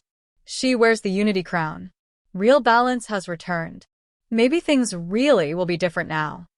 The council convened immediately upon our return. Not in the formal chamber, but in the great hall where the entire court could witness. The reports we've received are difficult to believe, Alpha Ciro's replacement said. A younger wolf named Lorcan who'd been elevated to the Borderlands seat after Ciro's execution. You're claiming you healed an entire territory? That you killed Silpha and freed hundreds of corrupted wolves? We're not claiming anything, Theron said. We're reporting facts. Facts that 50 witnesses can corroborate. The freed wolves who'd chosen to return with us stepped forward, each ready to testify to what they'd experienced. By the time they finished speaking, the great hall was silent. If what you're saying is true, Lorcan said slowly, then you've accomplished something unprecedented. Not just defeating an enemy, but healing wounds that have festered for 3 centuries. And we want to keep healing, I said. Which is why we're proposing a complete restructuring of how the territories are governed. I laid out our vision. A new capital in the restored territories, a council with representatives from all bloodlines, systems of accountability that would prevent any one faction from accumulating unchecked power. Reforms that would ensure balance wasn't just a pretty word, but an actual practice. Some council members looked skeptical. Others looked intrigued. You're asking us to abandon systems that have worked for centuries, Lorcan said. Systems that allowed Silpha to operate unchallenged for 3 centuries, I corrected. Systems that enabled the purge, that let corrupted council members use blood magic without oversight, that created the conditions for everything we just fought to stop. I leaned forward. Yes, I'm asking you to abandon those systems. Because they didn't work. They just looked like they did, while everything slowly rotted underneath. The Shadow Heir is right, Merowyn said. I've served on this council for 10 years, and I've watched us grow more corrupt with each passing season. More focused on maintaining our own power than actually serving the wolves we represent. If we don't change now, while we have momentum and public support, we never will. And what happens to those of us who resist these changes? Lorcan asked carefully. Do we face execution like Kellen and his allies? No, Theron said firmly. What happened to Kellen was justice for specific crimes, blood magic, conspiracy, attempted murder. If you oppose our reforms through legal means, through debate and voting and political process, that's not a crime. That's democracy. He paused. But if we discover you're using corruption, blood magic, or other illegal methods to maintain power, then yes, you'll face the same justice Kellen did. The message was clear. Play by the rules and you're safe. Break them and you're done. I support the proposed reforms, Xavian said immediately. The Eastern Territories are ready to embrace the new balance. As are the river valleys, Merowyn added. One by one, the council members voiced their support. Not unanimous, there were still wolves clinging to old power, but enough. Enough to begin real change. Then it's settled, Theron declared. Construction on the new capital begins immediately. The council structure will be reformed over the next year. And the Unity Crown. He looked at me. Remains with the Shadow Heir who earned the right to wear it. Applause rippled through the hall, genuine and warm. But as I stood there wearing the Unity Crown, Theron beside me, our newly freed allies around us, I felt something I hadn't felt in 8 years. Peace. Not the absence of conflict. There would always be challenges, always wolves who resisted change, always work to be done. But peace in knowing I was finally where I belonged. Finally doing what I was meant to do. Finally home. That night, alone in our chambers, Theron pulled me into his arms. We did it, he murmured against my hair. We actually did it. We survived. I corrected. The real work starts now. Building a government from scratch, convincing skeptical wolves to trust balance, maintaining unity when everything tries to pull us apart. Zephyra. He tilted my chin up, his silver eyes warm. For once, can you just accept that we won? That we beat impossible odds and came out the other side stronger? I smiled. I can try. Good. He kissed me, gentle and claiming all at once. Because I have something important to ask you. If it's about the council restructuring, I think we should. Marry me? I stopped breathing. What? Marry me? He repeated, and now I could see the nervousness beneath his confident exterior. Not because of prophecy or political necessity or because we need to present a united front. Marry me because I love you. Because I want to wake up beside you every morning and fall asleep beside you every night. Because you're my partner, my balance, my home. His thumb brushed across my cheekbone. Because when I imagine the future, you're in every single moment of it. Tears blurred my vision. Theron, If you need time, I understand, he said quickly. We've been through so much so fast. If you want to wait, to be sure. Yes. He blinked. Yes, you want to wait? Yes, I'll marry you. I laughed through my tears. You impossible, wonderful, infuriating man. Of course I'll marry you. The smile that crossed his face was pure joy. He kissed me again, deeper this time, and I felt the crown bond pulse with our combined happiness. Soon, he asked when we finally broke apart. Soon, I agreed. But first, we build our new capital. We established the new council. We proved to everyone that balance can actually work. And then we get married in the rebuilt First Temple, in the place where the first sun and shadow proved unity was possible. I touched the Unity Crown, felt its power humming contentedly. We show the world that history doesn't have to repeat itself. That love and partnership and balance aren't just pretty words. They're the foundation of everything worth building. Theron's expression turned serious. The trials. With everything that happened, we never completed the trials of worth. The council could still challenge your right to rule based on that technicality. Let them, I said calmly.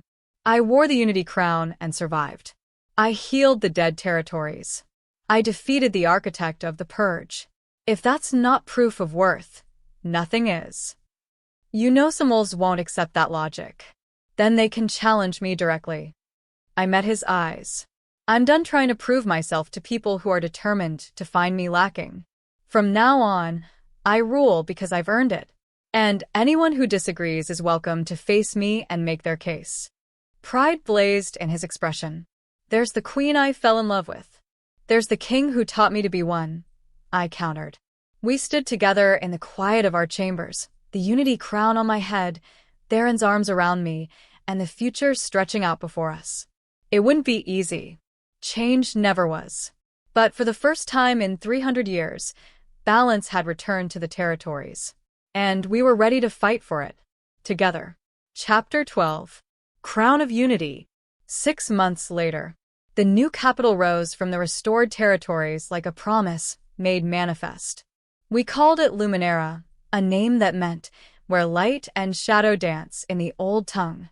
The city was built in concentric circles around the rebuilt First Temple, with districts representing each major territory radiating outward like spokes on a wheel.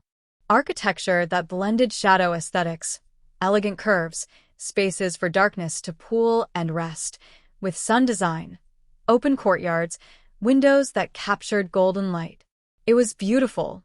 It was balanced. And today, it would host the wedding that would bind Sun King and Shadow Heir not just through prophecy, but through choice. Stop fidgeting, Calliope said, adjusting the circlet of silver flowers woven into my hair. You've faced down blood mages and corrupted armies. You can handle a wedding ceremony. That's different, I muttered, staring at my reflection in the full-length mirror. Those enemies I could fight. This is. I gestured helplessly at the wedding gown, a masterpiece of shadow dark silk and sun gold embroidery that somehow managed to be both elegant and powerful. This is vulnerable. Public. Everyone watching, judging, waiting for me to make a mistake. You mean everyone watching two people who love each other commit to building a life together? Calliope raised an eyebrow. How terrifying. I shot her a look. You're not helping. I'm being realistic. She moved to stand beside me, her own reflection showing how much she'd healed in 6 months. The haunted look was gone from her eyes, replaced by quiet strength. She'd become my closest advisor, using her knowledge of corruption to help identify and prevent its resurgence. Nyx, you are the Unity Crown. You've literally reshaped the political structure of 5 territories. A wedding ceremony is nothing. It's not the ceremony I'm worried about, I admitted quietly. It's what comes after. Marriage means permanence. Means I can't run if things get hard. Means I'm choosing this life, this responsibility, forever. And, Calliope prompted gently. And, what if I'm not enough? What if 6 months from now, or a year, or 10 years, Theron realizes he bound himself to someone who's still figuring out how to be a person, much less a queen? My sister's expression softened. She took both my hands in hers. Nyx, listen to me. You spent 8 years being told you were broken, that you were worthless, that you didn't deserve love or respect or basic dignity. She squeezed gently. Those lies don't disappear overnight just because circumstances changed. They echo. They whisper doubt when you're stressed or scared or facing something new. So what do?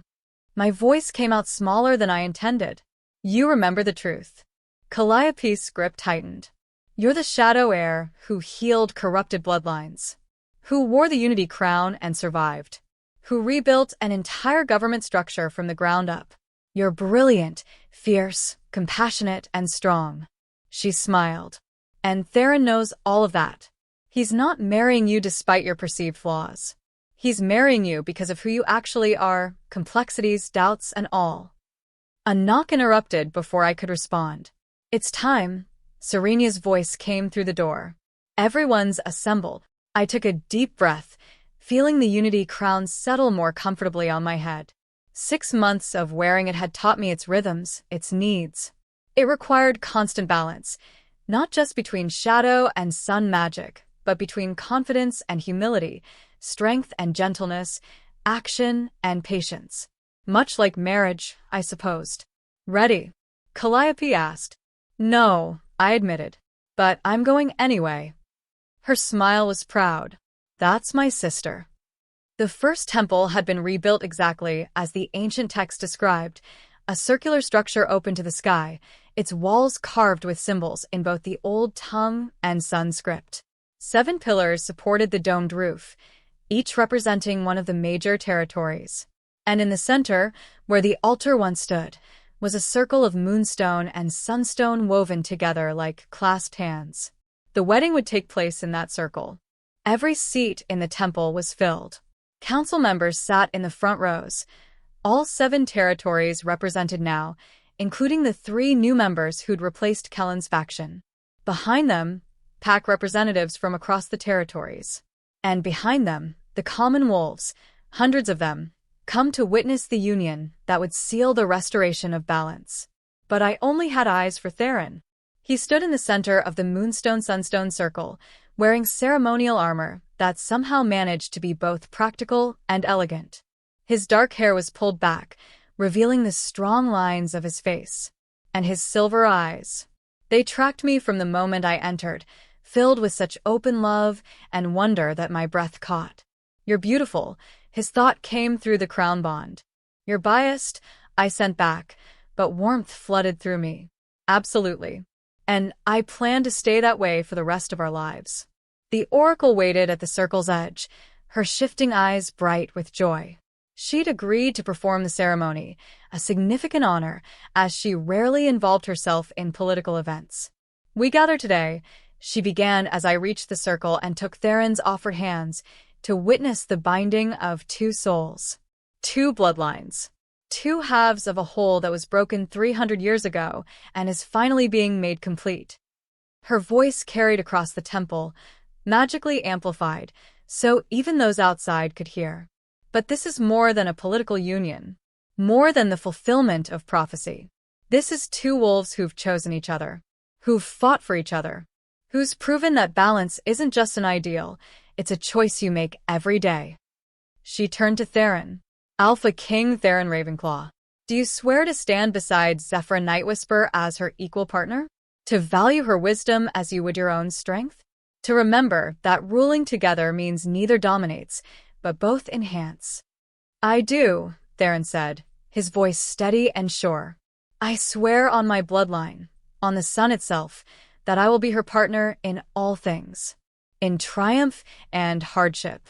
In certainty and doubt. In light and shadow. For as long as we both live." The oracle turned to me.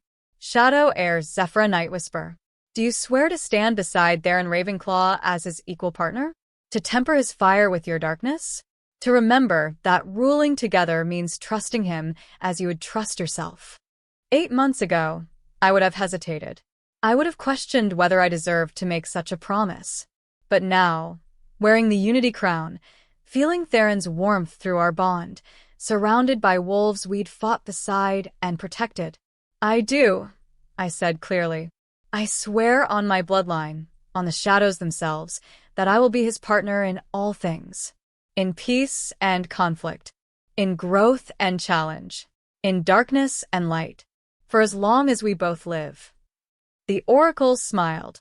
"Then by the power vested in me as keeper of the ancient traditions, by the witness of these assembled wolves, and by the blessing of the moon goddess herself, I declare you bound. Sun and shadow. King and heir. Partners in balance." She gestured, and the moonstone-sunstone circle beneath our feet began to glow.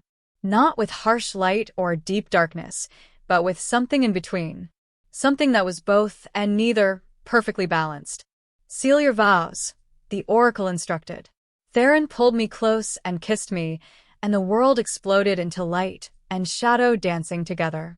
The Unity Crown blazed in response, recognizing the completion of something that had begun the night Theron found me in Ironwood Pack. Not destiny forcing us together, but choice binding us by our own free will. The temple erupted in cheers. Wolves howling their approval, voices raised in celebration. When we finally broke apart, both breathless and grinning, Theron rested his forehead against mine. "Hello, wife," he murmured. "Hello, husband," I replied, testing out the word. It felt strange. Foreign. But also right. What now? Now. His smile turned mischievous. Now we face the truly terrifying part of today. What's more terrifying than binding ourselves to life? The reception, where every dignitary and pack leader will want to congratulate us personally and subtly lobby for their political interests. I groaned. Can we just skip that part? Unfortunately, no. But he squeezed my hand. We face it together, like everything else. Together, I agreed, and let him lead me from the temple into our new life.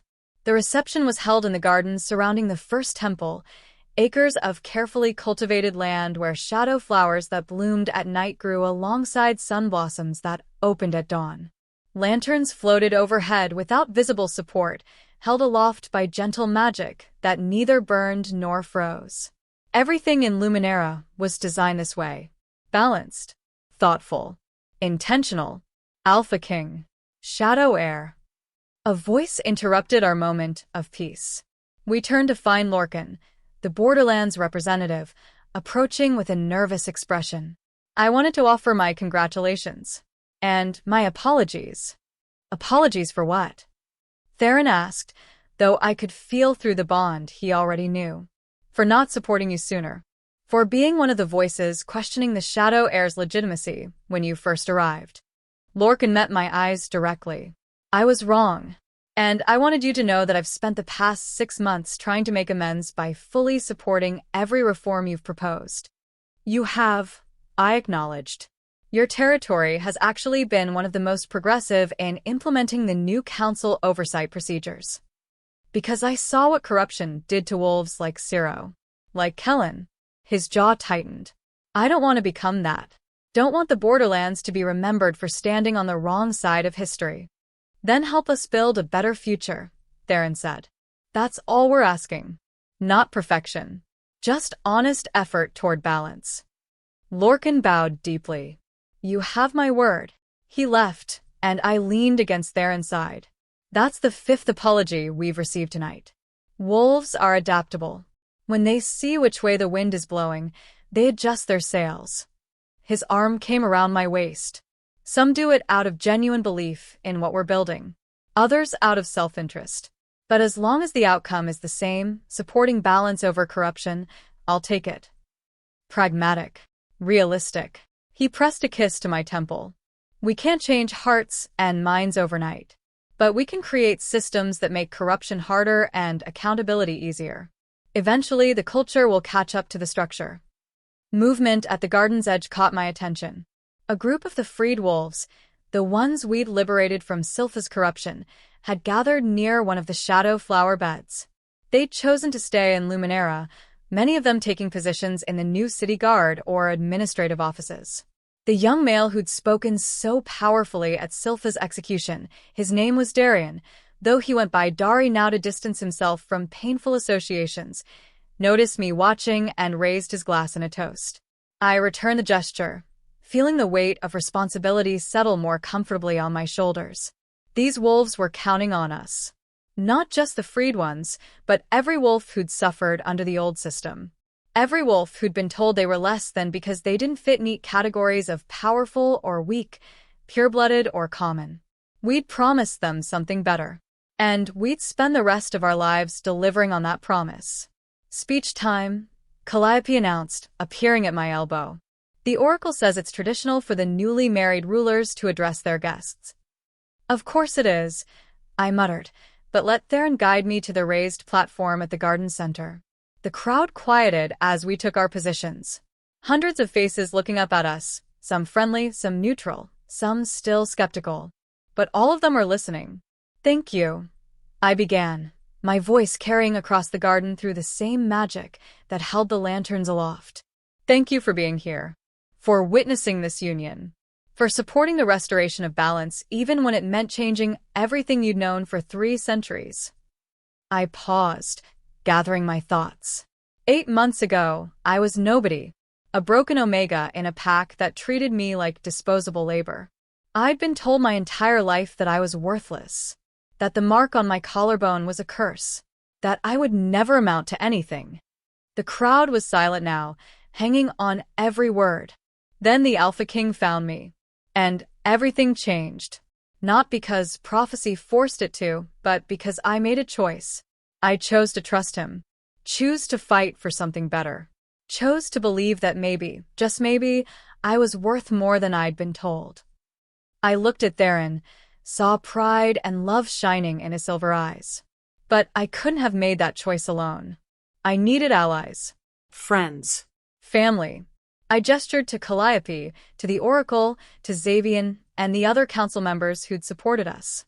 I needed wolves who believed in balance before they believed in me personally, who fought for what was right even when it was dangerous. This city, Luminera, represents that same choice. We could have clung to old systems, could have made minor reforms and called it progress while leaving the fundamental problems intact. But we didn't. We chose to build something new, something that honored both shadow and sun equally, something that valued balance over domination. I took Theron's hand, feeling the crown bond pulse between us. And that's what this marriage represents too. Not one bloodline submitting to the other. Not compromise where both lose something, but partnership where both gain everything. I raised our joined hands, sun and shadow, light and darkness, two halves of a whole, finally made complete. The crowd erupted into applause, genuine and warm. Theron squeezed my hand, then stepped forward to address the assembly. The Shadow Heir is right. Change is never easy. These past 6 months have tested all of us, forced us to examine systems we'd taken for granted, pushed us to imagine something better than what we've always known. His voice carried absolute authority despite the celebration around us. But that's what balance requires. Constant examination, constant adjustment, constant willingness to admit when something isn't working and try something new. He looked out at the assembled wolves. Some of you are here because you believe in what we're building, others because it's politically advantageous, and some because you're still deciding whether to trust us. To all of you, I say this: we're not perfect.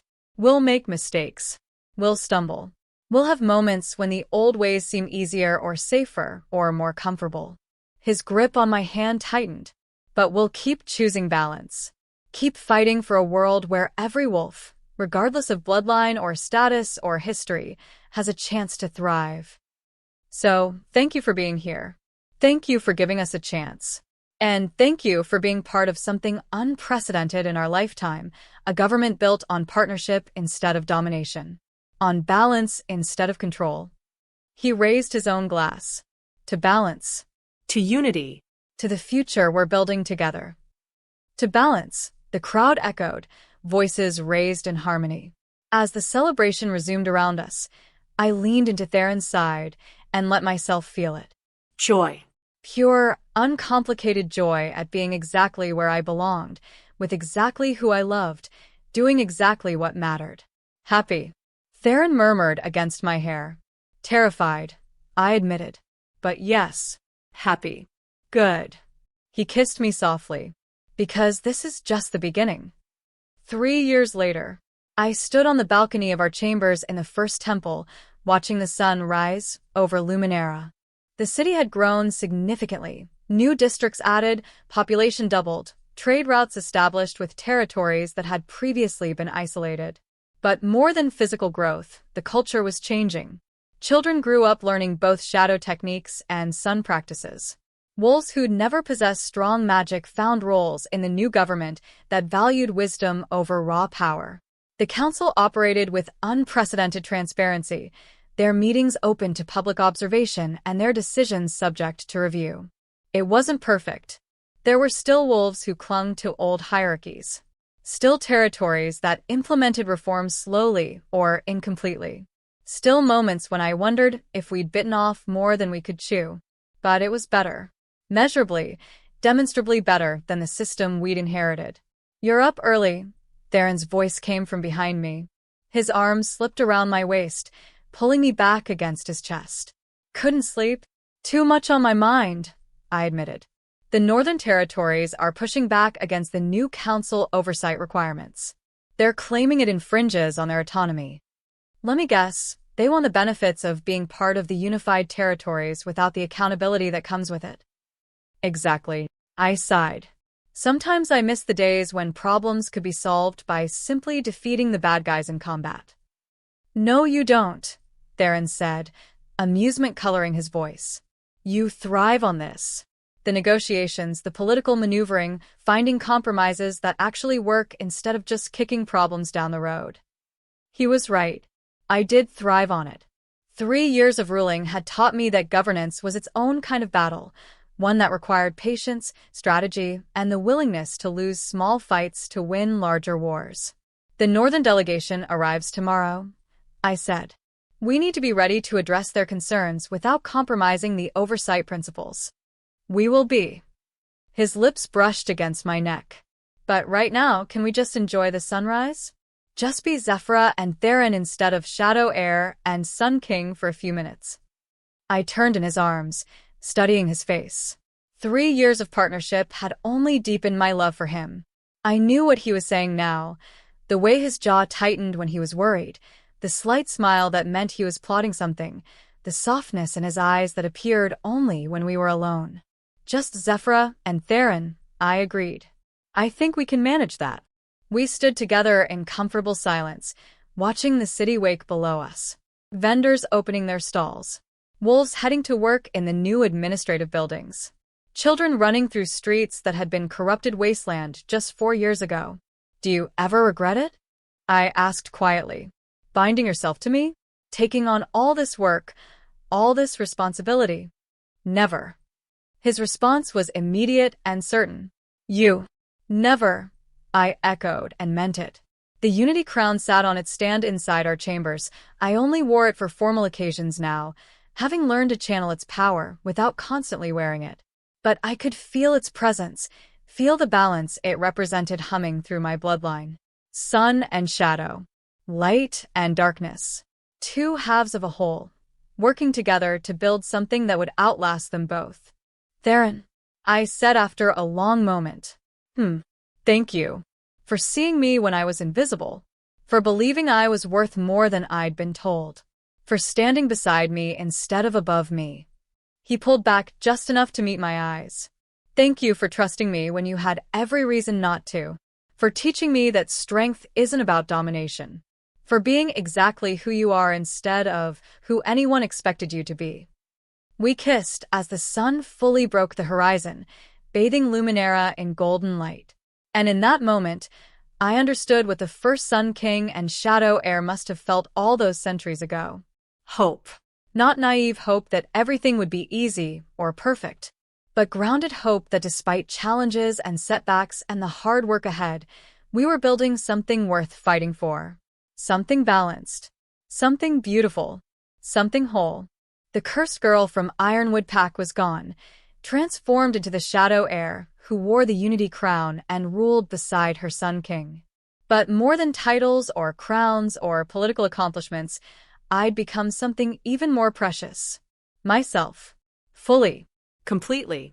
Without apology or shame. And that, more than anything, was worth celebrating.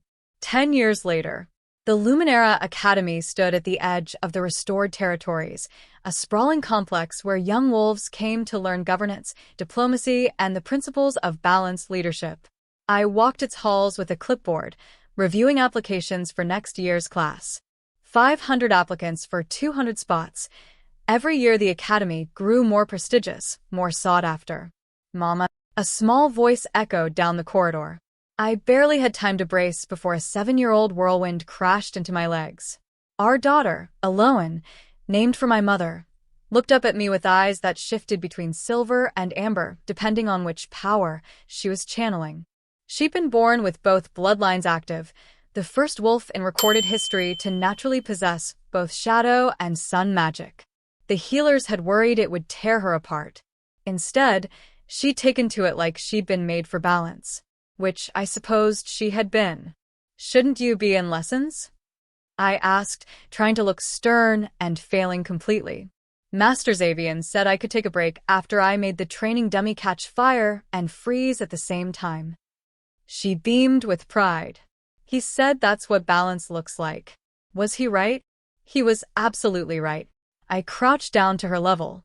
But you still need to finish your lessons before dinner. But Papa said he'd take me flying in his wolf form if I was good today. Then I suggest you go be good for Master Xavier so Papa can keep his promise. She hugged me tight, a brief, fierce squeeze that reminded me so much of Calliope, then dashed back down the corridor toward the training rooms. I stood, shaking my head fondly, and nearly collided with Theron coming around the corner. "Did our daughter just bribe you with flattery to get out of the rest of her lessons?" he asked, amusement dancing in his eyes. "She learned that from you." "Probably." He fell into step beside me as we continued through the academy. The Northern Territories finally signed the updated council charter. Full transparency, full oversight, no exceptions. I stopped walking. Really? After 10 years of resistance. Their new representative is half Aloan's age and a quarter as stubborn as his predecessor. Theron's smile was satisfied. He grew up in post-restoration territories. He doesn't remember what the old system was like.